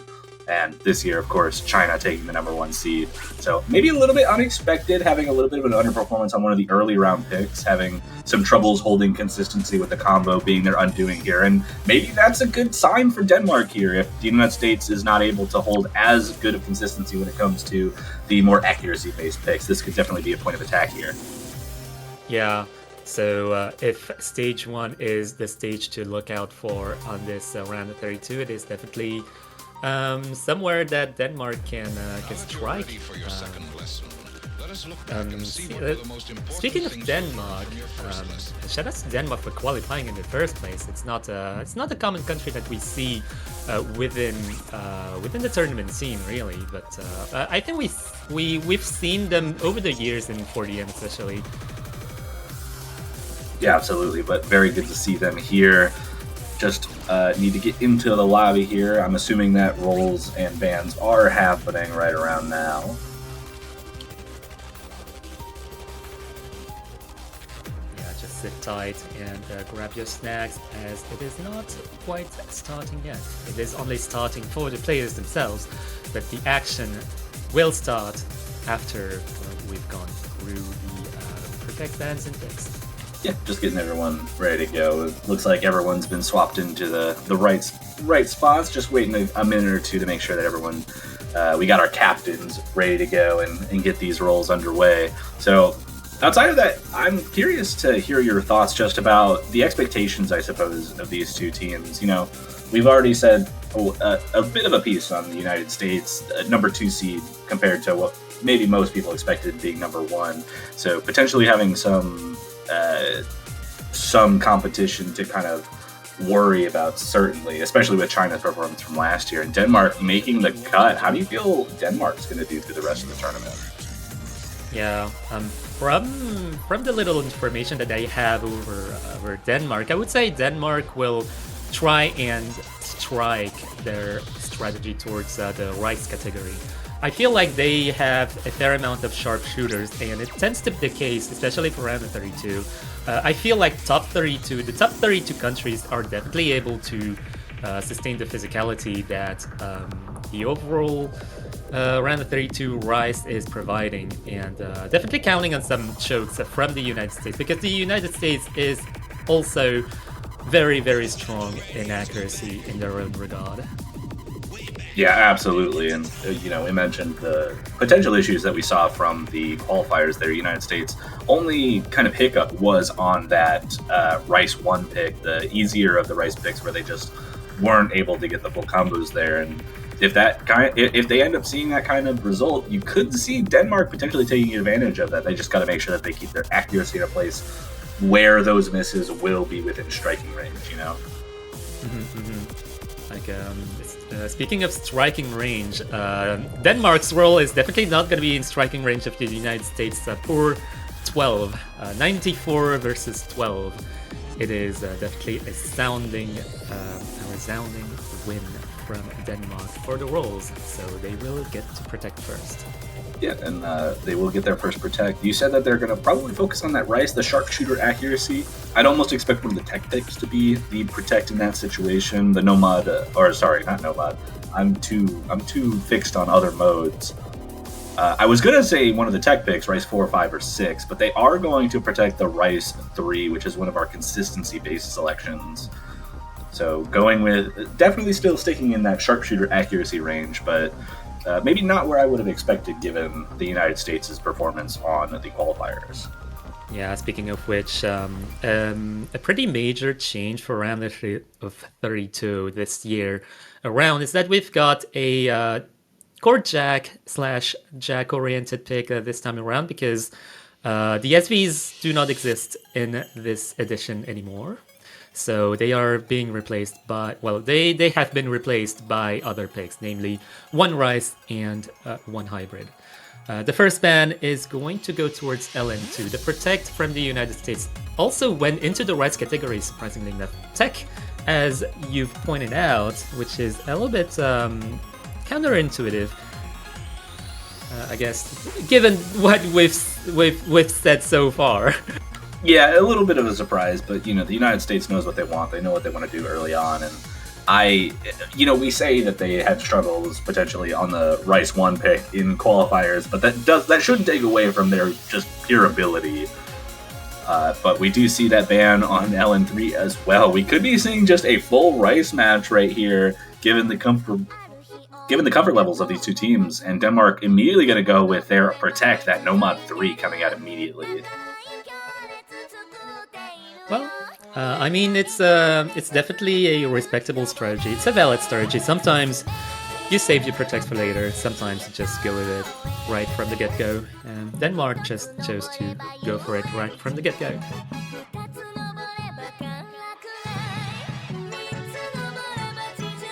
It's going to be interesting to see what kind of accuracy all of those players can get, especially on Denmark's side, because it's definitely one of their chances to strike against the United States here, coming from an underdog position. Yeah, absolutely. We see Peachmare and Nepijin in for the United States alongside a newcomer, Minwoo, one of the only newcomers for the United States team, so making their stream debut at the very least for the United States in this round of 32. FaZe, Luminary, and Freedy going to be the players for Denmark, hoping to keep themselves in a good position, trying to take their own point and keep their own Protect on their side. But they've got a Juggernaut on the other side to try and handle, so they've got to put up some really good performances here, I think. Yeah, I don't think I've seen Minwoo in any community tournaments at all, so it might as well be their tournament debut. That's a little bit interesting to think about. And it definitely is. I as just a note, I mean, I'm very close with the United States team, and they actually talked to me about their tryouts and who should get in, and I saw Minwoo's name on the tryout sheet, and I straight up asked them who that was, because I've never heard of this person, but they made the team and helped the United States get to that second overall seed, and are going to be making their stream debut. Luminary, though, going to be the first break there. All three players in the United States holding strong in this intersection, but that is going to be pretty painful for Denmark, especially given that they need to hope for some misses on the United States, and that definitely gives the United States some amount of cushion, some wiggle room to work with, even if they were to miss. Yeah, missing in the round of 32, even in the very beginning, is definitely kind of a rough patch to start with. Kind of a late start for Luminary. Unfortunate here. We can see that Minwoo has a very high scroll speed. We get to discover that from their stream debut. Yeah, absolutely. Some really, really strong accuracy from the United States. I was going to mention that Nepijin actually had 100% for a while there, but does turn the human genes on, drops down to 99.99%, but unfortunately Luminary is going to find yet another drop. FaZe and Freedy actually both doing very well themselves, both above 99.8, but the difference right now, Luminary just not able to keep up quite as much. Yeah, watching the ratios from the Denmark team, it doesn't seem quite as precise as the American side, but they're definitely holding on to 99.8, which is pretty decent still. But what can you do against the United States? Like triple 997, 996 now. Yeah, not a whole lot, to be completely honest. And it's not like Denmark has bad scores themselves. 2 players above 99.97, both holding the full combo. And Luminary, despite the early misses, is making a comeback in both accuracy and combo, now above 800 combo. But 25,000 points now at this point with the accuracy advantage still going on the side of the United States is going to be difficult to come back from, especially with only a quarter of the map left. Yeah, dare I say the last quarter of the map is definitely not the least straightforward quarter, so we can hope for a choke still, a few chokes from the United States that would steer the balance towards Denmark, but 30-something thousand points is definitely not super recoverable with this amount of song remaining, unfortunately. Yeah, not unless we see a real mess up from the United States side, but still the lowest accuracy on their side, 99.97% full combo from both Minwoo and Peach Marrow there. And Freedy and Faye is going to drop the full combos for Denmark, so that's no full combos on their Protect here. And the United States going to take a statement victory to open up the match. That's really unfortunate from Denmark. I was hoping at least that they would get the double FC from their end. They definitely seem capable enough to sustain this poll. So yeah, so 24, 45, and 53. So yeah, take note of that. You may see some other countries matching that performance, but it is definitely a performance from the United States. Yeah, almost a triple 999,000 points. Minwoo, the lowest accuracy on the United States. That does say a lot. With 998,900 score. A little bit of a tough opponent there, I guess.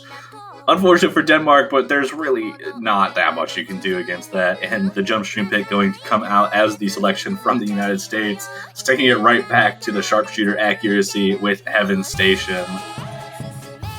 It's a little bit unfortunate that Denmark had the exact same strategy as the United States, really. Yeah, it kind of is. It's not totally surprising. I think it's actually quite common this early on in these tournaments to see these kinds of teams both leaning towards the rice, because I think, especially with like high seeds versus low seeds, you tend to see that the high seeds are more comfortable with rice and they have like extremely good accuracy.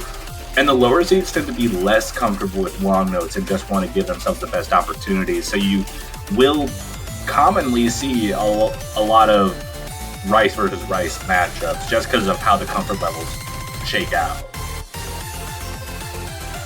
Yeah, it really makes sense. And really the exceptions to the rule are really countries that build themselves to be kind of quote-unquote specialist countries.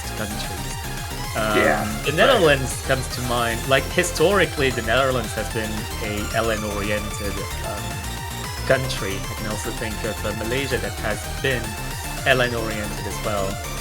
Right, and I mean, I think Netherlands definitely fits the bill because they have historically usually been like the low to mid seeds. And they were usually the kind of team that you'd be scared to go up against, just because of the idea that they were like LN and hybrid specialists who weren't afraid to go into the higher seeds, lack like zones of uncomfort, I guess, discomfort.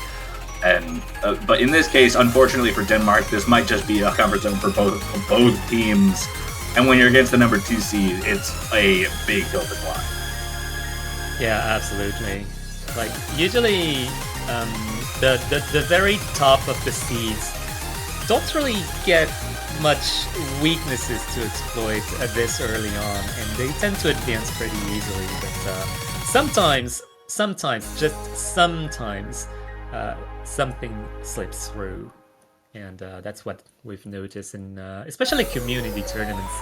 I think I was a part of a team tournament that took seed number 1 to tiebreaker on like round of 64 or something. That was crazy. It definitely does become more possible, especially when teams get closer and closer together, and we've seen that over the years that the teams have gotten extremely close together in terms of skill level. Just unfortunately, in this case, at least from the first pick, it looks like the United States might have a little bit of outclassing, especially on the accuracy side, but that doesn't mean that Denmark doesn't have a way in. We actually do see a couple of swaps out, just Emilio and W. Lim both coming in for Denmark, double swap out for the United States as well, Dev and Reshiram coming in for the jump string pick. But in this case, Denmark definitely looking like they're going to have to hope for a couple of misses from the United States, and they'll have to stay consistent themselves. Now, a jump string pick, definitely the kind of pick where that kind of consistency is possible, and that kind of random missing could definitely happen. But so far, we already see the accuracy definitely in favor of the United States, though no misses on Denmark yet, so still keeping it within striking range. Yeah, for those who are not necessarily familiar with W. Lin, W. Lin definitely one of the top Danish players. I'm so sorry. Yeah, you said that name, you said W. Lim, and they missed, and that's your fault, actually. That's how that works. Yeah, that's how that works. What I was about to say is that W. Lim, you might recognize that name from like leaderboards, like rank leaderboards, because they are definitely someone who's really proficient at accuracy, but that is very unfortunate, pretty dirtiness. Yeah, and unfortunately for Denmark, we're in another situation where the United States just, so far, 3 full combos, all above 99.93%. Denmark with some solid scores themselves. Lowest accuracy, 99.45 from W. Lim, just off of that miss, but just Emilo and FaZe both looking pretty good on the accuracy side, just behind the United States at this point, and not much you can do there. 30,000 points of lead going into the final quarter, and we're in a similar situation where a collapse is needed at this point, I think. Yeah, it doesn't seem likely to come from the United States. They've been really consistent so far. We haven't seen any ounce of weakness from the two picks we've seen so far. But to be fair, those picks were some of the most consistent from the map pool itself.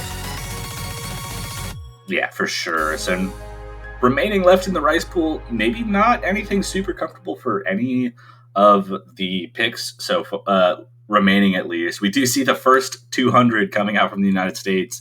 Dev getting 1 200 on that pick, and just the one miss from W. Lim breaks out the 6-way full combo for the whole lobby. But unfortunately, unfortunately for Denmark at least, the United States going to get their own pick there, bring it to a 2-0 game. Back to Denmark's pick, but they have some options to go with. So far, the rice has not worked out. They've got a long-go pick available, and they have some hybrids if they wanted to test the waters with those. Yeah, like from there on, the waters are pretty much uncharted. I feel like the options are open from there. Like the straightforward option did not work out because the United States is just too consistent. But what about tech? What about hybrid? What about the one remaining long node pick? Hey, Peach Mara, it's not your turn.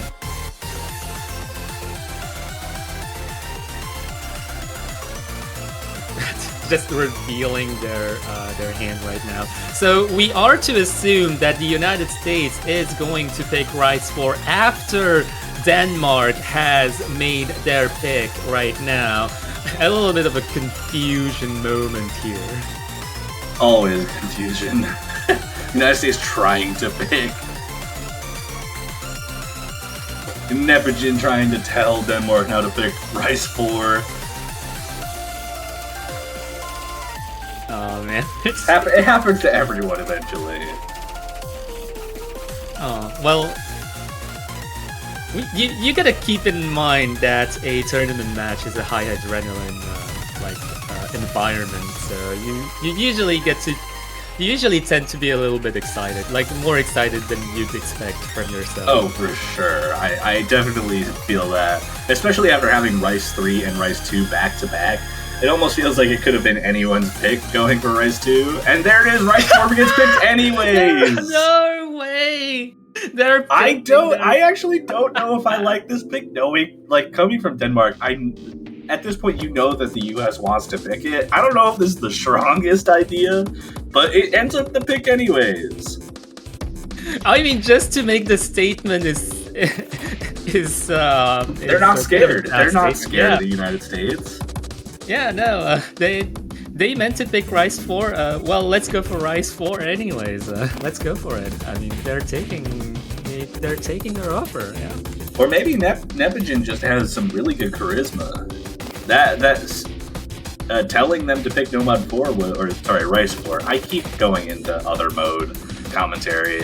But Rice 4, him saying to pick it, he just had that charismatic attitude. And Denmark wanted to pick it because of it. Yeah, they like they got gaslit into picking Rice 4. I feel like that's a little bit crazy. That's how it goes sometimes. I mean, it's part of the strategy. You kind of do a little bit of yeah, it's a psych out. It's a psych out here. It's a psychology. Like the match element. The matches don't necessarily only go towards the gameplay, the nodes themselves. They also go around strategy, like the picks, the way you coerce other teams and people into picking into your pick. The mind games, if you will. Exactly. I see that. I definitely feel that.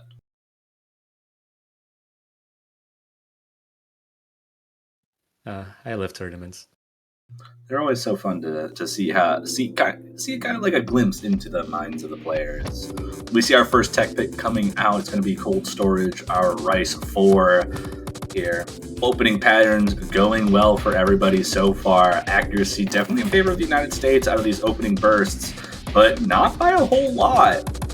Denmark definitely holding their own. Lowest accuracy right now, 99.78, and within certainly closer striking range than any other pick so far that we've seen. Even looking pretty comfortable on some of the tougher, longer jack patterns that we're seeing. All 6 full combos intact so far. Yeah, honestly, good job from Fesa to kind of match the pace of the United States start off. We see a little bit of a lower average accuracy from the United States. Well, obviously, it's a less straightforward pick, so it's definitely much harder to get good accuracy on just not straightforward snaps and so on. Yeah, for sure. We're about halfway through, though we're only a third of the way through the score, so densest part of the map still to come. United States having a slight advantage right now just based on the accuracy, but we still see 6 full combos across the board. Denmark trying to put up a fight where they can and almost makes sense, or starts to make a lot more sense why they wanted to pick something like this. Sticking with the Rice has looked pretty good for them, especially on this pick here.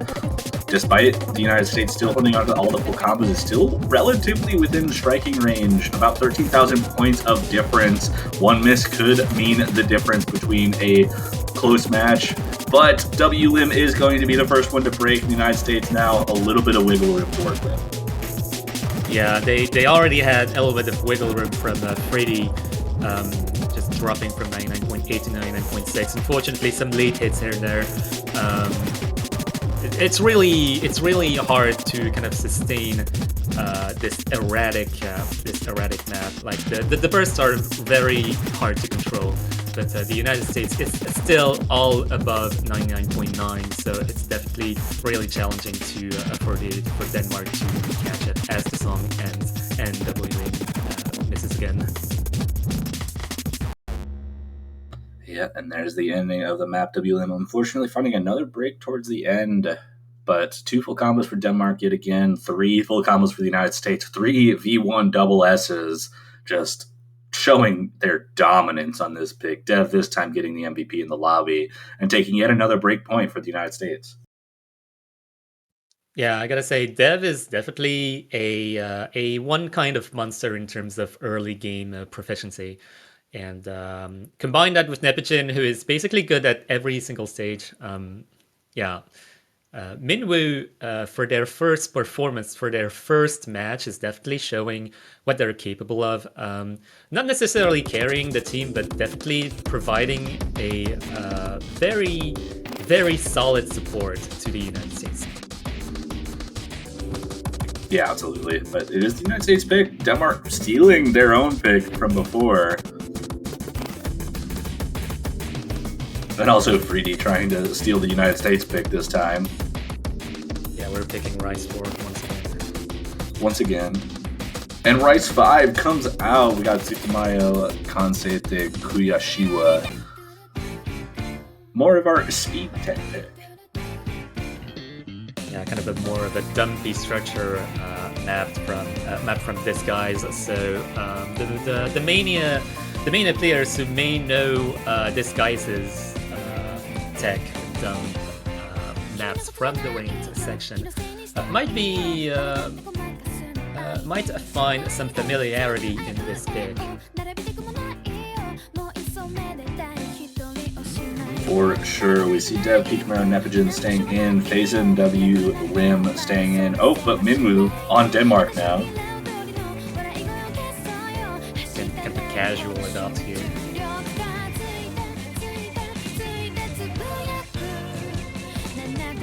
Jumping in for the United States now. Minwoo swapping sides correctly now. Denmark waiting for their third player.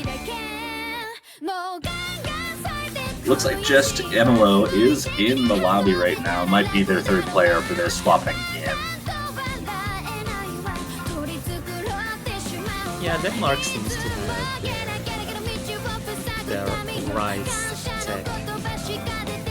I feel like Denmark has their Rise 4, but they have one interchangeable player here and there, depending on the singular proficiencies here and there, like on straightforward, or more or less straightforward picks, more or less jacky picks, more or less bursty picks.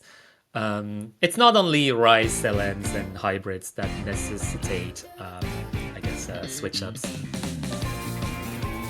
Yeah, absolutely. Just some comfort swaps. Intro of this map coming through, the United States obviously having really, really good accuracy, as they have for the rest of the map so far. Denmark also very strong so far. Lowest right now, 99.77, but very close across the board for Denmark. As we start to approach that 400 combo, where misses start to become more impactful. But this map extremely short already through the first quarter, as everyone gets to 400 combo without any misses. All full combos on the board, all 6, and just a 6,000 point lead for the United States. A lower count of notes as well in this map too, so misses are going to be more impactful than they would be otherwise. So this could definitely be a point of attack for Denmark if they're able to hold their consistency, though. United States, on the same token, has been holding their consistency very well. Just a 10,000 point lead so far, though. Yeah, Denmark tends to have really strong starts and kind of lacks in consistency, unfortunately. But this shorter pick is definitely a chance to hope for an American trip, but we haven't seen. Well, now we see one. We do see one miss from the United States. That lead starts to shrink below 10,000. Accuracy from the United States is the only thing holding them still in the lead as we get to the last few patterns of the map. Denmark trying to build it up, and despite 3-fold combos, Minwoo getting back to 400 combo, and the accuracy is just too much to overcome. The United States going to take a 4th point and bring it to match point. Yeah, unfortunately, the accuracy coming from the United States was just way too strong for Denmark to catch up, despite Minwoo's miss. 27,300 from a Neptune here. That's not a lot, considering how hard the map is to control. Yeah, that's a little bit of a good score. Phazon also did get a V1SS for Denmark, but unfortunately the accuracy, the ratio, just not quite enough to keep up with the players on the United States. And we are at match point, 4-0 for the United States against Denmark. Denmark picks next. And I do want to say Denmark might be able to try something new with the hybrids, but at the same time, it could be funny to have a full rice match. Yeah, it definitely would. Denmark have 2 rice picks available, but outside of that, they do have all 3 hybrids still available and one of the long notes if they wanted to kind of shake it up, just see if they could take a point on something they're maybe not as comfortable with. And we get our Osu original. We get the hybrid 2 here. I'm very excited about that. Yeah, I was very excited to see Muyu being featured here in this in Osu World Cups in general. I've been following them on SoundCloud for a while. Like I like their jazzy vibes.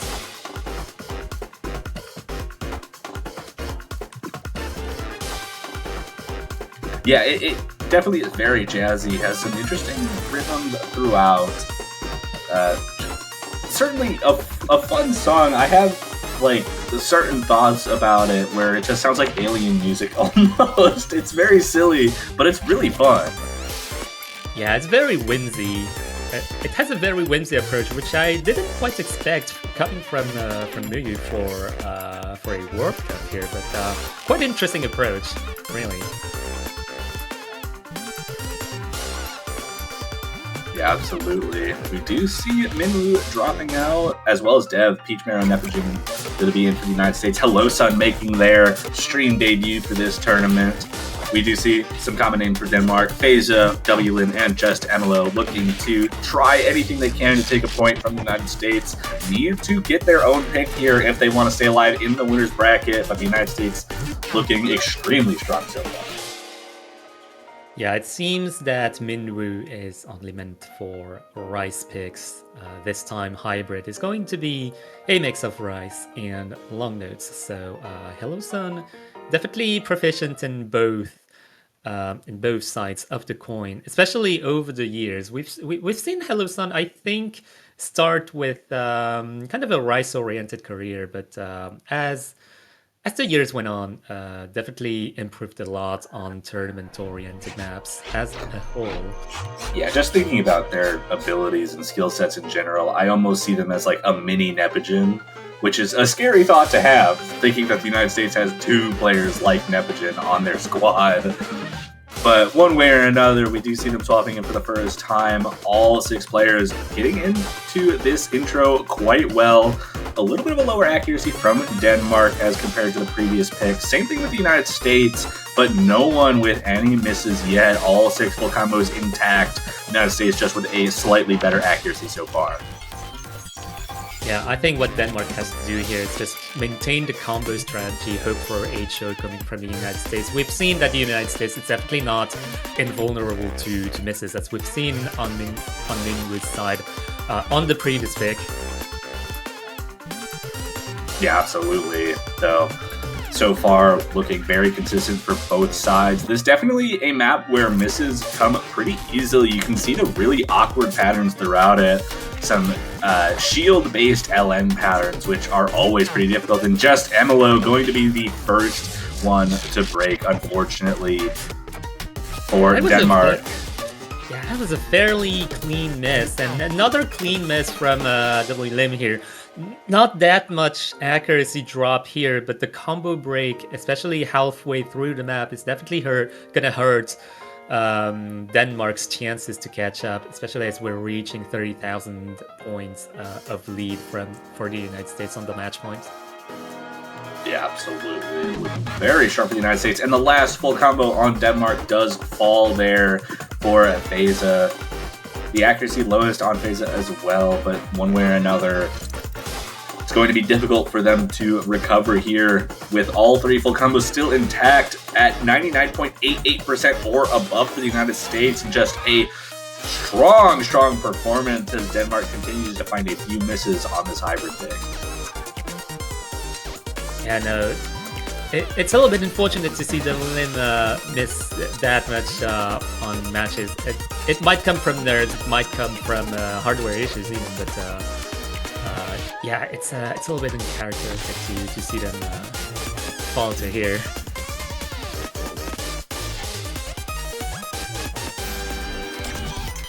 As we reach the last part of the map, another miss from Pesa, unfortunately, and the lead grows to almost 80,000 points for the United States on the last pick. Yeah, and another miss right at the end for just MLO is going to give the United States a very strong victory, and they will take the win 5-0. The number 2 seed going to move on in the winner's bracket. Denmark, unfortunately, going to be knocked into the loser's bracket off of that, but like I said, just the loser's bracket. They are still alive, and I'm excited to see how they do in the loser's bracket because they had some very good performances on this map pool. Especially on those ice picks. Very, very good accuracy from them. Yeah, honestly, like that's pretty much what I anticipated from the Danish team. Like going for a rice-based strategy. Unfortunately, you're going against the United States, who is also really like probably has one of the better rice lineups of this tournament. Yeah, absolutely. Just a really impressive performance from them. Unfortunately, they had a little bit of a mountain to climb there with the United States, the number 2 seed. But congratulations to them for moving on in the winner's bracket. Good luck to Denmark in the loser's bracket. But we've got a bit of a quick transition to go through. So after US versus Denmark, we are going to be handing it off for Brazil versus Peru. Hopefully going to be a closer match with the number 13 seed versus number 20 seed. And with that, we are also going to have a commentator swap. Thank you, Patraj, for joining. But welcome to the stage, Sparky and Dynascape. I hope you guys enjoy Brazil and Peru. How's it going? It's going absolutely fantastic, Toph. Thank you for that wonderful transition. As previously mentioned, my name is Sparky, and I will be taking over the reins here after Toph and Patraj's wonderful broadcast here, being joined by none other than Dynascape. Dyna, how's it going, man? Going great as always, Sparky. And as you said, this match is going to be an amazing one. Brazil versus Peru, number 13 versus number 20. And despite what the seeds depict, I think this is going to be a very, very close match. Here's hoping. And here's why. Brazil, very, very good when it comes to rice picks. Peru actually ekes out Brazil when it comes to LNI hybrids as a whole.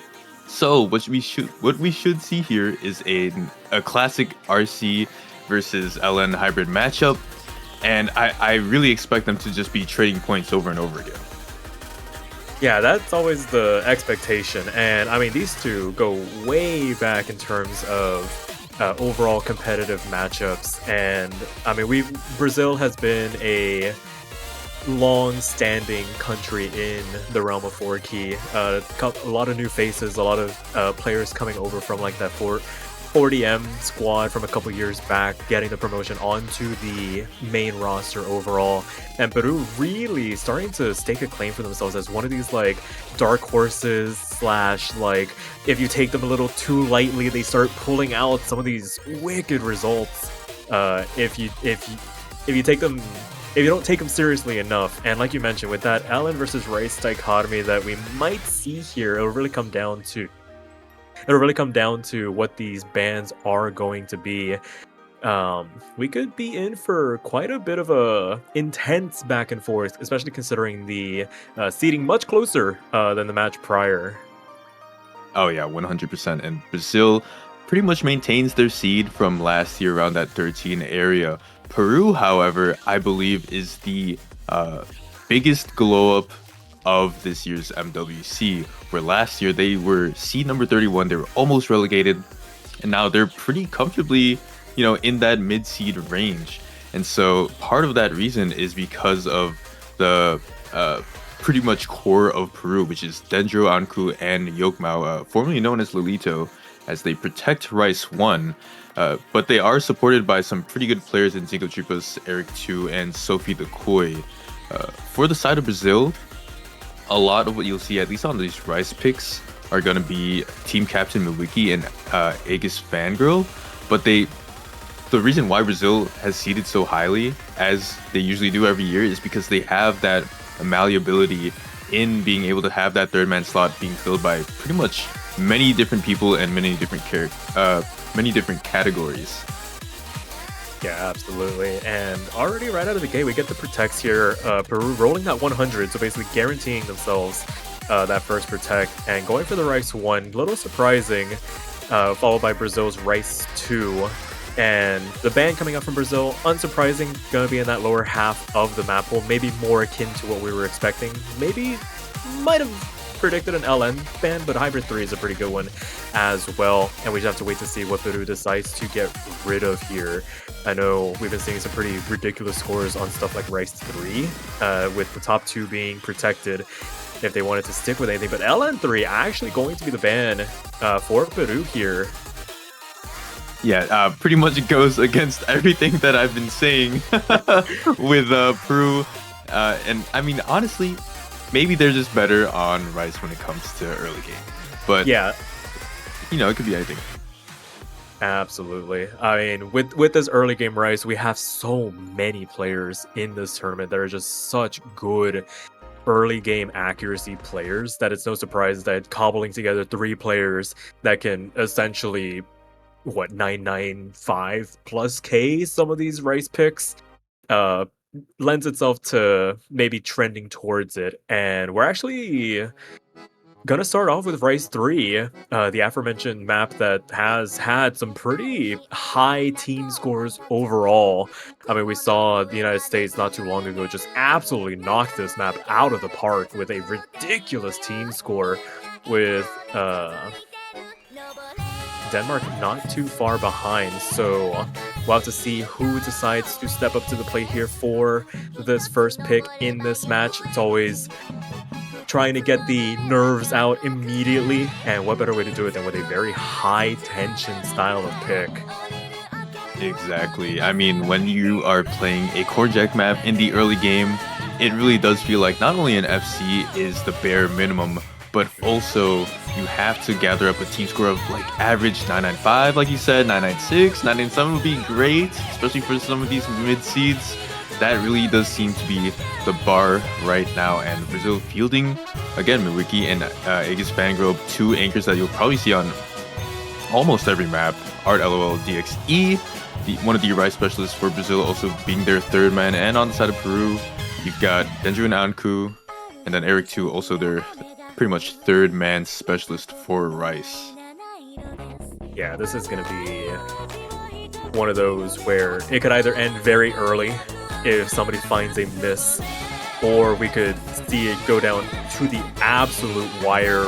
One person getting that inopportune 200 at the wrong time could spell disaster, but looks like everybody's in, everybody's ready relatively quickly. Wait for that 6th slot to load in here, but I don't know about you, Tyne. I'm excited. I've missed seeing 4-key action on the big stage, and we have to wait and see if these guys can deliver something special for us here today. Exactly, and honestly, this weekend has been starting off really hot in general. We really have a tiebreaker, a couple of close matches, and I, like I said, expect this one to be another one. Brazil and Peru fielding their best teams for this core jack pick, and at the moment, it does seem that Brazil does have the earliest bit of a lead, but Miwiki actually missing on complete thin air. Yeah, just one of these opening bursts, catching them for a bit of a ride here. Maybe a potential lag spike. That was a pretty big rush of bad judgments, and I don't see it correcting itself, so it has to be an organic miss. Art finding the next drop for the Brazilians, gonna extend the lead over for the Peruvians at the moment, who all have their full combos intact here. Everybody riding high above that 99.9% mark. Their closest challenger, Aegis Fangirl, on the other side, 99.84 for them, trying to keep things in check, but the early going not looking good for the Brazilians here on Peru's first pick. Yeah, even though some of their misses were relatively clean, for Brazil in a broader sense, it just seems like it's all crumbling down. Not the way you want to start off this match. Granted, it is Peru's pick, however, it kind of leads into the question of how consistent are they in early game picks. I mean, you already have only one FC on what should be an insta FC for most players at the skill level. Peru doing their best, like you said, their accuracy is absolutely stellar for early game Rice. This score at the moment, and let's not even talk about Anku's accuracy, would beat out probably a lot of the top half of the CDs. Yeah, I would imagine some of the higher seeded teams are looking at Peru's current team score at the moment and being like, what the heck is going on? But this is the double-edged sword that you play with when it comes to Core Jack style picks in this tournament. You either have runs like the side of Peru or you have runs like the side of Brazil where it's just those little misses here and there that really do add up. It's 20,000 points going into the last quarter of the map. All three Peruvians still above that 99.95% mark. Igas Fangirl still doing everything in their power to try and keep it close. Art recovering very nicely from their earlier drop, as well as Miwiki, but it could be too little too late. And shame that it happened so early on, because right now, looking at these current accuracies, if we had a 6-way FC run, this could be down to the wire. But at the moment, Peru just overall putting their foot down on this opening pick through these last couple of dense chords and making it through unscathed. It's just going to be a matter of what that 300 count at the end is going to look like, because this is going to be a hell of a team score. Miwiki finding another drop, but it is too little too late. Peru going to convincingly take their first pick in this match to make it 0-1, and 15 300s for Anku, taking the MVP plot. It's 99.99969. Nice. 9. That is way too many nines. You've actually, Anku with that score is probably one of the top performers so far that we've seen, if not the. I'm not too sure on personal statistic leaderboards, but that's got to be up there, as well as the team score in general. Aside from Dendro with that 150, how do you even compete with a average team score of 99 or 998.5 or something like that? I mean, that's ridiculous. Brazil definitely tried their best, but Peru had it in the bag 100%. What a scary start for Brazil. It is their pick, and I want to see if that performance from Peru scared them off from Rice. I mean, historically in the past, they haven't been ones to shy away from LN picks, but with the way the overall pick strategy has been shaping up so far this weekend, everybody seems to have been willing to make me eat my words. It's going to be LN2 here as a response for Brazil. Yeah, we're gonna see the density pick. Usually the safest pick to start off with when you're dipping your toes into the LN pool. We're gonna have to see how Brazil and Peru do on fairly light, streamy density, and it's not too fast either, 185. I think this should be manageable by all of these 6 players. It's just a matter of keeping your combo and general accuracy. Yeah, this one very much, like you mentioned, density seems to be the category most teams will default to when it comes to these early game picks, because of the fact that it's very much 1-4 structuring. You have these longer LN anchors. The timings of the releases aren't the most difficult to read through sometimes. It really just comes down to a matter of concentration at this level, where you start maybe scuffing some releases here and there, dropping some 200s, and when everybody is able to sharpshoot stuff like this, that's when you really do start to run into issues. So Peru, no strangers to LN.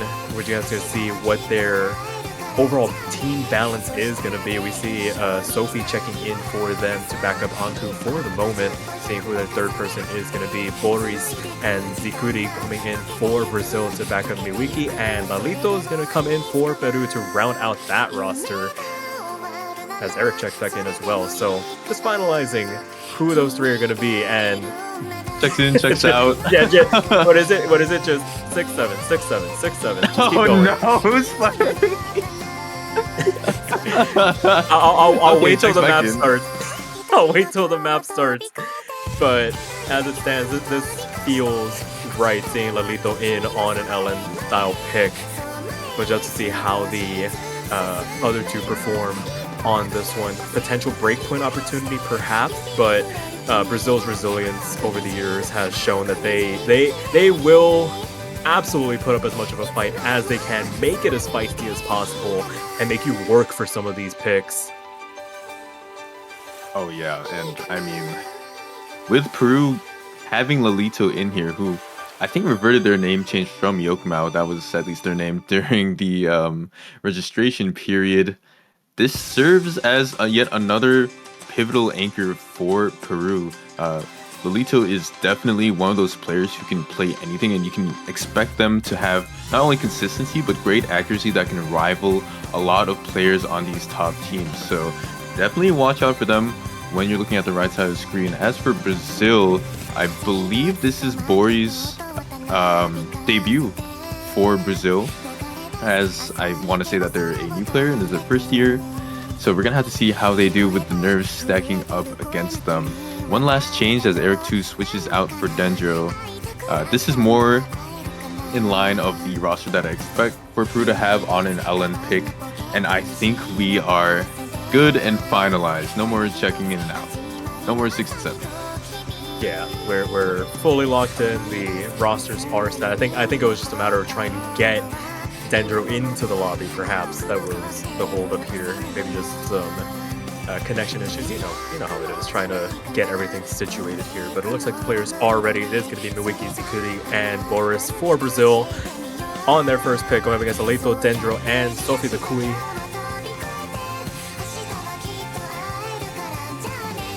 And it seems like they are getting ready to go. As good luck, have funs come out. The golf balls are out in the chat. And yeah, we're going to get a little VTuber action as UE's density pick is the chart. 185 density. So, I mean, Sparky, again, these players shouldn't really have too much trouble. All things considered, even for density, it's pretty light. There is a bit of a ramp up towards that back half of the map, but we haven't really seen anyone in any LN2 picks really have any troubles with this. Yeah, it really just comes down to overall concentration. That release timing, as I mentioned earlier, is like, since it's all just on that like 1/4 base grid, everybody at this level should be relatively comfortable, especially at this BPM. You can kind of start getting away with playing this stuff kind of like Rice on those shorter LNs, but definitely don't want to take your chances. The OD 7.5 does lend itself to some extra wiggle room when it comes to those releases, and so far everybody really taking advantage. Only 2,500 points to the side of Brazil as all 6 FCs make it through that 400 combo cap extremely comfortably. Everybody above, or almost everybody above that 99.7 mark right now is just Sophie and Lolito kind of trailing behind, accounting for a bulk, if not the entirety of this Brazilian lead for the moment, as Dendro kind of tries to keep everything in check, keep that lead from spiraling too far out of control with that 99.85 performance from them, mirroring that of Zikuri on the other side. So with half the map already gone here, Brazil looking good for right now, but definitely need to keep up this pace if they want to try and hold off this Peruvian roster. Exactly. 4,000 points really is not enough of a cushion to sacrifice a miss over to the other side. And I'm looking at boys right now. They are hitting a couple of later 200s when it comes to the releases, as well as Milwaukee struggling a bit. Dendro is really trying the hardest that they can to pump up the accuracy, the efficiency that Peru is currently having with the top accuracy in the lobby at the moment. But Sophie the Kui and Lolito really need to pick up the pace, as well as, again, begin into this back half that I'm talking about. And the density is a lot more, well, not a lot more, but rather a little bit more than the first half, as the key changes and things get a little bit more tense in the song. We see that everyone here is still keeping that FC. Still looks like Brazil is poised to take this point. Yeah, as we take a quick stock of the situation, both Miwiki and Boris back up at that 99.7 mark, starting to extend this lead. There's really nothing that Peru is doing incorrectly here. They've done everything in their part, but I say that Miwiki finding a massive drop there at the end. Wait to see if that was a Bantram, as we saw that little lag spike there, waiting for everything to get situated, but as it stands, not actually correcting itself. So an organic miss coming through from Brazil. Miwiki at the very end of the chart, going to give the breakpoint over to Peru. And that had to have been just a lag spike of epic proportions, or just something happening on the technical side for Miwiki, because 11 drops 11 misses is insane. Yeah, definitely uncharacteristic. Has to have been something there, at least as far as we can speculate on. But unfortunate timing. They were looking incredibly good at the end, making that or recovering some of that accuracy to really extend the lead, and even even the overall script that the refs used got confused there. I thought it was 1-1 Brazil, but no, it is 0-2 Peru. And Peru wasting zero time, going immediately for Rice 2 here to really start piling on the pressure. Oh man, yeah, Peru, this is your most opportune moment to strike. I said this would be a close one, but when you take a break point like that, you have to try to run away with it as quickly as possible. I mean, when Mawiki missed at the end of that map, it was kind of like a please say psych moment where you were hoping that it was a bounty miss, and I mean, it just wasn't, and such an unfortunate circumstance for Brazil, but they got to do their best to pick their heads back up and get back into the match. Again, Peru is picking into Rice, so the script, at least in my eyes, is flipped with Peru yet again going for Rice, but I really do think that Brazil has that roster that can rival Peru when it comes to a map like this with early game jump stream. I'm taking a look right now at the Peru Rice 1 qualifiers and why they did so poorly, because they placed 20th, which was way below Brazil's, or I'm sorry, they placed 29th on the Rice 1 qualifier, the accuracy qualifier, way below Brazil's 12th, and that was due to a couple chokes on both the runs for Peru. So maybe they're a bit underrepresented when it comes to Rice, but I mean, Brazil should still, you know, on paper, be matching them by a decent amount. Yeah, absolutely. This is one of those volatile picks where, similar to Rice 3, you can have one of those kinds of runs where it's just those little nitpicks here and there, one drop here, 50 there, a couple of 200s there, and it just blows the entire run out of proportion to the other team. Or all three of you guys just lock in at the same time and just pull off a performance of a lifetime. So I feel like that's going to be the name of the game for this match as it stands. Just overall composure, needing to be in check, not falling to the pitfalls of those late game chokes or those early map misses where, I mean, we've seen it already where I don't want to say a commanding lead, but a overall convincing lead. Brazil definitely had it on that previous pick, so they do have it within themselves to keep themselves ahead for now. And if you're looking at this match and you see 20 versus 13, you would imagine it's like, oh, Peru's probably the higher seed. No, I mean, they're very much punching above their weight right now. Like you said, just maybe a little underrepresented on that on the accuracy side when it came to the qualifiers, but definitely not ones to be taken lightly, at least so far, as we get this third map underway. Lalito, Eric, Anku coming in for the Peruvians, and Art and Igus Fangirl coming back in to back up Ziguri for right now as we get this one started. 225 BPM jump stream starting off relatively quickly here, and everybody off to a fabulous start for the moment. Brazil actually picking up the advantage for the moment. 1,000 points to the good. Not one to rest on your laurels, but definitely taking heart when taking into consideration that LN2 performance from earlier.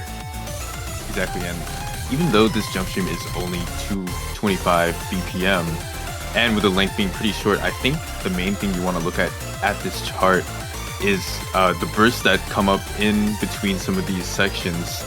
Sometimes they can be really, really intrusive to the point where you might be able to choke it, as well as the jump stream in general is pretty dense, and also the patterning does include a lot of one-hand trills, so definitely something to watch out for, especially in the back half. But Brazil, once again, up to about a 4,000 or 5,000 lead, just like we saw in LN. It's just a matter of can they hold it this time.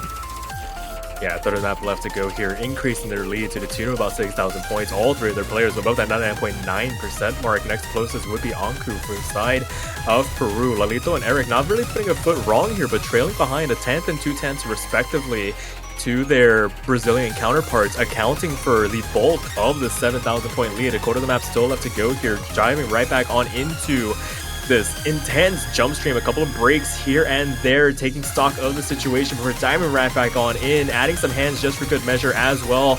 And nobody getting caught out for the moment. All 6 FCs still left on the board. A couple of notes coming out from the side of Peru. Going to help extend this lead for the Brazilians. Is it going to be a breakpoint getting given back to the Brazilians? Last couple of notes rain down, and it is going to be Brazil taking back that breakpoint they gave on over, making it 1-2 here.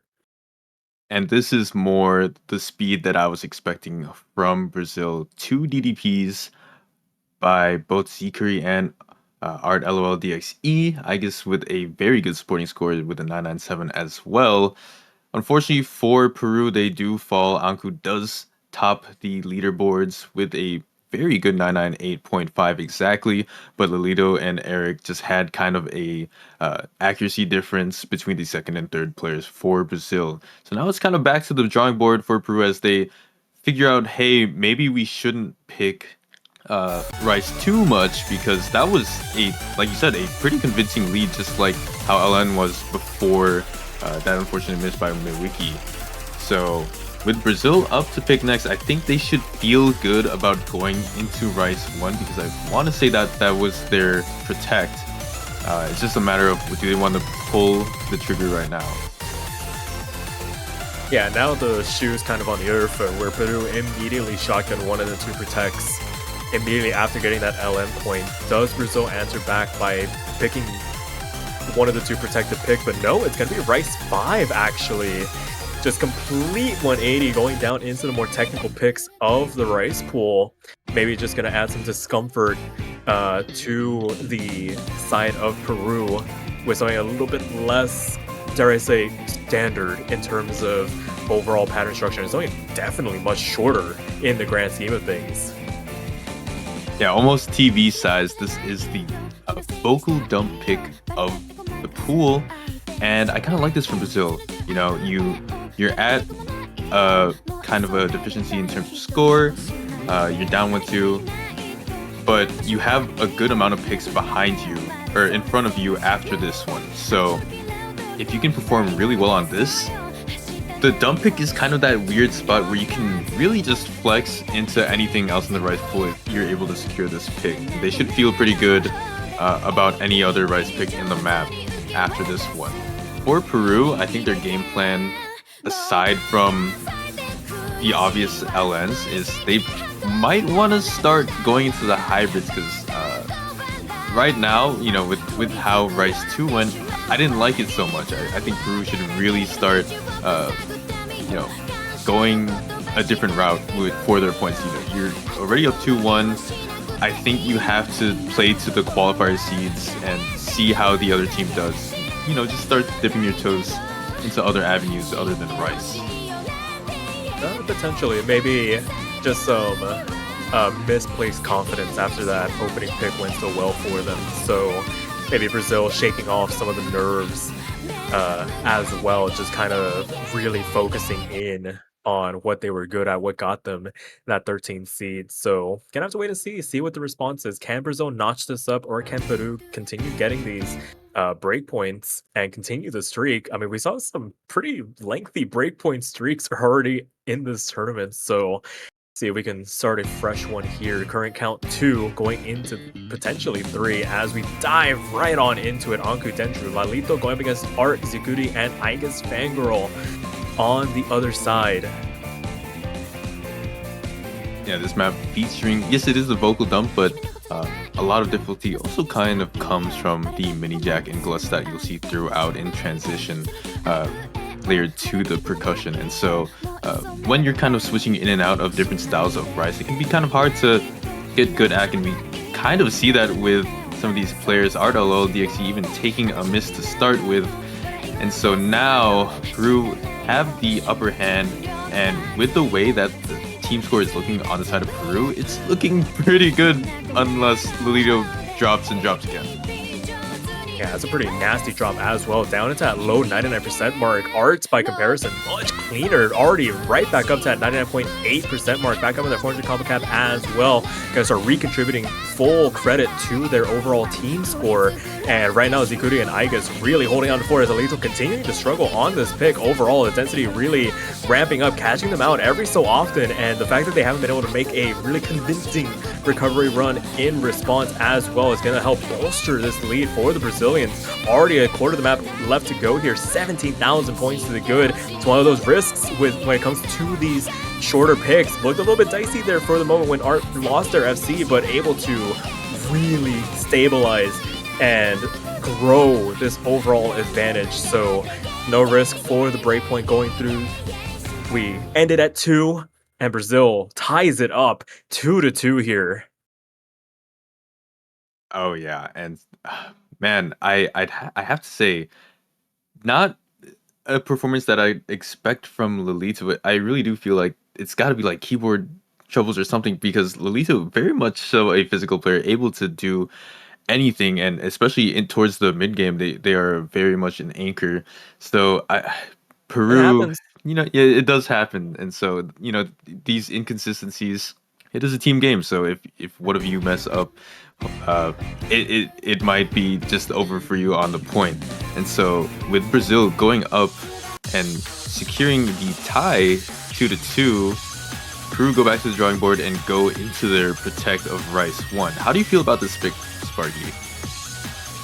I mean, given the 300 counts from Rice 2, I'm not super convinced on this pick, actually.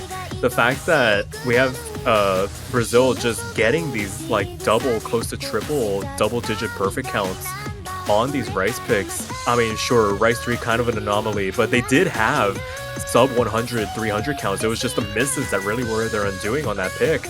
And they managed to clean it up for Rice 2, got that point, and now Peru potentially opening themselves up to a breakpoint opportunity. I stand to be convinced by Peru. We both know historically this roster can put out some pretty nice performances overall, but you just gotta have to wait and see. A little bit longer, a little bit more chance for recovery if needed. 2 minutes 20 is definitely feels like a lifetime when you add those 40 seconds back on in comparison to something like Rice 5 there. So we'll see Anku, Dendro, and Eric this time around for Peru. See if bringing in Eric this time around can maybe help stabilize the performance overall. Because right now, Art, Aigus, and Zikuri really building up some momentum here when it comes to these Rice performances. Exactly. I feel like Brazil as a whole, what they've shown us so far is that they can put out some pretty good team scores in general. But watch out for Peru on a pick like this, because Anku and Dendro, I feel, are a little bit stronger in terms of scoring power and accuracy on maps like these. As we saw in the last map, Rice 5, Dendro and Anku actually were the top 2 scorers compared to anyone on Brazil. So as long as Eric can really provide a good supporting score, as they have done so in the past, it might actually be a Peru victory. And with Z Curry and their unfortunate drop, it looks like Peru's going to take a very early lead. Yeah, thankfully it was well before that 400 combo cap got reached, so room for recovery potentially, but down into that 98% range. It was a pretty nasty string of drops that they found on their end, so gonna be a bit rough going for the moment, but the only way up the hill is to start climbing, and Brazil looking to try and chip away at that Peruvian lead now. 14,000 points for them, and this is more akin to what we've come to expect from this Peruvian roster. All 3 players above that 99.8% mark, and like I said, I could stand to be proven wrong when it came to my doubts, and so far they have been doing everything in their power to prove me incorrect. This is turning out to be an incredible pick for them so far. Very balanced, as you mentioned. Anku and Dendro really showing out for the moment. Aigus, Fangirl, and Art trying to do everything that they can to try and hold this lead steady, but that 14,000 points is really coming off that third player for the moment. Half the map still left to go. Anything can still happen, but so far Peru looking really good at the moment. Yeah, as we're in this break section, we can kind of slow down and see what's up with all of these players. And Eric is lagging behind, but with Z Curry's drops through and throughout at the start of this map, Peru just does have that big lead. And with Dendro and Anku actually performing like this, it's enough of a gap to where they can afford something to happen to them in the last fourth of the map. I don't think it'll happen, seeing how comfortable they are. But I mean, you gotta talk about Eric. Such a good supporting scorer. You know, they're looking to hit that 990, and that's just enough for Peru to take it. But they do miss. They do miss. It is the map left to go. Down. Zikuri's been doing the yeoman's work on the side of Brazil. 3,000 points now. They do have the supporting scorer. They have the accuracy as well. Is there enough time? There isn't. Last couple of notes rain down. 2,100 points, the margin of victory, and Peru get away with one there at the very end. They needed that score from Anku and Dendro. That 68,300 performance, 998k for the MVP to secure themselves that point. Oh god, that got dicey there at the end. Yeah, as I was talking about Eric, my jaw dropped and my eyes popped out of my sockets as Eric had that drop and a couple 200s go with it. But thankfully, Peru stave off Brazil for yet another point. You know, bit of a forehead wipe as the sweat drips down, but Anku and Dendro once again showing that they are them as they top the leaderboards yet again. So that early game Rice proficiency really shining through for Peru at the moment. And Brazil up next to pick. They tried on LN2, and I don't know if they want to try on LN1. Yeah, they did. Yeah. I mean, it's so hard in this match. Like, there isn't a clear cut like defining line of where these two teams have like really established themselves on. There have been points in this match that have felt earned, like absolutely earned, and there have been points in this match that have absolutely felt thrown away. So who wants to roll the dice? Who wants to go back into the LMs? Who wants to go back into those hybrids? We haven't even talked about the hybrids so far in this match, but honestly, I wouldn't be against a Brazilian LN1 given how LN2 went. It was that point was more misfortune. Yeah, that wasn't. Oh, it's gonna be Rice 4. Okay, we can put away the speculation. They're going to continue with the Rice picks. We had the aberration. It was a glitch in the system that LN2 even got picked. It looks like these two just want to duke it out on Rice, figure it out, and exhaust all those picks by the looks of it before even thinking about going back down to the lower half of the pool. And I love what you're saying, where some picks, you know, they felt earned, and some of the other picks were really just the will of the wind and how some, you know, the third man felt on that map. I've got to say, I do agree with your statement that, you know, Brazil and Peru don't seem too established in their identity in this match at the moment, but hopefully they can find that as this set goes on. And I think they kind of do have to, as you know, they're trying to whittle down the Rice pool. If this ends up being a 3-3 match, it really is just who is feeling it on the LNs/hybrids. And like I said, you know, Peru pretty good on LNs, but Brazil really did shock me with their 5,000 point lead on LN2 before that unfortunate wiki drop. And yeah, I mean, as we seem to get into a timeout, I don't know, what are your predictions for this match for this map, because this is probably one of the most physically taxing. Do you think Anku's still going to top score? Do you think that Brazil's cohesive unit and being able to have more consistent scores on Rice overall mean that they're going to take this point? Yeah, it's way too close to call, but I'm willing to go to bat that it's going to be a consistent team score. The accuracy for Brazil maybe won't be like at 99.9 that we've been seeing on some of these picks, maybe like a 3-way 99.7-ish realm, and just like one or two drops here or there. I mean, we speak of these players as though they are machines. No, they are human. They are capable of making mistakes, and we have seen some blemishes on the performances. It's just so hard to call with who is going to be the one finding those drops. And I dare not try to single out anybody for misses of all things, but it'll be interesting to see who holds their nerves. It feels historically whenever we have tech picks like this with Terminal 11, you see the mapper named Pizza 69, you know that they're able to cook up some really devastatingly tricky patterns in some of their maps, and it's just gonna be who has the stronger metal. Like, these are teams that have had new players come in, some lesser experienced players. These aren't the stalwart, like, household names that we've seen in the past. These are players trying to really like prove a name for themselves, become the next generation of like those players that we've come to know and love from years past. So this could be a really defining pick. This could be match point for Peru, or Brazil just makes this a bona fide best of 3. And me personally, I would love to see a bona fide best of 3. Love nothing more than a close match. So hopefully Brazil can put up a good team score that we've seen so far. But also on the side of Peru, I'd love to see Lolito's usual demeanor in match. We didn't see that in the last pick that they played in, but now that they're warmed up, now that they're ready, I have a lot of confidence in them for this pick. And Anku's been such a shining beacon for Peru as well. Eric too, just being a good third position player. So very exciting pick coming up for this.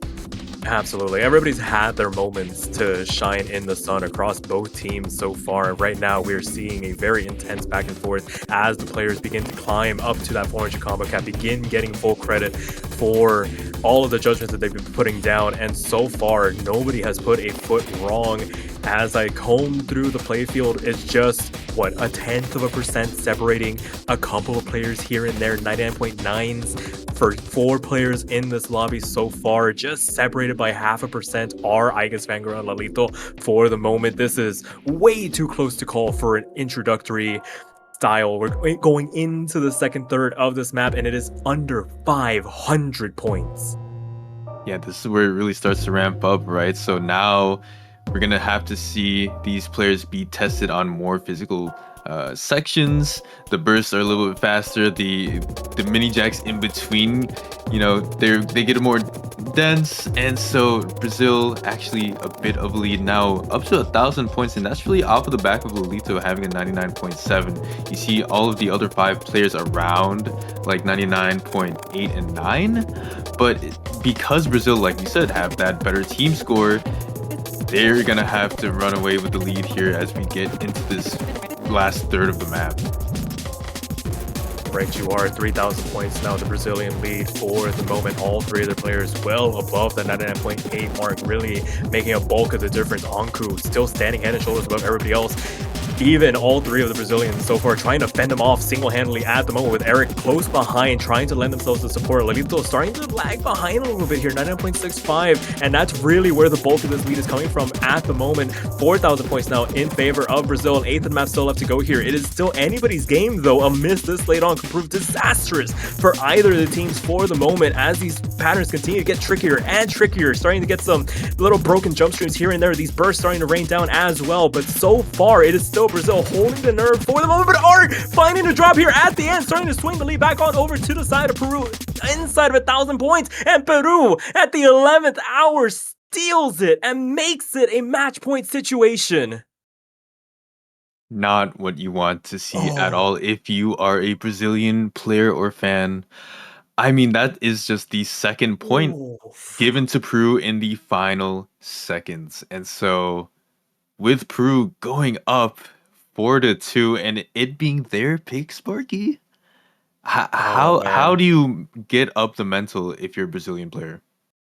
I mean, they've been this team knows how to put on a show. They put their supporters through the worst of heart attacks at times and find it within themselves when they are down and out to find a response to bring themselves back into matches. It is 2-4 in favor of Peru, upset on the cards, with Peru up to pick, the worst kind of situation to find yourself in.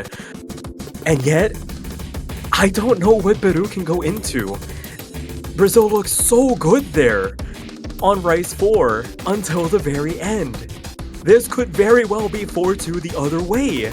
LN2 Rice 4. No, yeah, I totally agree with you. What do they go into? It seems like the choice for them is going to be Hybrid 1, so we're gonna dip into a more LN density centric pick with like streamy bursts. But at the end of the day, you look at the density portion that we saw in LN2, and Brazil overall really good, in fact better than Peru in terms of accuracy, and that's a lot of the difficulty on this map. And you also look at the streamier bursts in this map, and you think of the map that we just saw, Cold Storage, or even Kansaite, and you think of how Brazil is such a rock solid team when it comes to consistency there. And so when you combine, you know, aspects of these past two maps that they've played, it really does look like, you know, this might not have been the choice for Peru, but maybe it was the only choice that they could go for, because like you said, I didn't see them going into Rice 6 at all, especially not after Cold Storage. Right. And I mean, LN2 as well, how that went, do you feel confident into going into a coordination pick if you're Peru? I don't know. So yeah, Hybrid 1 is going to be the pick. And as we see boys come in again for Brazil, Maruki Z Curry, we also see Dendro come in for the hybrid pick, and Eric T staying as well. Yeah, for the moment, maybe not wanting to bring, I think Sophie played LN2 for Peru, so maybe the Rice density, the Rice aspects of this chart, maybe being more tuned to Eric, and they can kind of tank their way through the LNs without taking too much damage. Because this is one of the longer maps we have seen in a hot minute, close to 3 minutes here on the clock. And with maps like this, you have those roads to recover, and we have seen some valiant comebacks here already. Players just bringing themselves back into the equation after we think, like, we see those like 98, 97s quickly become 99.5s, 99.6s, and next thing you know, they started to become a threat to the overall team score. And we see Lalito check out. Sophie is actually going to come in to round out this roster, so I mean, it could be one of those where maybe Peru is biting the bullet a little bit, maybe trying to pinch the options Brazil has as sort of like a defensive measure, or maybe this is one of the last remaining picks that they have where they can swing like a really consistent team score on before bringing Brazil back into the fold. Because you kind of play that tug of war in terms of decision making of like how much do we give the other team in terms of their comfort so we can play our comfort. But we'll just have to wait and see what the answer to that is going to be. We are loaded in. Boris, Miwiki, Zikuri for Brazil, looking to try and keep their winners bracket run alive. Going up against Eric, Dendro, and Sophie the Kui, looking to try and pull off the upset here to make it to the round of 16 inside that winners bracket. All to play for here.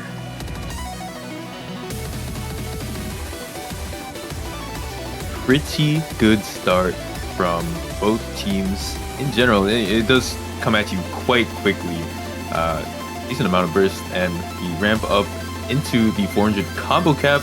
You're gonna see a lot more of these streams, but now we get into a more flammy section for quite a bit, and Brazil does have a decent amount of a lead for the third man battle currently. Boris versus Sophie Decoy does seem to be pretty tied up, but on the upper end of things, Brazil just beats out Peru by a little bit. Miwiki and Zikuri very close, and so is Dendro, but with Eric slacking behind just a little bit, that leads into Brazil having about 1,000 points of a cushion. Yeah, this is separated by hundreds of a point in terms of accuracy across all 6 players. The tug of war with the leaderboard going into the second quarter of the map. Just now, Brazil starting to eke out a tiny bit of the advantage as the LN density begins to ramp up a little bit. Strings the 300s raining down on the side of Peru, but it quickly recovered here, answered back as Brazil trades back some of those 200s as well. All 6 FCs still left on the board, by the way, as we make our way into the second third of the map. It is still this ongoing tug of war between the leaderboard. As things stand, it is inside of 1,000 points. Either way, it's too close to call with half the map still left to go here. Exactly, big Rice section here, and a couple of bursts to go with it. Ellenber's coming through, and as that comes in, immediately Brazil secures a decent amount of points. However, it's still on the side of Peru. It actually seems like it's just straight flipping back and forth. Boris and Ricky down at 99.7. Topic Koi trying to keep up with the rest of the team.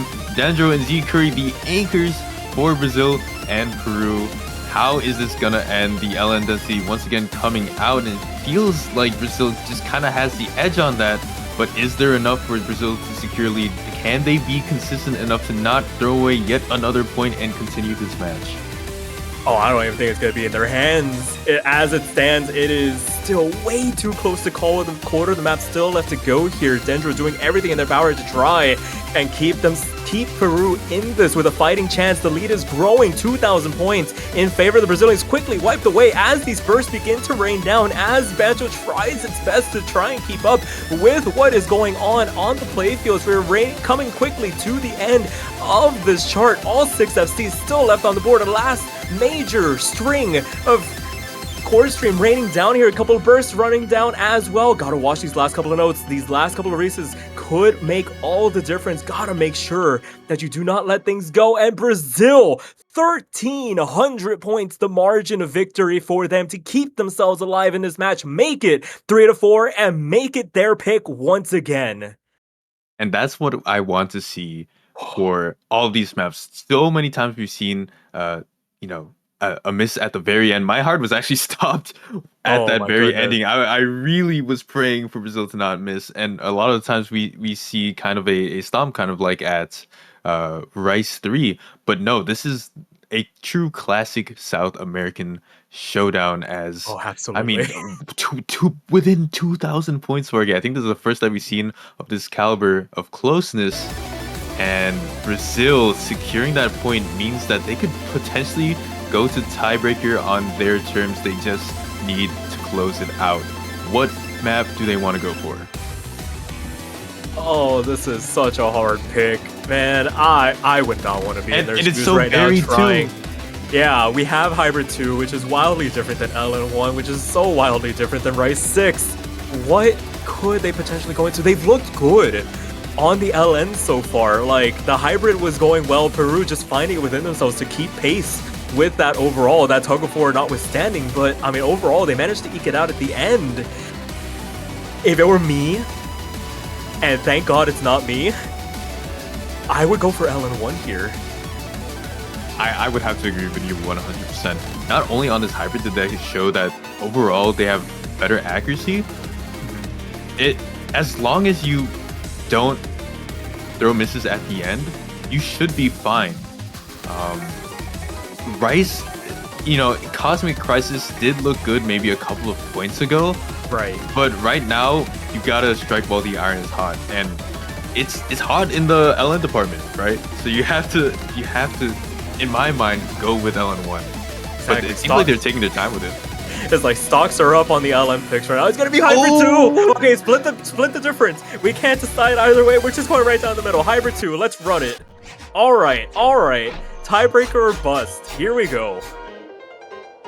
This is such an insane pick. Do I think it will work out? I don't know. I really do think it is up to it feels like a 50-50 at this point. Both teams have shown the highest of highs and the lowest of lows. So, I mean, this one should be crazy nonetheless. I mean, it's the quintessential essence of tournament play. It's that putting aside the what ifs. What if that miss didn't happen on LN2? What if those misses on Rice 3 didn't happen for Brazil? This match would be over already. But again, I said it earlier, their resilience, their ability to just get it together when it matters most. It's going to be the same three, Boris, Miwiki, Zikuri, and the same three for Peru, Eric, Dendro, and Sophie. Nobody in this lobby of 6 players has put a foot wrong going into that last pick. Like, it's just a matter of putting your best foot forward at the time when you are asked, and in a vacuum, you don't have the luxury of restarting, being able to snipe the best score that you possibly can. This is where it matters most, and Oh my goodness. We speak to the Brazilian mental. Imagine Peru in this situation. It's like, oh, this match could be over already. But, I mean, what if? Exactly. What if? And I mean, like you said, Peru, they've got to be feeling something right now. They had a chance to close it out, and as C20 versus C13, the nerves could have got to them. But for this, they once again run it back on a hybrid pick. Too.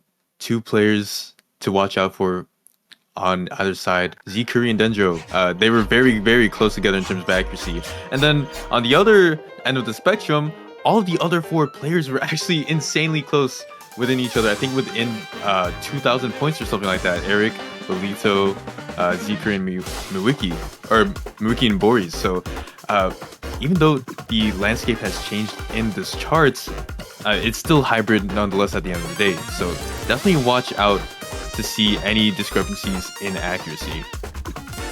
Absolutely big adjustment for the Peruvians. Lolito checking in as that third player for this pick in particular. And Miwiki finding the first major drop for the side of Brazil, going to spot Peru about 5,000 points of an advantage, already past that 400 combo cap, so that one does do quite a bit more damage than if it were earlier on in the chart. But this map is about 3 minutes long, so we've seen it happen before, just bringing themselves back into the equation late on. But Bori's gonna fall as well. 2 FCs now down for the Brazilians, all 3 left on the board for Peru, nobody answering it back, and the lead doubles. 11,000 points now for the Peruvians going into the second third of the map. Yeah, Brazil really not faring well with this Jackie coordination. It is really tough. I mean, the part where Miwiki dropped, when I was looking over that map, I was like, yeah, a lot of people could drop on that, and Denjo actually dropping right before the break as well. So all of the players on Peru, about 99.7, they do have more FCs to their name, but at a standstill, it looks like average accuracy looks to be a little bit better for Brazil. Miwiki drops yet again. That is not what Brazil needs. It's still salvageable, especially with Lolito dropping. Sparky, it's getting close. Eric 2 and Zikuri, the only FCs left on the board. 1/2 left of a map to go. I'm getting scared, Daida. Zikuri versus Eric, and right now, Eric! No! All 3 FCs now gone for Peru going into the last third of the map. Zikuri stands alone for the Brazilians, the only FC left in the lobby, highest accuracy as well, doing everything in their power to get this 2 tiebreaker. Miwiki falls. We're back to a tug of war. Peru starting to pull this lead back on over to their side. 2,000 points.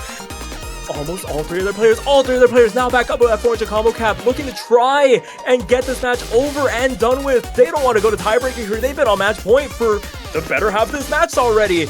It's an 1/8 of the map still left to go here. It is still Zikuri doing everything they can. Only FC left in the lobby. Once again, 3,000 points still in favor of Peru as these last couple of structures begin to rain down. This is crunch time. Last couple of bursts raining down.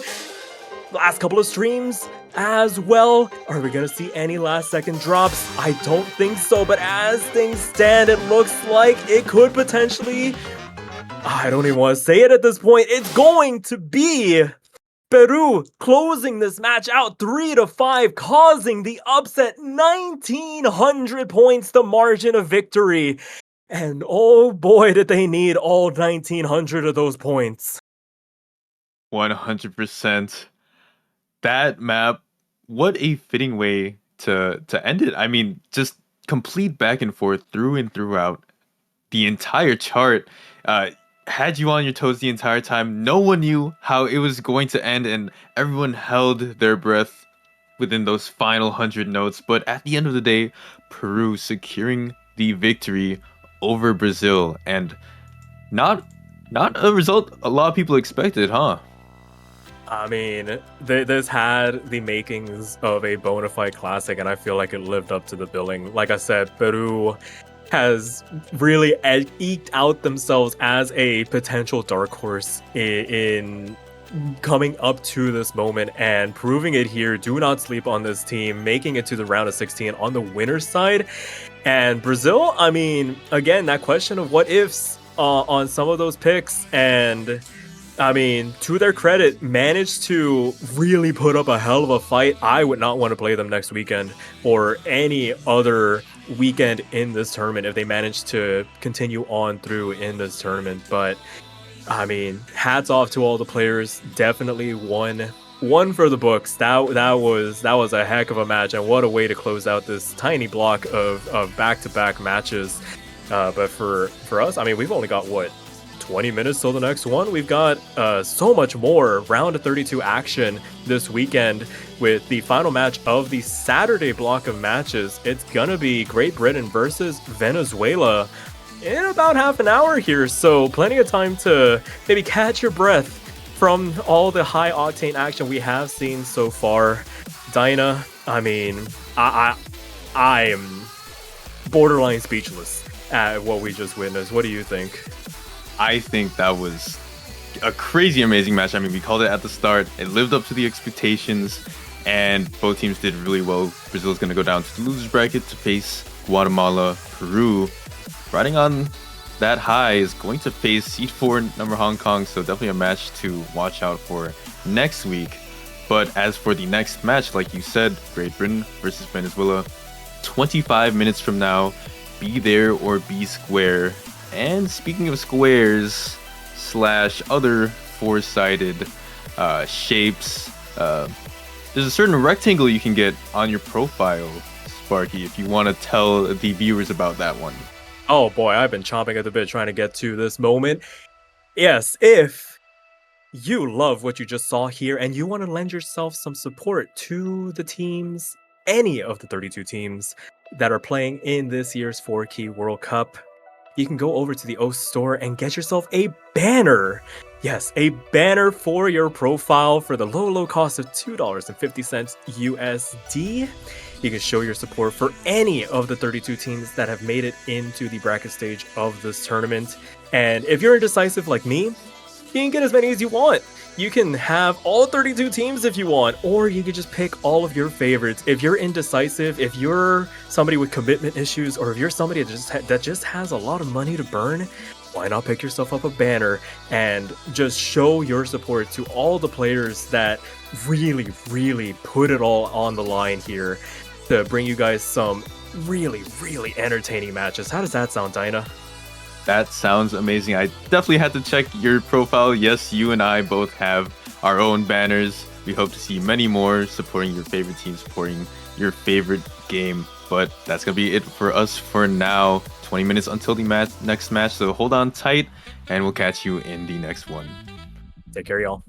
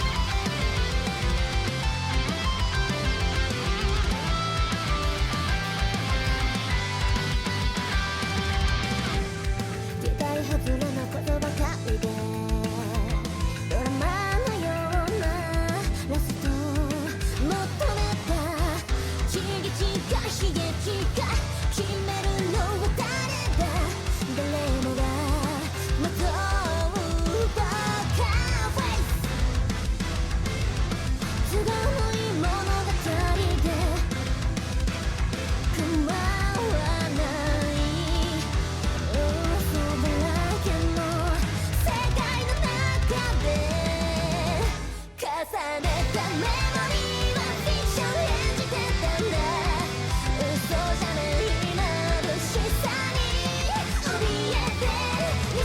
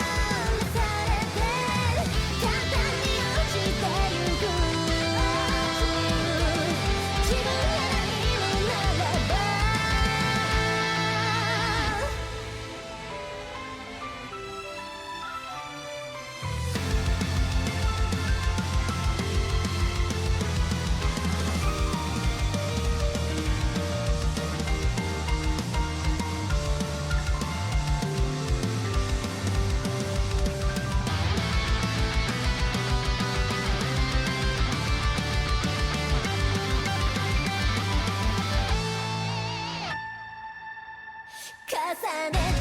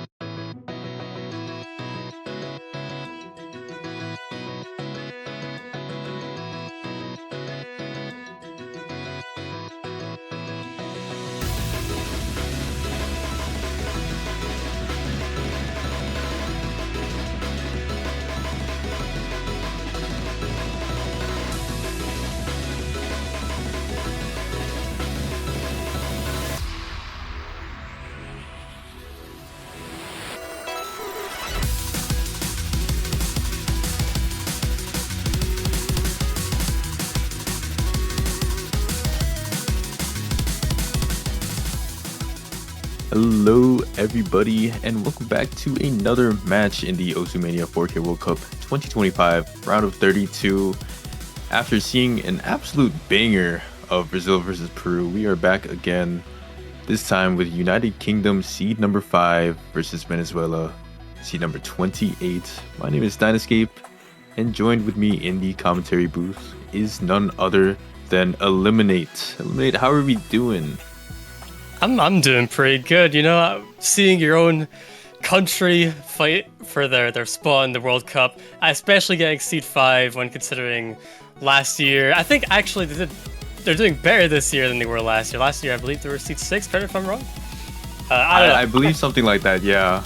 Yeah, I played it and I've still forgot, so what does that say? But yeah, seed 5 this year versus Venezuela, 28. Hopefully it's not just going to be a sweep like we've seen in other matches, because that's what the seeding suggests. But Venezuela, I'm just gonna outright say it, UK aren't undefeatable, right? They're known for being really good at their rice, but over the past few years maybe not so good in the LN side of things.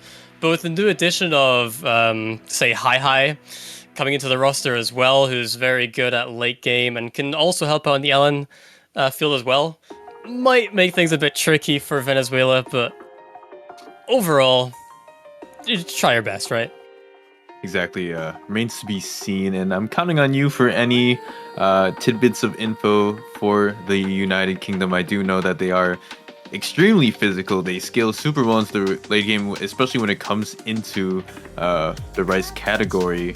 But for now, we're in the accuracy side of things, and you know, United Kingdom has always been quite good at that. Again, especially when it comes to rice, but Venezuela has a couple of avenues to attack the United Kingdom.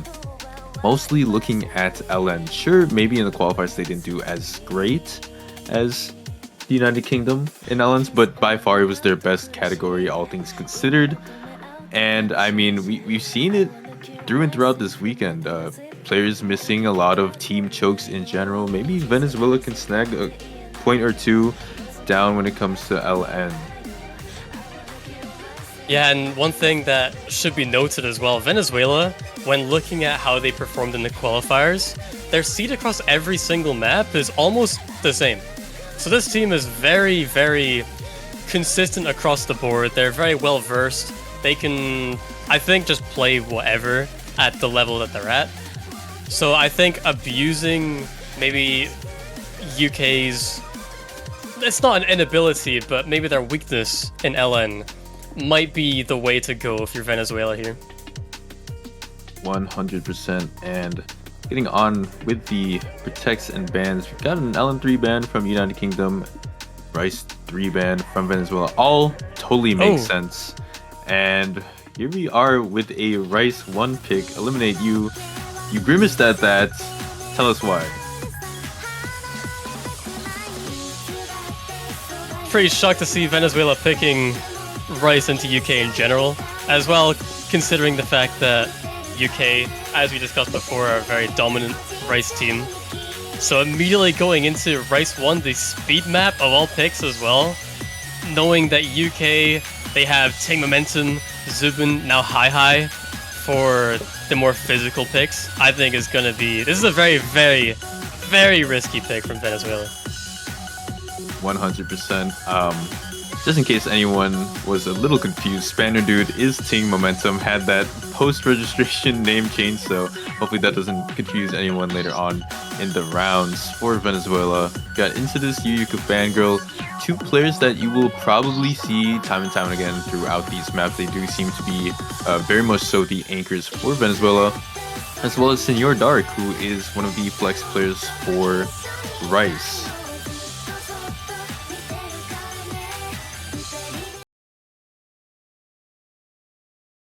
Obviously, if this is their first pick, you'd hope this is their most confident one at that. But I guess we'll just have to see. Coming out the gate, Rice 1, our speed map, and I did mention Hi, but we actually have Newson taking the 3rd spot instead. Which Newson should be the hybrid / LN player for this team, so definitely interesting, but don't get me wrong, Newson does have very good ratio, and I know he's been grinding a lot more Rice accuracy as of recently. So I guess now is the time to show that off. Oh, 100%. Senior Dark with a miss in the first couple of notes. Not the worst place to miss, but still bad nonetheless for Venezuela, as they have an 8,000 point deficit over the side of United Kingdom. You talked about this team a little bit, with the makeup of Ping, Zubin, and Yusin. Honestly, I feel like United Kingdom is kind of one of those teams where they can flex a lot of different people into the right slot. I mean, yeah, Yusin's in here, but Hai also you're gonna see a lot in terms of Rice. And for now, Yusin is actually the top scorer in the lobby in terms of Rice accuracy, so maybe that training paying off, like you were saying. Venezuela, though, still... Oh yeah, not the triple FC. Dark did find that miss at the very start, but we'll just say, for talking's sake, that all players in this lobby are FCing. I don't actually know. Now looking at it from this perspective, Venezuela holding on to that triple FC maybe was a comfortable pick for them, but you have to understand your opponents. And I guess they were assuming maybe this would be a very chokeable pick for UK, which I could see that being possible. But round of 32 shouldn't really be a problem for a team of their caliber. But Venezuela putting up a pretty damn good fight right now. Pretty good. I mean, yeah, like you said, they are pretty comfortable, and maybe that's a reason why they were led into this pick. But on the other hand, with Senior Dark dropping yet again, you do have to understand your opponent. I feel like that's always the first step. You do have to scout out the team, know the other team inside and out. And I mean, the first thing you think of when you think of the United Kingdom in the past recent years is Rice dominancy. And unfortunately for Venezuela, they didn't have the right idea in mind and suffer from it. United Kingdom taking this first breakpoint up 1-0. 2992 team score, triple V1SS coming out from the UK. Very, very impressive scores from this. I mean, just a very impressive team score all around. This is definitely going to be one of the top scorers that we see in this round on Rice 1. Venezuela, Yuko Fangirl, 6-200s, also very commendable, 987k. But what's wild to me right here is that Spanner did a Ting Momentum had the lowest score in the UK at 996. I think that's a telltale sign that Venezuela... I think Venezuela are gonna need to pick Alan as their next pick. And I wouldn't be surprised to see UK maybe pick like a Race 4. I think Race 4 is very technical, it's very chokeable, it's very difficult, it's very physical. And this just seems like a good map for UK. Exactly, gotta go with the more physical side of things when you're testing out a bottom seed team. I mean, that's usually what happens, is that they fall off in terms of physicality way earlier than other teams. And so, I mean... Rice 5? Rice 5. Not the Rice 4 that we were thinking, but still nonetheless a very physical pick and not straightforward in the sense of Rice 1 that we just saw. So the local dump pick is going to be the choice, and I don't really foresee United Kingdom making any swaps. Maybe Newson for Hai, but it doesn't look like they're coming out anytime soon. And as for Venezuela, insists Yuko Fangirl and Senior Dark seem to be standstill and keeping their place in the roster for this chart. And coming into Race 5, right after Race 1 as well, it just feels natural for the UK, right? This is... Both Race 1 Race 5 are very somewhat speed-oriented picks, so with such a dominant performance on Race 1, Race 5 does start to make a lot more sense. And then for Venezuela...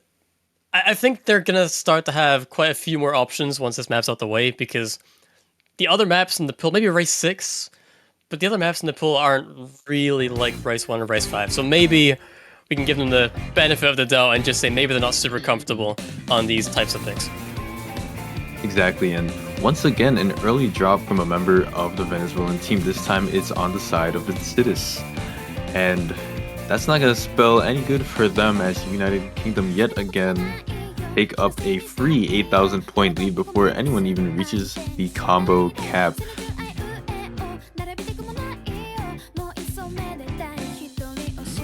I mean, so it's still early days. Sir Dark and Yuko Fangirl holding on pretty good. Sir Dark with the 99.8, You go falling by with 99.7. Comparing it to the UK, though, when you have all 3 players managing above the 99.9, Sir Dark is the first one to find that miss. It's going to give quite a comfortable lead to the UK. But we're still yet to get to the key eye of the map. Yeah, here we go into the chorus, and once again, this is a short map, 1 minute 45, and already past the halfway point. Definitely the density seems to have been upped from previous sections, and you kind of see that there's a lot of mini jacks and gluts in this section to go with the percussion, while you still have the vocal dump around it. And it seems like everyone on the United Kingdom is so comfortable on this pick. Senor Dark, not so much so as he dropped it yet again. Yeah, extra miss is not going to pay dividends. With only maybe 10 seconds left of the map to go, UK looking to take it by 50,000 point lead. Sir Dark, another miss. Is it Sir Dark or Senior Dark? Do you actually know? I want to say it's like Senor Dark, I think, but I don't know. I look at names at face value, alright? That's true. I think I'll just say Sir Dark until corrected. Oh my, another triple V1 double S from the UK here, though. Yeah, again, DVPs lowest across the board. score. Lowest score in the UK is 996. How is that the lowest score? It's tough to beat. I mean, United Kingdom, obviously one of the highest placers in most of the Rice maps for the qualifiers, and it kind of shows here. I mean, with a 997-ish average that they've been doing for these last 2 Rice maps, it's made Venezuela immediately rethink their plan, and so they finally ventured down into the long note section, going with LN2. I do like this pick. I do think this is Venezuela's best pick right now, currently. Maybe LN1 if they're feeling more releases, but I think with LN2 being more, I guess, simpler patterns, it makes it so...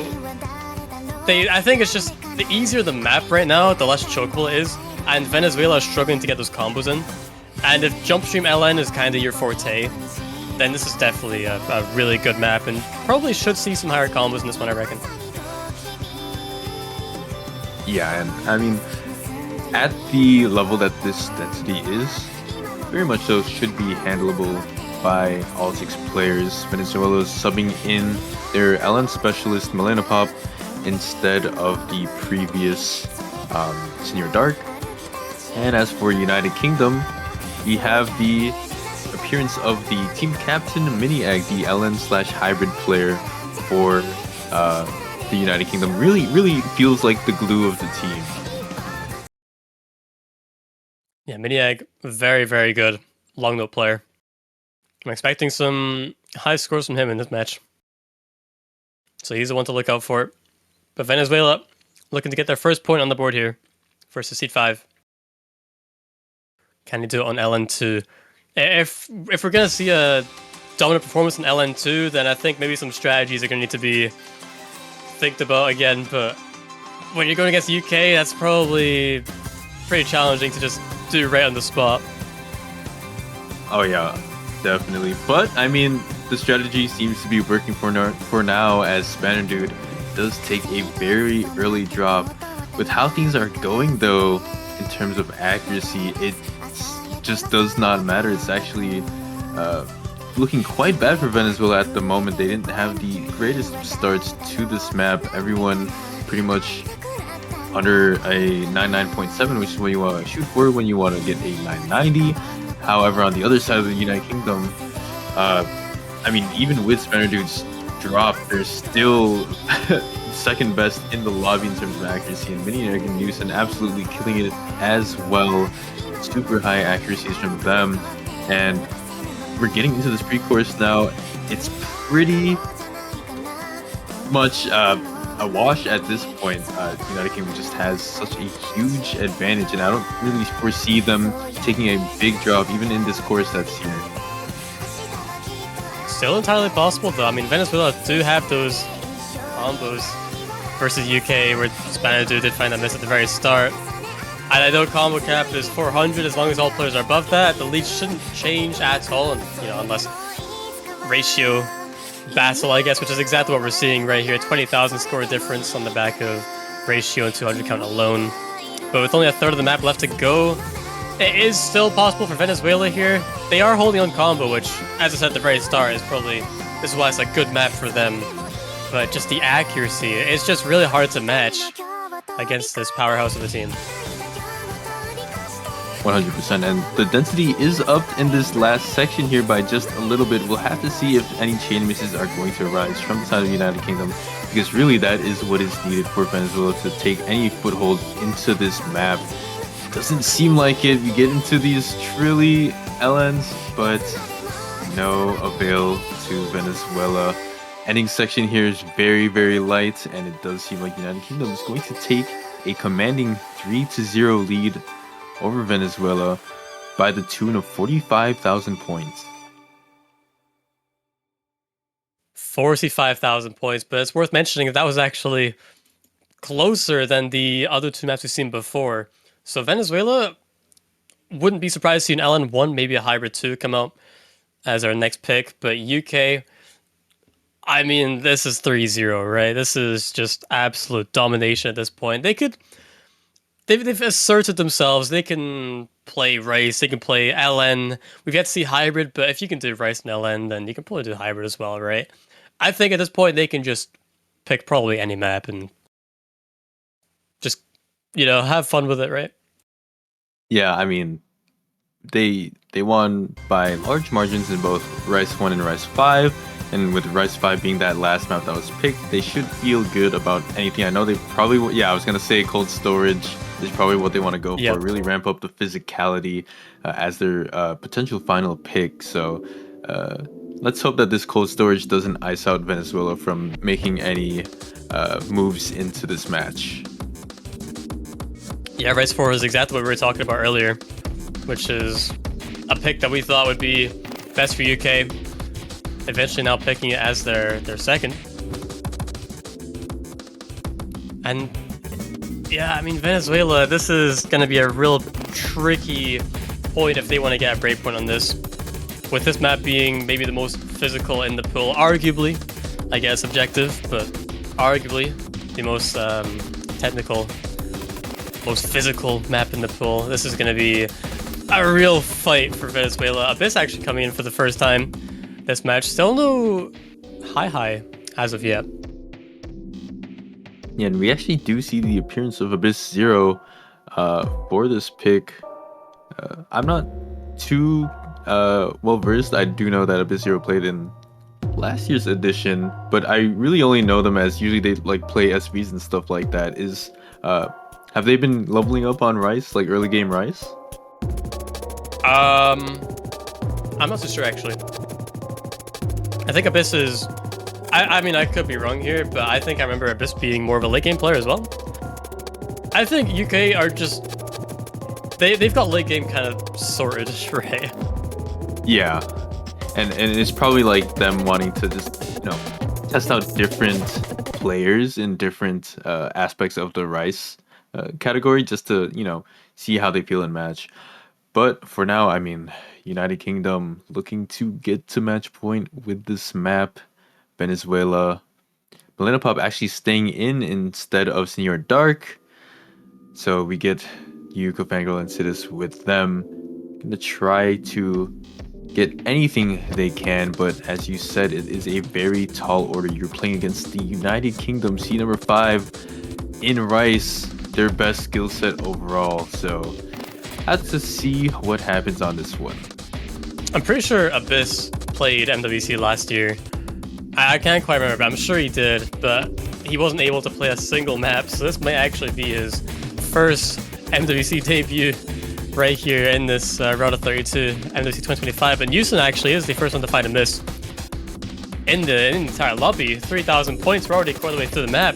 That is 2.5 minutes long, and the fact that this lead is still pretty close is actually pretty worrying for the UK here. Yeah, pretty worrying indeed. However, even with Newson's drop, still have a decent lead. One more might shift it over to Venezuela, and with this map, really, you can't tell who's going to be able to FC it. It's way too it's a different beast compared to a lot of the other Rice maps in the pool. I mean, we're talking about Pizza 69, Terminal 11, right? Yeah, infamous for mapping crazy tech maps. DDR map, DDR patterns. This is just its own category in and of itself. These jacks, technical patterns that it just throws at you non-stop. The intense difficulty keeps just barraging your fingers. Now with only a third of the map left to go, all players are still holding on. Right as I say that, Yuko finds a miss towards the end of this section. But still holding on to 9.5, and the score lead is still pretty close considering how the other maps went before this. Yeah, but that Yuko drop, not what you want to see at all. The map is trying to close out, and granted, Venezuela has less of a deficit than the other maps so far, but 20,000 is still a lot, and especially with the map closing out currently with these last little bursts and trickier patterns, it does seem like United Kingdom is going to take it to match point. 4-0 has been acquired from the United Kingdom, but now it's Venezuela's pick. And after their LN2 performance, we thought that was pretty close. But race 4 has turned out to be even closer. So, Venezuela, actually, I am just unsure as to what they should be picking right now. Do you have any bets? I would, like you said, I think LN still is the play for them. So, LN1 is still available. Or if they didn't want to really flex into that, not feeling too confident on coordination, you could probably go with something like Hybrid 2. Seeing as how Hybrid 3 was banned by the United Kingdom. And it seems like that's what they're going to go for. Yeah, Hybrid 2. I mean, I was kind of expecting an LN1 to be honest, but Hybrid 2, it's similar. This one is more, it is your, general hybrid map. This one has quite a bit more release timing focus to it. And just overall testing your LN consistency, which LN2 kind of did the same in that regard. Yeah, kind of has that Elixir trademark hybrid style where it's a very jacky hybrid coordination. And so you'll see a lot of funkier patterns, especially with the way that this song goes. There's some weird syncopation going on, I think some polyrhythms as well.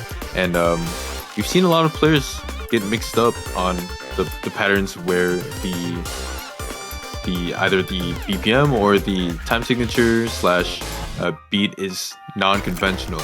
So hopefully with Venezuela, they can get a good team score in, and really at this point, seeing as how every map has gone, they are praying that United Kingdom has a couple of misses that we've seen in past maps in this set.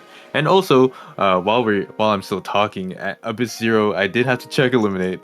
They were in MWC last year, and they didn't play any maps in any of your matches from last year because you were on the team. And so that was their debut, which is crazy to think, right? It's their second World Cup, but first time playing. How often do you see that? Too true. But, I mean, him coming out early is a pretty good sign, right? That means that we're going to hopefully see a lot more of him in the next few matches that we see from the United Kingdom. But Hybrid 2, here we go. All players ready as we get into the potentially last map of this match. Venezuela going to need to really try their hardest if they want to try get their first point on the board.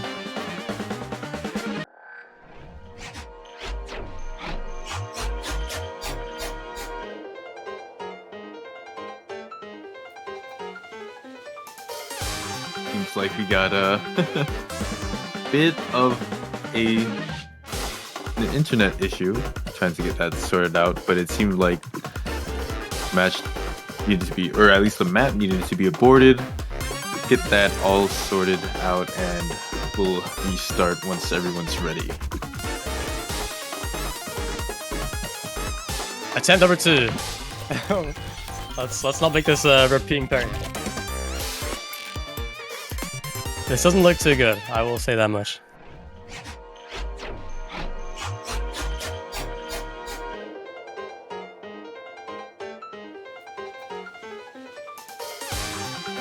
Well, Timescape, what do you think of the odds of Venezuela actually taking this point?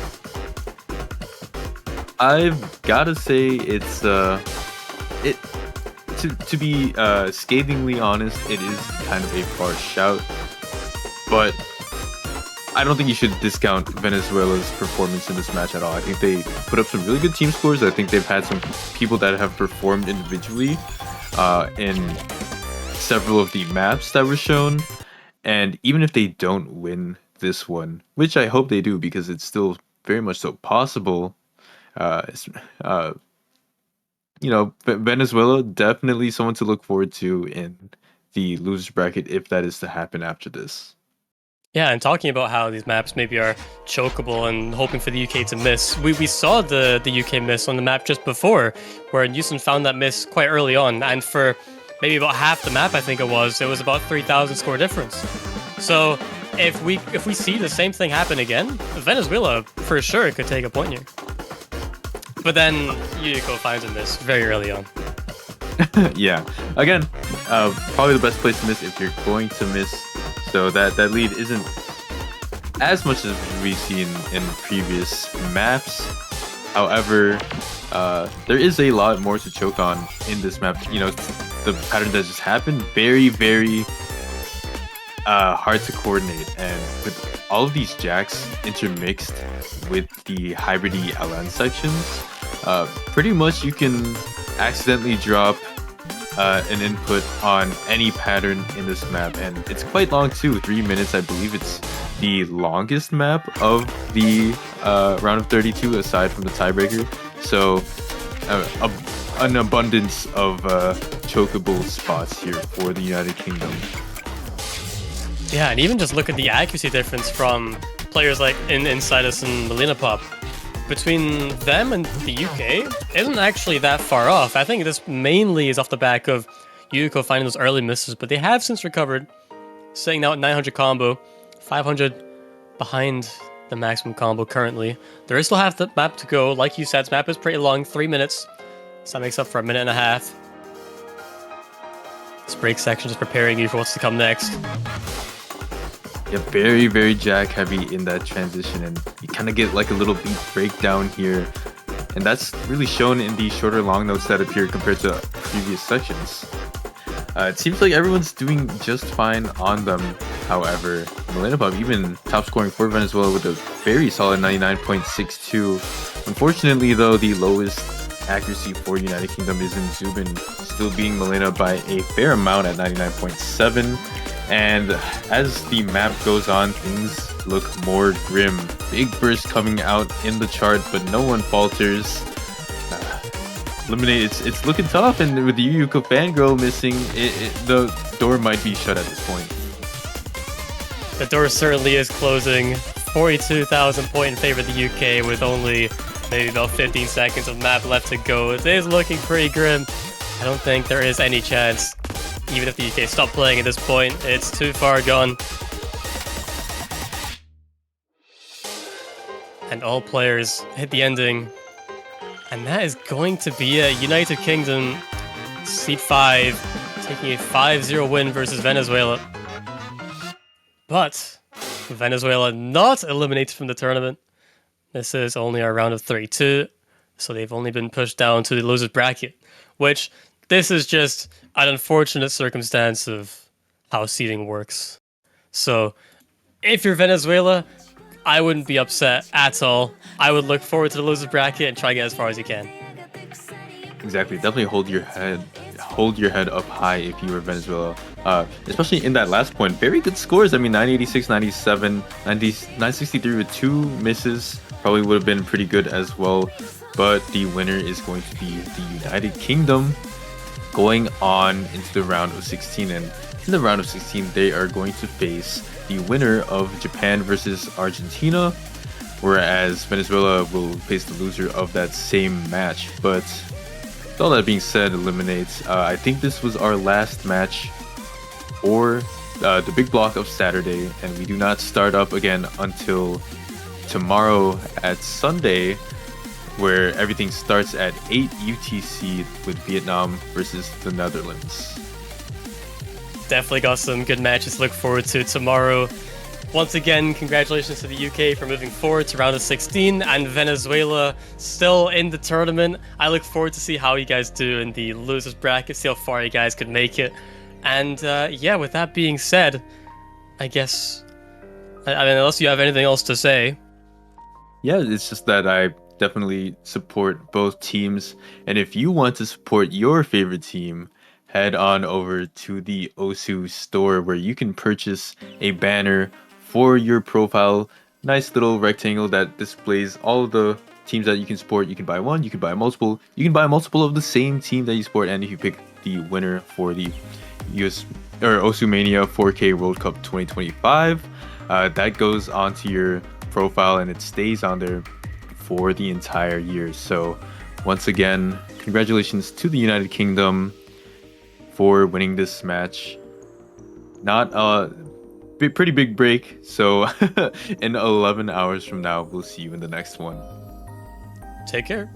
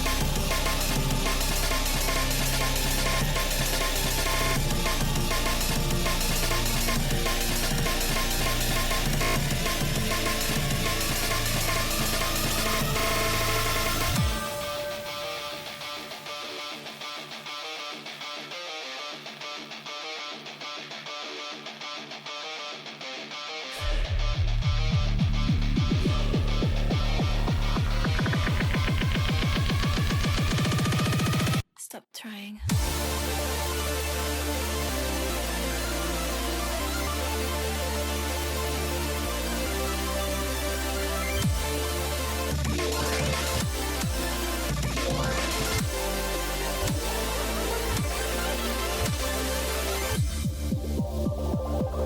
Hello, everyone, and what an exciting week of matches this round of 32 was. Some very surprising turn of events for some of the matches, but round of 32 has officially come to a close, and we will be stepping into round of 16 with this mappool showcase. And it's going to be very exciting. My name is Mint. I'm here joined with Alexei. We're both poolers for the Mania 4K World Cup 2025. And we're here to introduce to you the new map pool that you're going to see next week. Alexei, what's up? Hello. That is correct. You are indeed seeing the next pool, if that didn't already go without saying. But I'm quite excited to show what we have lined up this week. Absolutely, I'm really excited as well. I can't wait to show these off. These are some really exciting, there's some really exciting maps. For sure. They're super exciting. There's just no understating how excited I am for this one.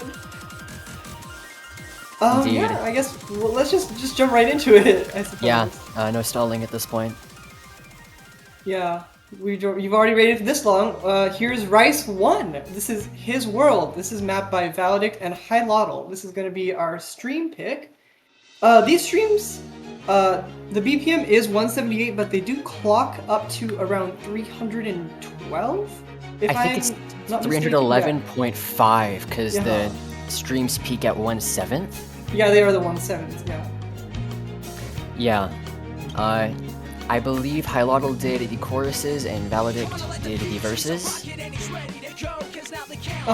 Yeah, Valedict did the verses and Hylotl did the choruses. That's more or less how the split went. So it's kind of similar to the split in Otonoke, kind of. I would say. Yeah. This is more straightforward. And the patterns, I would say, like the goal of the map was different, but the verse and chorus split, this is pretty much the same idea. For sure. Yeah, right here. This is high lotto part. This is the more sustained 1/7 parts. We're quite familiar with both Hilotl and Valedict making a very fair amount of stream charts, and I believe this will be no different. Yeah, and I do think this is the first time, the first time they've collabed. I think I want to say. I think so. Yeah. It's really interesting. I'm really liking all these like first time collabs in MWC because we're seeing some combinations I've never seen before. But this one, I would say, makes quite a lot of sense given the song and everything.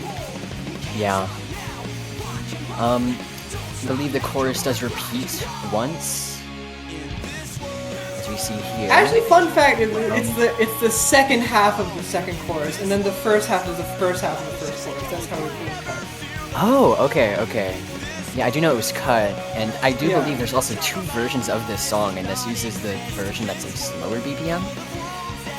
This uses the version that's in the game, I believe. Yeah. The other version is faster, and it's like the zebra head version. Yeah. It is quite short, as with most stream picks, but we are reaching the end.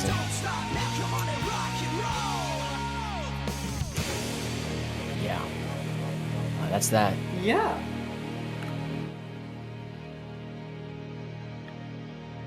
Alright, so that is our Rice 1. Very interesting map. Can't wait to see how players do on that one. I guess we're going to move on to Rice 2. Yep. This is Still All Scared of Ouija Boards 1.1, mapped by 11-bit. This is going to be fairly similar to the qualifier, the Heisei Saikyo, but also by 11-bit. But I would say this is more straightforward in terms of just kind of pure like jump stream consistency testing. This is 3 minutes, so this is significantly longer than Heaven Station from last round. And it's a lot more split trill oriented, I would say. Very, very heavy on that front. And yeah, this was really fun. Love the song.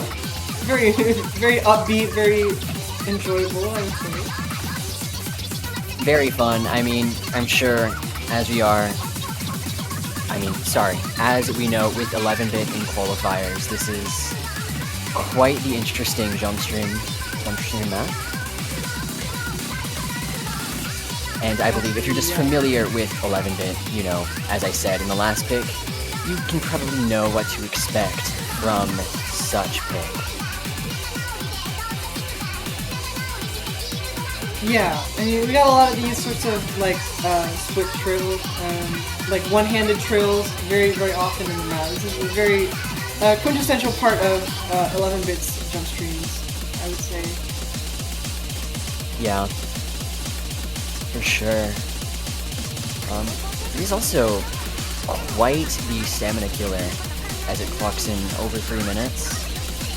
Yeah, I would say this section right here is the longest stretch that the continuous jump streams actually go. And the anchors do get progressively more difficult, and we get like sort of like a light hamstring here. So it builds up to this sort of moment. It's very, very... well, now it's over, but that's a long stretch of just pure jump stream hamstring.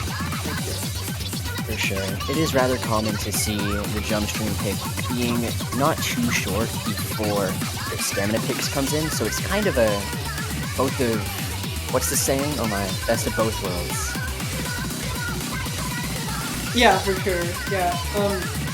Again, this clocks in at the 3-minute mark, but we've got a lot of these sort of like not fully sustained broken jump streams. We're back into the full jump streams, but because of the breaks, I would say it's more leaning towards consistency than like a stamina, like full stamina oriented. Yeah, for sure. We are now reaching the end, which feels awfully quick, but I'm sure that will not be the case when you play this in match. Yeah.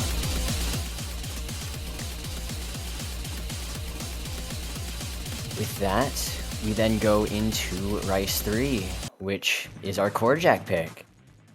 Absolutely. This is very interesting. This is Black Knight. This is my map. This is 147.5 BPM. These intro patterns right here, the polyrhythm sort of patterns, are very very difficult to hit, but you know it's very it pretty much it's just pretty straightforward when you can really get it down. But yeah, anyways, this is really short in comparison to last round. It's a lot more 3-note jack oriented, and that is consistent. It doesn't have the same sort of climax theory going in it. It's pretty consistent throughout the song. For sure. I believe some people might recognize this as it is uploaded, and it was uploaded around the same time as another chord jack map of yours, but this one ended up being used. Yeah, this map was made for the Osumania Tanabata Contest 2025. Big shoutouts.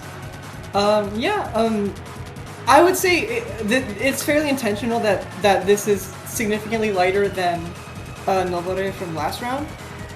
The BPM increase is pretty substantial, so I think this is...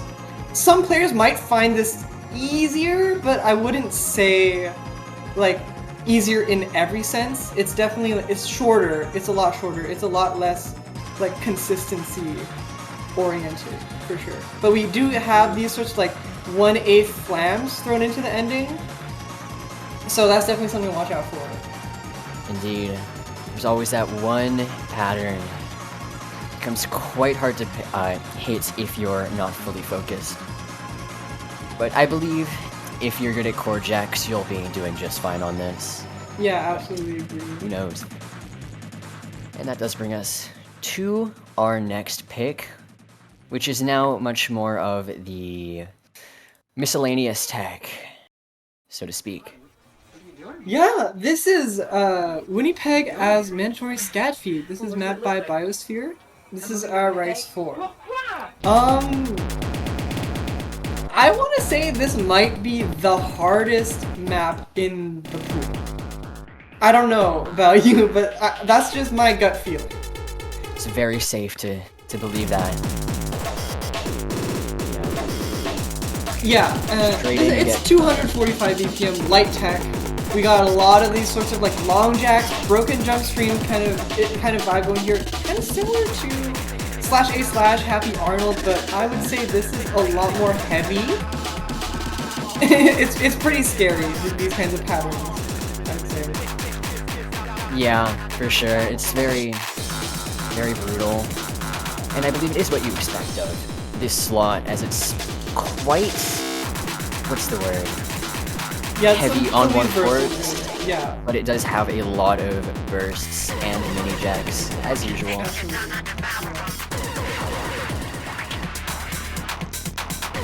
Yeah, some of these like bursts and long jacks are just really, really brutal. I do not envy the players in these slightest for this one. Yeah. But yeah, this is the kind of trick that like normally you'd see in Rice 6, but we did have some things now. The order doesn't really matter at that point. It's still kind of the same line of like /A/ and then Happy Arnold from the previous 2 years. It's the same slot, it's just like much more heavy. And yeah, that part right there, the 4-note kind of long jack kind of glut section. It's really, really tricky to hit. This thing is a choke point, you gotta watch out for. Many tricky patterns, and it is worth mentioning this is only a cut version, so yeah. If you really, really want to try, you can always give the full version a shot. Yeah, the consistency aspect is a lot more difficult there, I would say, with the untethered. We're very nice to the players, so we're giving you guys a short, like, less than 3 minutes here. How generous. We're the most generous. Sure. Many are saying this. Just make all picks over 5 minutes. But with that said and done, this pick is done. Yeah, and with that, okay, so that's Rice 4. That's kind of our sort of like light tech pick. And it looks like we're gonna get right into Rice 5. This is our dump pick. This I is love Celebration by Miari Chesu. 1.05. This one's really good. Not much I can say besides that, and that is probably a little biased, but I think this is great. I mean, the song choice, this is something. And Miari Chesu does make a return, because last year they also mapped the same slot for the same round. Yeah. This one I would say is definitely kind of a step up from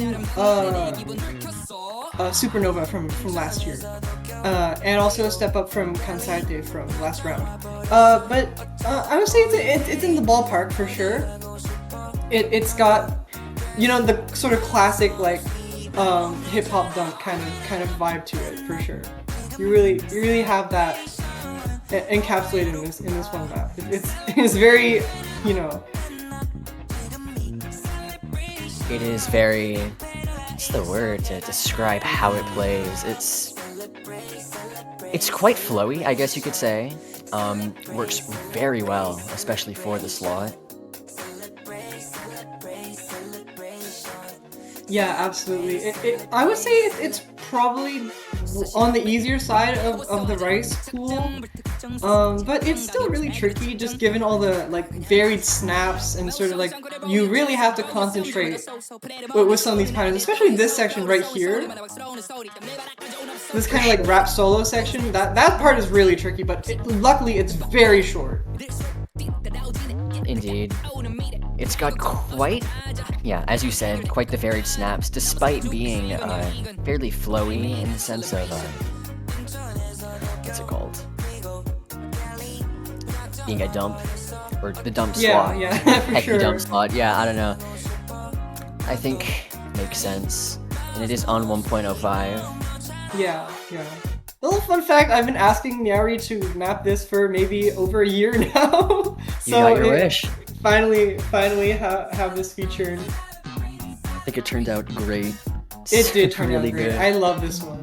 I'm gonna play it all the time from now on. With the very, very, very fitting background as well. Absolutely. Steam yeah. I'm happy. a big fan of that guy. Quite. And you're just kind of getting more of the same at the ending here. Yep. Not much more you can really point out past this point. I believe this is a repeat of the beginning. Yeah, I think so. Yeah. Pretty much just wrapping things up as things come to a close on this map here.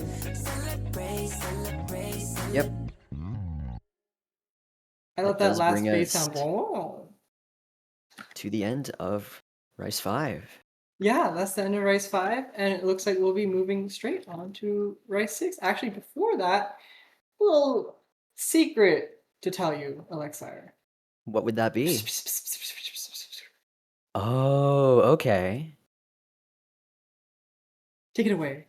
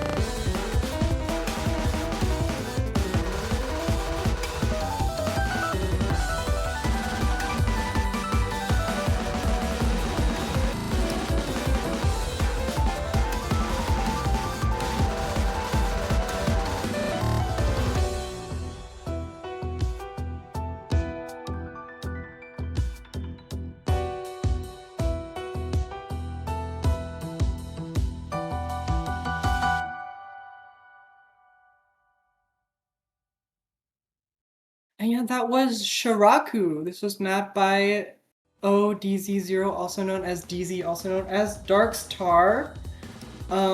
This song was composed specially by Kashiwa Daisuke for us. We're very honored to receive such a wonderful song from such a talented musician. Yeah, Shiraku. The background you're seeing here was made by Panthulu, who did the graphic design, and also I would say, yeah, Sakura 06 as always for design coordination, and also Panthulu for design quality assurance. Thank you so much to the design team. I would love to use this as a wallpaper for myself. It's really pretty. And yeah, I suppose, I mean, we can talk a little bit about the map. It's very kind of glut heavy. A lot of these sorts of flams going on, 162 BPM. As you might have noticed in seeing the video earlier, it's very back half heavy. I wouldn't say backloaded per se, because that carries some negative weight. But I will say that the sort of climax theory idea that was present in Nobore from last round is kind of present here as well. This sort of like idea of like a growth in the map, and I think that kind of adds a lot to it as a kind of an artwork. But of course, it is a tournament map, so we did have to tone it down substantially for the release of this one. And yeah, Alexair, any words? Not much. I can just say that if you told me in like 2023 that we'd have a custom by Kashiwa Deluxe, I would not have believed you. This song is so good. Yeah. I've been a huge fan of this artist for the longest time. I'm so happy that we're able to finally have him featured. Yeah. Yeah, but with that being said, that's the end of the rice pool, and we're going straight into the hybrids, I guess. That is true. We have Amna Halizi by GZ Dongsheng. This is going to be a pretty big step up from of Haben from last round. Going from 200 to 230, though I will say the patterns do get a little bit easier here. Or at least more straightforward. I wouldn't say easier, of course. But yeah. Yeah, I believe it. What's it? GZ, Dongsheng. They made a few maps last year. I forgot which, but they did fill the hybrid one slot a majority of the time, and they are making a return. Well, I wouldn't say majority of the time, but definitely quite often that you would associate them with hybrid one to an extent. Yeah. Yeah. For sure. But yeah, I mean, this map is honestly, it is pretty straightforward. A lot of these sorts of like straightforward 230 BPM sort of patterns. Just a few bursts every once in a while, but like pretty much just like broken jump stream LN kind of thing going on. Yeah, it's pretty standard for your hybrid ones, especially in early game. Yeah, if we compare this to last round, it is quite the step up. Yeah, absolutely. I don't know if you said that already. I'm losing track here. Yeah. Anyways. It is also on the shorter ends, but I think that is the case with most hybrid ones. Yeah. I mean, that triple sort of like anchor is pretty rough. But yeah, getting into the core section here, we're kind of getting like a long note rice kind of switch on and off kind of thing going on here. Yeah, it is very tricky. Goes between, you know, long notes, LNs, as you expect. All majority, 1/4. Yeah, absolutely. And we get to this last section, closing out the map right here. Yep.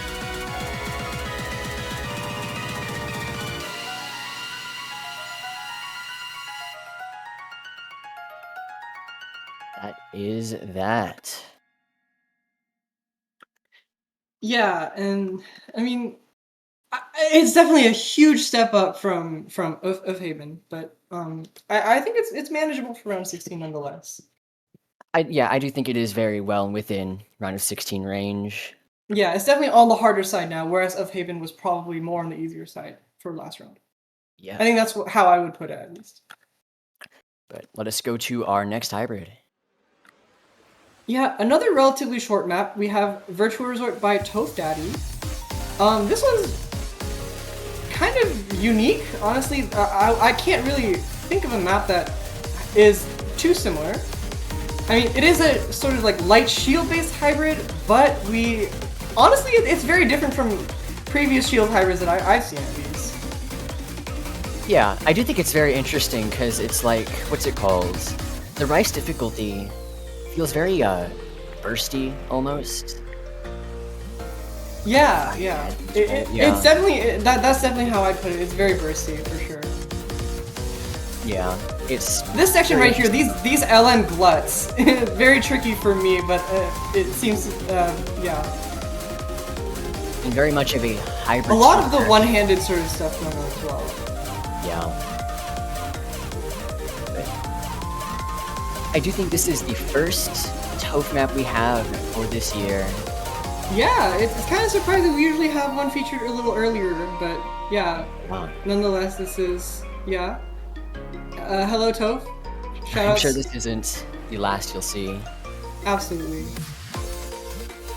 Yeah. A little Yeah, break section.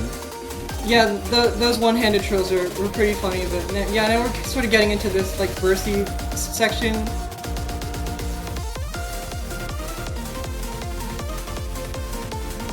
Once again with the very shield-heavy focus. Yeah, but honestly, it's pretty light. The shields. I mean, the way that they're patterned it does make it pretty tricky because there's a lot of the holds that kind of come together. Indeed. As you see, more of these very heavy rice bursts and go straight into more LNs. Yeah. I would say the ending is maybe a little bit, definitely something to watch out for. Well, actually, yeah. I mean, yeah, that is Hybrid 2. Again, pretty short, all things considered. Yeah. So yeah, I guess we can just jump straight into Hybrid 3.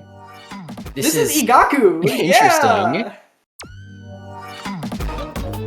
Yeah, you guys know I don't even know what to say.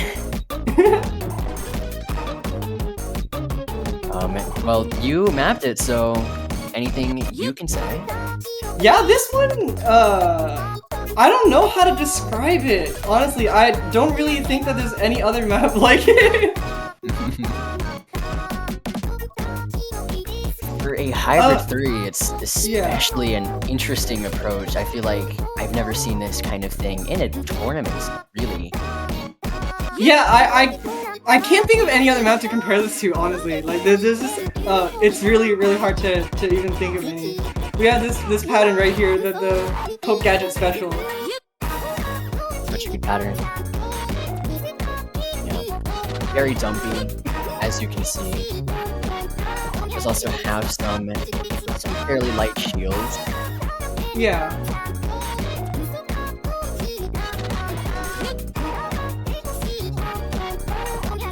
Yeah. I feel like I'm trying to think of something here, but you know, nothing comes to mind. It's just one of those picks, I guess. Yeah, for sure. It's really hard to describe it. I can't think of any way to really like compare it. It's just very different from. It's very vocal dump heavy, I guess. A lot of these like sort of mini jacks here. I would say it's like more rice heavy, but the LNs are definitely really like intrusive. If you're playing it like a rice map, you definitely can't sharpshoot it in that sense. Yeah. It is under 2 minutes. I don't actually know if we have any others that are under 2 minutes. Other picks. Yeah. But that said, that is the end of this interesting pick. And Yeah, that does it is really short. Again, the hybrids are fairly short this round. Yeah, does bring us to the LNs. Yeah. We got another short map here with Hachigatsu Bo Tsukiyakari. This is mapped by Hightex and Favrex. This is more of a reasonable step up from Kuju Bunkai. I would say, like, in fact, you might think that it's easier until you get to the second half, because I think the first half is pretty light, all things considered. For sure. I believe it's, once again, Hightex. They did make, was it only 1 or 2 coordination slots last year? I think it was at least a 2. couple, for sure. I mean, last year alone, I think. Yeah. Or multiple years combined. It's a bit more than 2. But yeah. It's a good song choice for coordination, and I do believe... I agree. It is something you would expect to be coordination, especially.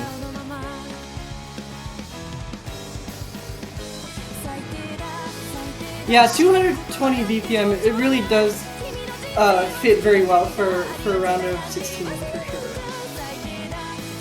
Yeah, I did just point out in the previous pick that it was under 2 minutes. This one is also under 2 minutes, but it is a bit shorter, making it the shortest map in the pool.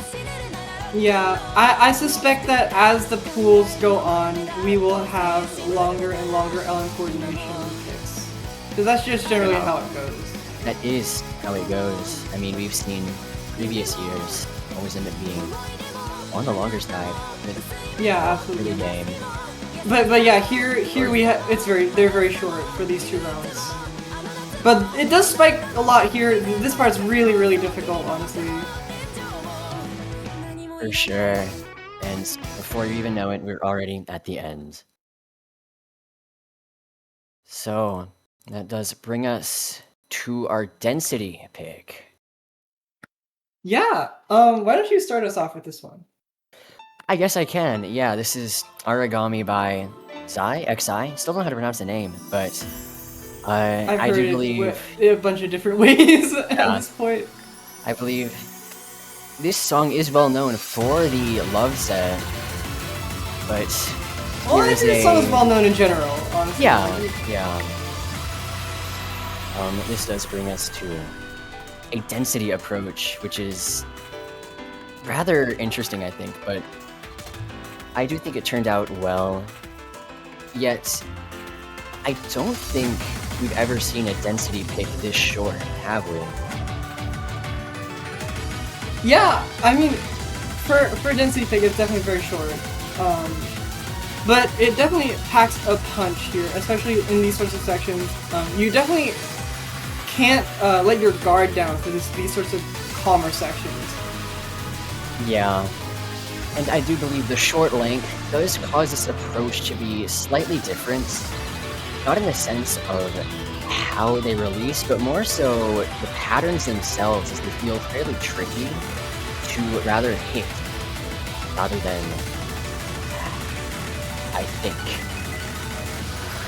So yeah, this is this is the main chorus section. section. Yeah. I got some like 1/6 burst sprinkled in there.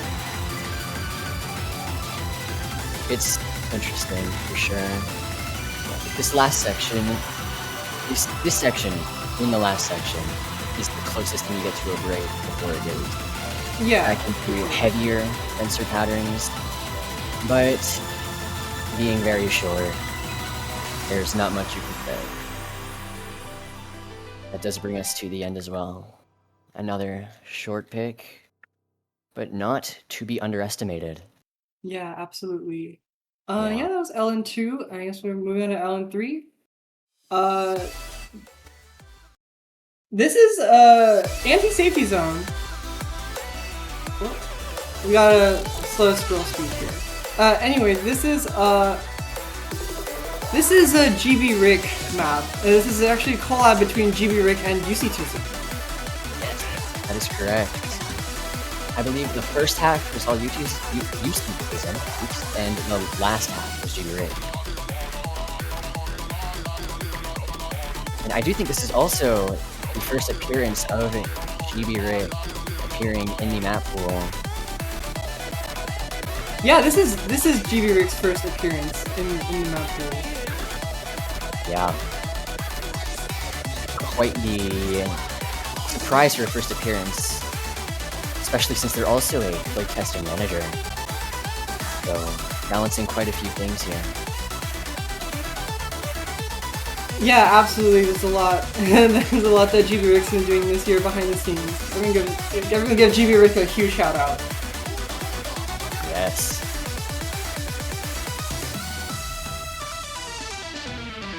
But yeah, this again, this is a collab between GB Rick and UC Tizen. So just to be clear, that first half was UC Tizen's section, I believe. There's more or less. That's how it was split, I think. Yeah. I do think this is GB Rick section. My god, stuttering. Yeah. Yeah, Playing this, sorry? I would say this is a lot more diverse than Night Theater. We do still have the shield sort of focus here, but we also get kind of like the Ellen Jack, like slower like Jack patterns, as we saw earlier in the map, and just come back later at the end of the map as well. Once you get to the last quarter here, it just does not let down. Yeah, and we also have some like just bursts kind of sprinkled in all over the place for this map. These shield that section right there is pretty tricky. This is the Ellen Jack that I was talking about right here. There's quite a few of those, but I believe this section right here is the hardest of the field. I think it's the same from what I remember. Yeah, the map ends pretty quickly. Yes. Yeah, that is LN3. Wow. It's like the map pool is over in like before you know it. Wow. Already at the tiebreaker. Yeah, we're already at the tiebreaker. Can you believe it, Alexar? I at the can't. tiebreaker. Tiebreaker, just a map away. Just a map away. It really is. And wow, what do you know? Operation Zenith Fall, huh? Huh. I feel like I've heard this song before. Map by GB Rick? Is that right? I think so. Oh my goodness. I do believe this is a collab though with GZ Dongsheng, Fola, and you, Mint. Yes, this is a collab. This is me, GB Rick. GB Rick did most of the, I think a good portion of the mapping. I think maybe like 126 seconds of drain time, and then GZ Dongsheng and CRZ Fola 1217. You'll see the names in the bottom left there of each section, but it's kind of hard to see. It's very small, but yeah. Yeah.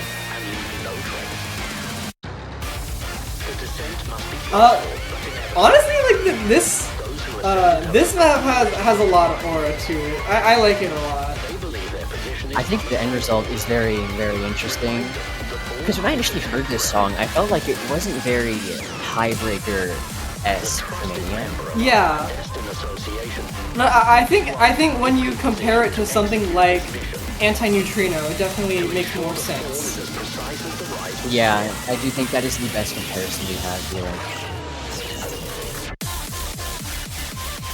Yeah, we do go straight into it.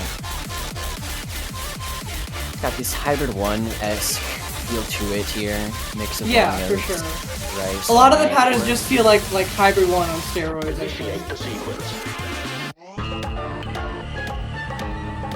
Although there's a lot of like weird tricky parts to it as well. I would say. There are certainly some sections in here that are very eye-opening. I think really cool.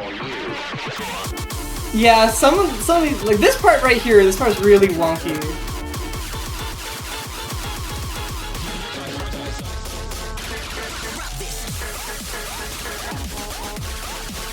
And I got this 1/4 focus with these braces intertwined. But, you know, as a tiebreaker song, sections diverse and tiebreaker were already in the section. Yeah, I mean, we're building up to a very interesting part right here. I believe this used to be much harder. It did it was a lot harder before, but it's It's always nice to see.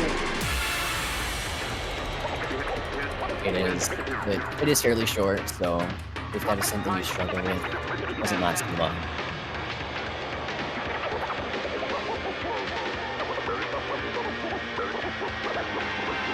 Yeah, we're getting into the sort of like build-up section right here. But none that can see the true nature of your mission. Trust your instincts. We have to build up into the whole second half of the song. In typical tiebreaker fashion, of course, to spark them over. For sure.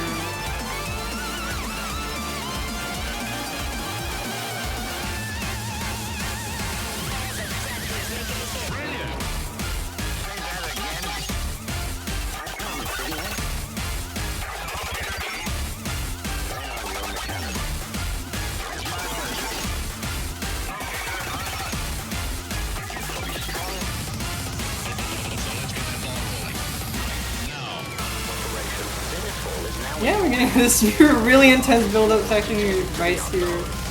This part is really crazy. Honestly, these bursts, they just get harder and harder. Right here, this build-up is so difficult to hit. Yeah.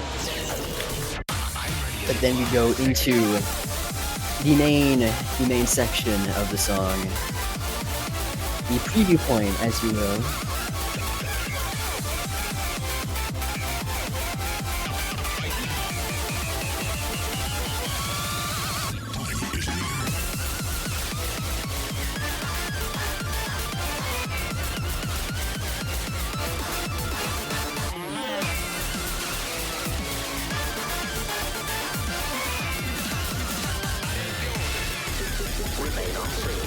Yeah, this verse is really funny right here.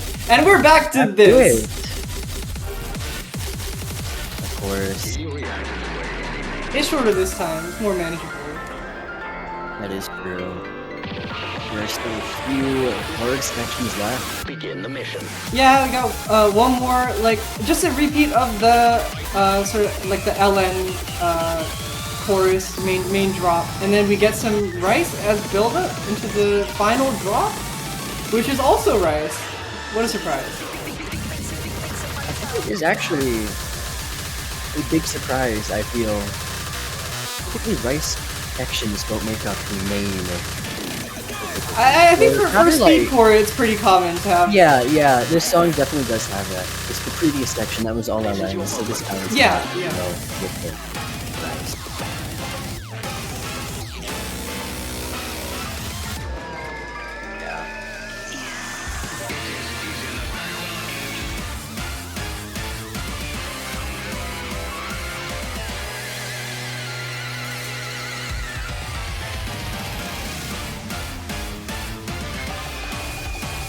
And yeah, that is Operation Zenith Ball, mapped by GB Rig, me, GZ Dongsheng, and CRZ Fola 1217. It's quite the tiebreaker. Yeah, for sure. This one, it's quite an enjoyable experience for a tiebreaker, I would say so. Yeah, for sure. I think this is a really good rendition of the song. It's just been done quite a few times. Yeah, I definitely agree. But yeah, that does wrap up round of 16. It does. Oh, it's over so fast. Wow. Surprise. Yeah. Is there anything to say to wrap it up? Aside from the usual, I don't think so. Like, all the schedules are posted on the server. We'll see you next week, etc., etc. Banners, I suppose, if people are buying. Are they out yet? I actually did not know that. I don't know. I'm sorry. I don't know. Well, we'll find out for sure. Yeah. All right. Yeah. They are out. Okay. Yeah. Yeah. Go buy them. Please. If you have the money. Respectfully buy them. Yeah. Sorry, Yeah. guys. And yeah, yeah, that's it. That's it for us. We'll see you next week. Yeah. For another round of exciting matches. And something else. There's always something to look There's for. always something else. Yeah. Well, I believe that does wrap things up. So, good luck. Have fun? Yeah, good luck and have fun, for sure. That really is the mantra for us here. Bye! Bye-bye.